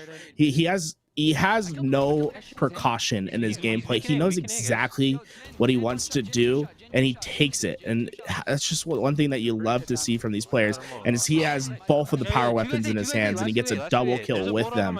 Optic looking, it's looking dark, man. There's not much hope left in this game with how Cloud9 has been playing. They're hyper aggressive, but they're also playing clean standard Halo at the same time. They just play their numbers so effectively. Two cap still in favor of Cloud9, but they are in danger of losing Bravo. Meanwhile, the nades are going to go in. Looks like Eco was able to get the cleanup kill and the double kill come out of Eco, and the third player is going to go down. Renegade taking advantage of the commando and absolutely shredding with it, and the pings are still coming in. So that means Renegade and friends are going to get aggressive. Stellar holding down the purple street. Renegade taking that middle angle, and even has a teammate watching PD as all three players are now collapsing onto the PD side of the map. It is textbook. It is beautiful to watch. This is what I mean by the commando is going to absolutely take over the meta game in a couple months, especially if they ever decide to buff this weapon. You get Renegade is just finding kill after kill with the thing, and he has such great control over his reticle. He understands the recoil. That's what the word I was looking for. The recoil control. Thank you, Tony. That it has. He's just masterful with it, and it allows him to get kills that you would never expect a challenge to come from, because his TTK is just so much lower than any other gun. You know, it takes way too long to kill with the BR compared to the commando if you're hitting your shots. And you know, as strange as it's gonna sound, I really believe it's come from him actually playing other games outside of Halo. Like, you know, back in Halo, when we're playing with the assault rifle, we really have to just let the pulse shoot it a bit. But when you're playing games like, for example, Apex, Renegade was amazing at Apex. You have to learn the recoil pattern on each of the weapons and actually use them to actually and control that recoil. He probably learned that coming from Apex and even Call of Duty as well. Same thing, to recoil control, put down the damage, and ultimately take advantage of weapon with that high fire rate. So big shout out to Apex. I'm sure that probably helped him out a little bit here, which I mean, always was a phenomenal all-around FPS player, including in Halo as well. Renegade getting his hands on that pulse carbine. The nades are to come in. I'm not sure if he's connected on the first one. APG actually still about half shields here, and Renegade pinging. No need for him to stress out on this one, because eventually APG will fall. Big plays coming out of him, and now they're working on B. Yeah, they were put into the trip gap, but they do respond by getting A. If that kill had gone into their favor at B, they would be in a great position. But what I love, right, is that they find the weaknesses in the setups all the time. You can see them immediately rotate towards C when they see the presence at B. And although it didn't work this time around, it's that constant pressure that you're putting on.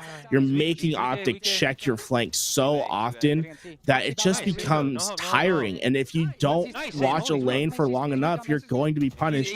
Penguin finds the double at A. They're getting C. Stellar, if he can find this kill, it's going to be a devastating trip gap. That's exactly what happens. Eco's looking for his kill at A. The kill at A happens. Look at this trip gap. And Renegade, he's like, yeah, you're not getting C. I'm all the way back, baby. Lucid finds the pre-nade, takes down Renegade for now, leaving his teammates at A to get destroyed by the duo of Eco and Stellar.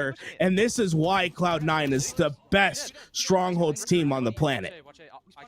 And you're seeing it right now as they have almost double Optic's scoreline right now. They're stealing away Bravo. There was a momentary points going in favor of the green wall, but sadly Cloud9 simply answered right back, and Renegade having the thrust and the Bulldog. So if he needs to close the distance, that thrust is going to be able to do so, and the Bulldog is absolutely deadly. This is a combination that you want to see if you're a fan of Cloud9. As Stellar hits the Ninja, ends up getting the double kill. Trippy gonna answer back with a double kill of his own. Renegade going in with the Bulldog, taking down Trippy, still alive somehow getting right behind Lucid. The nades are starting to fly. They're starting to up the tempo. You can see that Renegade right now is just too comfortable on this map. Oh, you hate to see it, man. Oh, getting Tyler Blevinced at tires.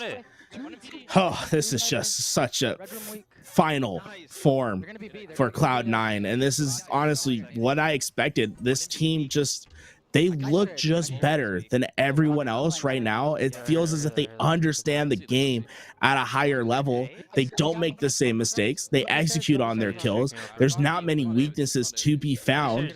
And honestly, I don't think anyone has the antidote at the moment. I'd love to see how Sentinels, really lines up with this roster, but until Royal 2 is back from detention, we're not going to be able to see that matchup. So in the meantime, I think this Cloud9 roster is going to sweep every grand finals until we have Royal 2 back. It's hard for me to argue with this kind of performance that we're seeing here in your grand finals. B was taken away here by Cloud9, but it looks like they're about to lose Alpha as I say that the spawns are coming in out of Charlie, but a momentary trip cap coming out of Optic, but with 239 points for Cloud9, the Optic would have to play near perfect Halo to come back in this game. And mind you, this is a best of 5, one more game, and Cloud9 are your champions. Now, this is a great spot for Optic, right? They have a trip cap that's firm in their control. It's going to be up to Cloud9 to stop the bleeding and to find some kills in the feed. So far, they have not been successful in weathering the storm, so we could be seeing a resounding comeback from Optic. And if they do come back, who knows what happens in the series? They'll have so much momentum on their side. I still think Cloud9 gets it done, but they're putting themselves in a precarious situation with how these kills have been firmly going into Optic's favor. Renegade gonna be quickly able to transfer to A. He's gonna get it for his team. His team is at B as well. He needs to win this fight, and he wins it versus Lucid. He was weak, he was tattered, and he gets it done. His teammates will be able to rotate back in time. Now they just need to win the fight at B. They're trying to get in time. It will transfer control, but they are getting the beneficial spawn towards B, and they will be able to get rockets in their control as well. I may have spoken too soon though. APG finds the first kill. Ola able to secure the rockets. They need 30 seconds of uncontested time, but Stellar finds the first kill on Trippy. Eco nullifies Lucid's presence at B. They're grabbing A. Ola's coming in with the rockets. The first one not successful. The follow-up nades find the kill. They're in B, but they're not securing the cap. Points running into the favor of Cloud9, and they get the job done. Optics come back shut short as Cloud9 execute at the end of the day. But man, honestly, Tony, the biggest kill, it doesn't look big in the feed, but it was Renegade's kill on Lucid, as Lucid was pushing him at A base that secured the victory for Cloud9, in my opinion. Let me tell you, man, Optic were doing a phenomenal job of out-rotating Cloud9, and actually, I think when the score line, it was like 212 to maybe like 116 for Optic, and then they started rotating all the way to the point where Optic were able to put 220 points on the board, but sadly, that was not enough. Cloud9 are your champions, and man, have they looked good since winning Raleigh. Now we're going back-to-back weeks, taking Pro Series, and can they make it 3 in a row next week? Garrett, who can stop Cloud9? There's a small town in the hills of the country to the north. Canada keeping the man in lock for now, quarantined from the rest of the world. His router not quite working at the moment to get himself into the Pro Series. But if someone is to upset this Cloud9 roster, it's gonna be Royal 2 and the crew. That Sentinels roster looks damn good. Royal 2 still scrimming with them. We haven't seen them in tournament performance yet. But if there is a team to run Cloud9 through a gauntlet, I think it's going to be Sentinels, and I can't wait to see that matchup at Anaheim. I'm right there with you. A fully loaded Sentinels, and as if they need any more motivation, but to come back with Royal 2 and really wreck house. I can imagine that's going to be amazing. Optic, I'm sure, are not going to be happy with getting swept into the grand finals. Obviously, they made it to the grand finals, and getting second place is amazing at that. As Royal 2 is, I'm not even sure. Is this Rust? I'm not even sure what game this is, but no, this is an aim trainer. This is how you get really good with your BR. Oh yes, yeah, obviously. Guys, if you're really wanting to get good with the VR, this is exactly how you do it. You can go watch it, twitch.tv/royalty. Look at it. I honestly, what is this, bro? Like, how desperate are you, bro? They didn't ban you from the game. They just banned you from competition, man. You can still play the Halo. You don't have to. I don't know. It's crazy, but hey, you know, when he's out of punishment, when he's out of purgatory, Royal 2 is gonna make a big difference in the scene. I'm interested to see how Cloud9 shapes up. I still think Cloud9 best team in the game at the moment. And to be honest, it's not really close. I mean, the Optic got absolutely slaughtered today from Cloud9. I think they played each other twice as well. It wasn't pretty in the winner side, and it was even worse in the losers. Yes, it was a valiant effort to get back into the game on the strongholds, but let's be honest, the game wasn't close. You guys, they got one great trip cap where they had perfect spawns. Other than that, it looked all Cloud9. Yeah, you're definitely right. I mean, in the winners bracket, at least Optic were able to take one game off of Cloud9, but sadly in the grand finals, that was a different story. Cloud9 just were looking different in the grand finals. They knew that this was this tournament to win, and it was all about just putting the nail in the coffin, and that they did.